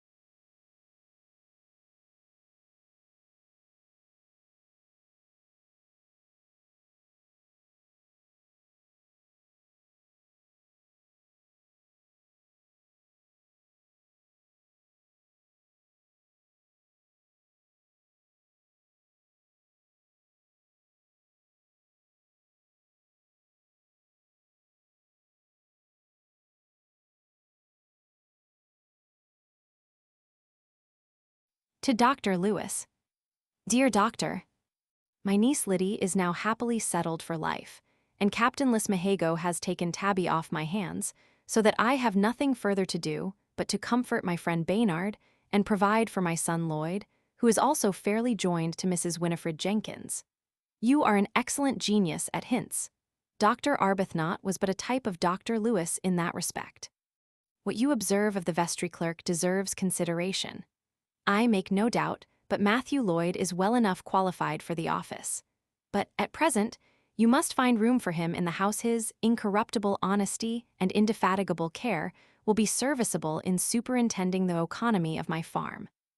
Though I don't mean that he shall interfere with Barnes, of whom I have no cause to complain. I am just returned with Baynard from a second trip to his house, where everything is regulated to his satisfaction. He could not, however, review the apartments without tears and lamentation, so that he is not yet in a condition to be left alone. Therefore, I will not part with him till the spring, when he intends to plunge into the avocations of husbandry, which will at once employ and amuse his attention. Charles Dennison has promised to stay with him a fortnight, to set him fairly afloat in his improvements, and Jack Wilson will see him from time to time. Besides, he has a few friends in the country, whom his new plan of life will not exclude from his society in less than a year, I make no doubt, but he will find himself perfectly at ease both in his mind and body, for the one had dangerously affected the other. And I shall enjoy the exquisite pleasure of seeing my friend rescued from misery and contempt. Mrs. Willis being determined to return with her daughter, in a few days, to Gloucester, our plan has undergone some alteration. Jury has persuaded his brother-in-law to carry his wife to Bath, and I believe his parents will accompany him thither. For my part, I have no intention to take that route. It must be something very extraordinary that will induce me to revisit either Bath or London. My sister and her husband, Baynard, and I will take leave of them at Gloucester, and make the best of our way to Brambleton Hall, where I desire you will prepare a good chine and turkey for our Christmas dinner. You must also employ your medical skill in defending me from the attacks of the gout, that I may be in good case to receive the rest of our company, who promise to visit us in their return from the Bath, as I have laid in a considerable stock of health. It is to be hoped you will not have much trouble with me in the way of physic, but I intend to work you on the side of exercise. I have got an excellent fowling piece from Mr. Lismahago, who is a keen sportsman, and we shall take the heath in all weathers, that this scheme of life may be prosecuted the more effectually. I intend to renounce all sedentary amusements, particularly that of writing long letters. A resolution, which, had I taken it sooner, might have saved you the trouble which you have lately taken in reading the tedious epistles of Matt Bramble Nov, 20.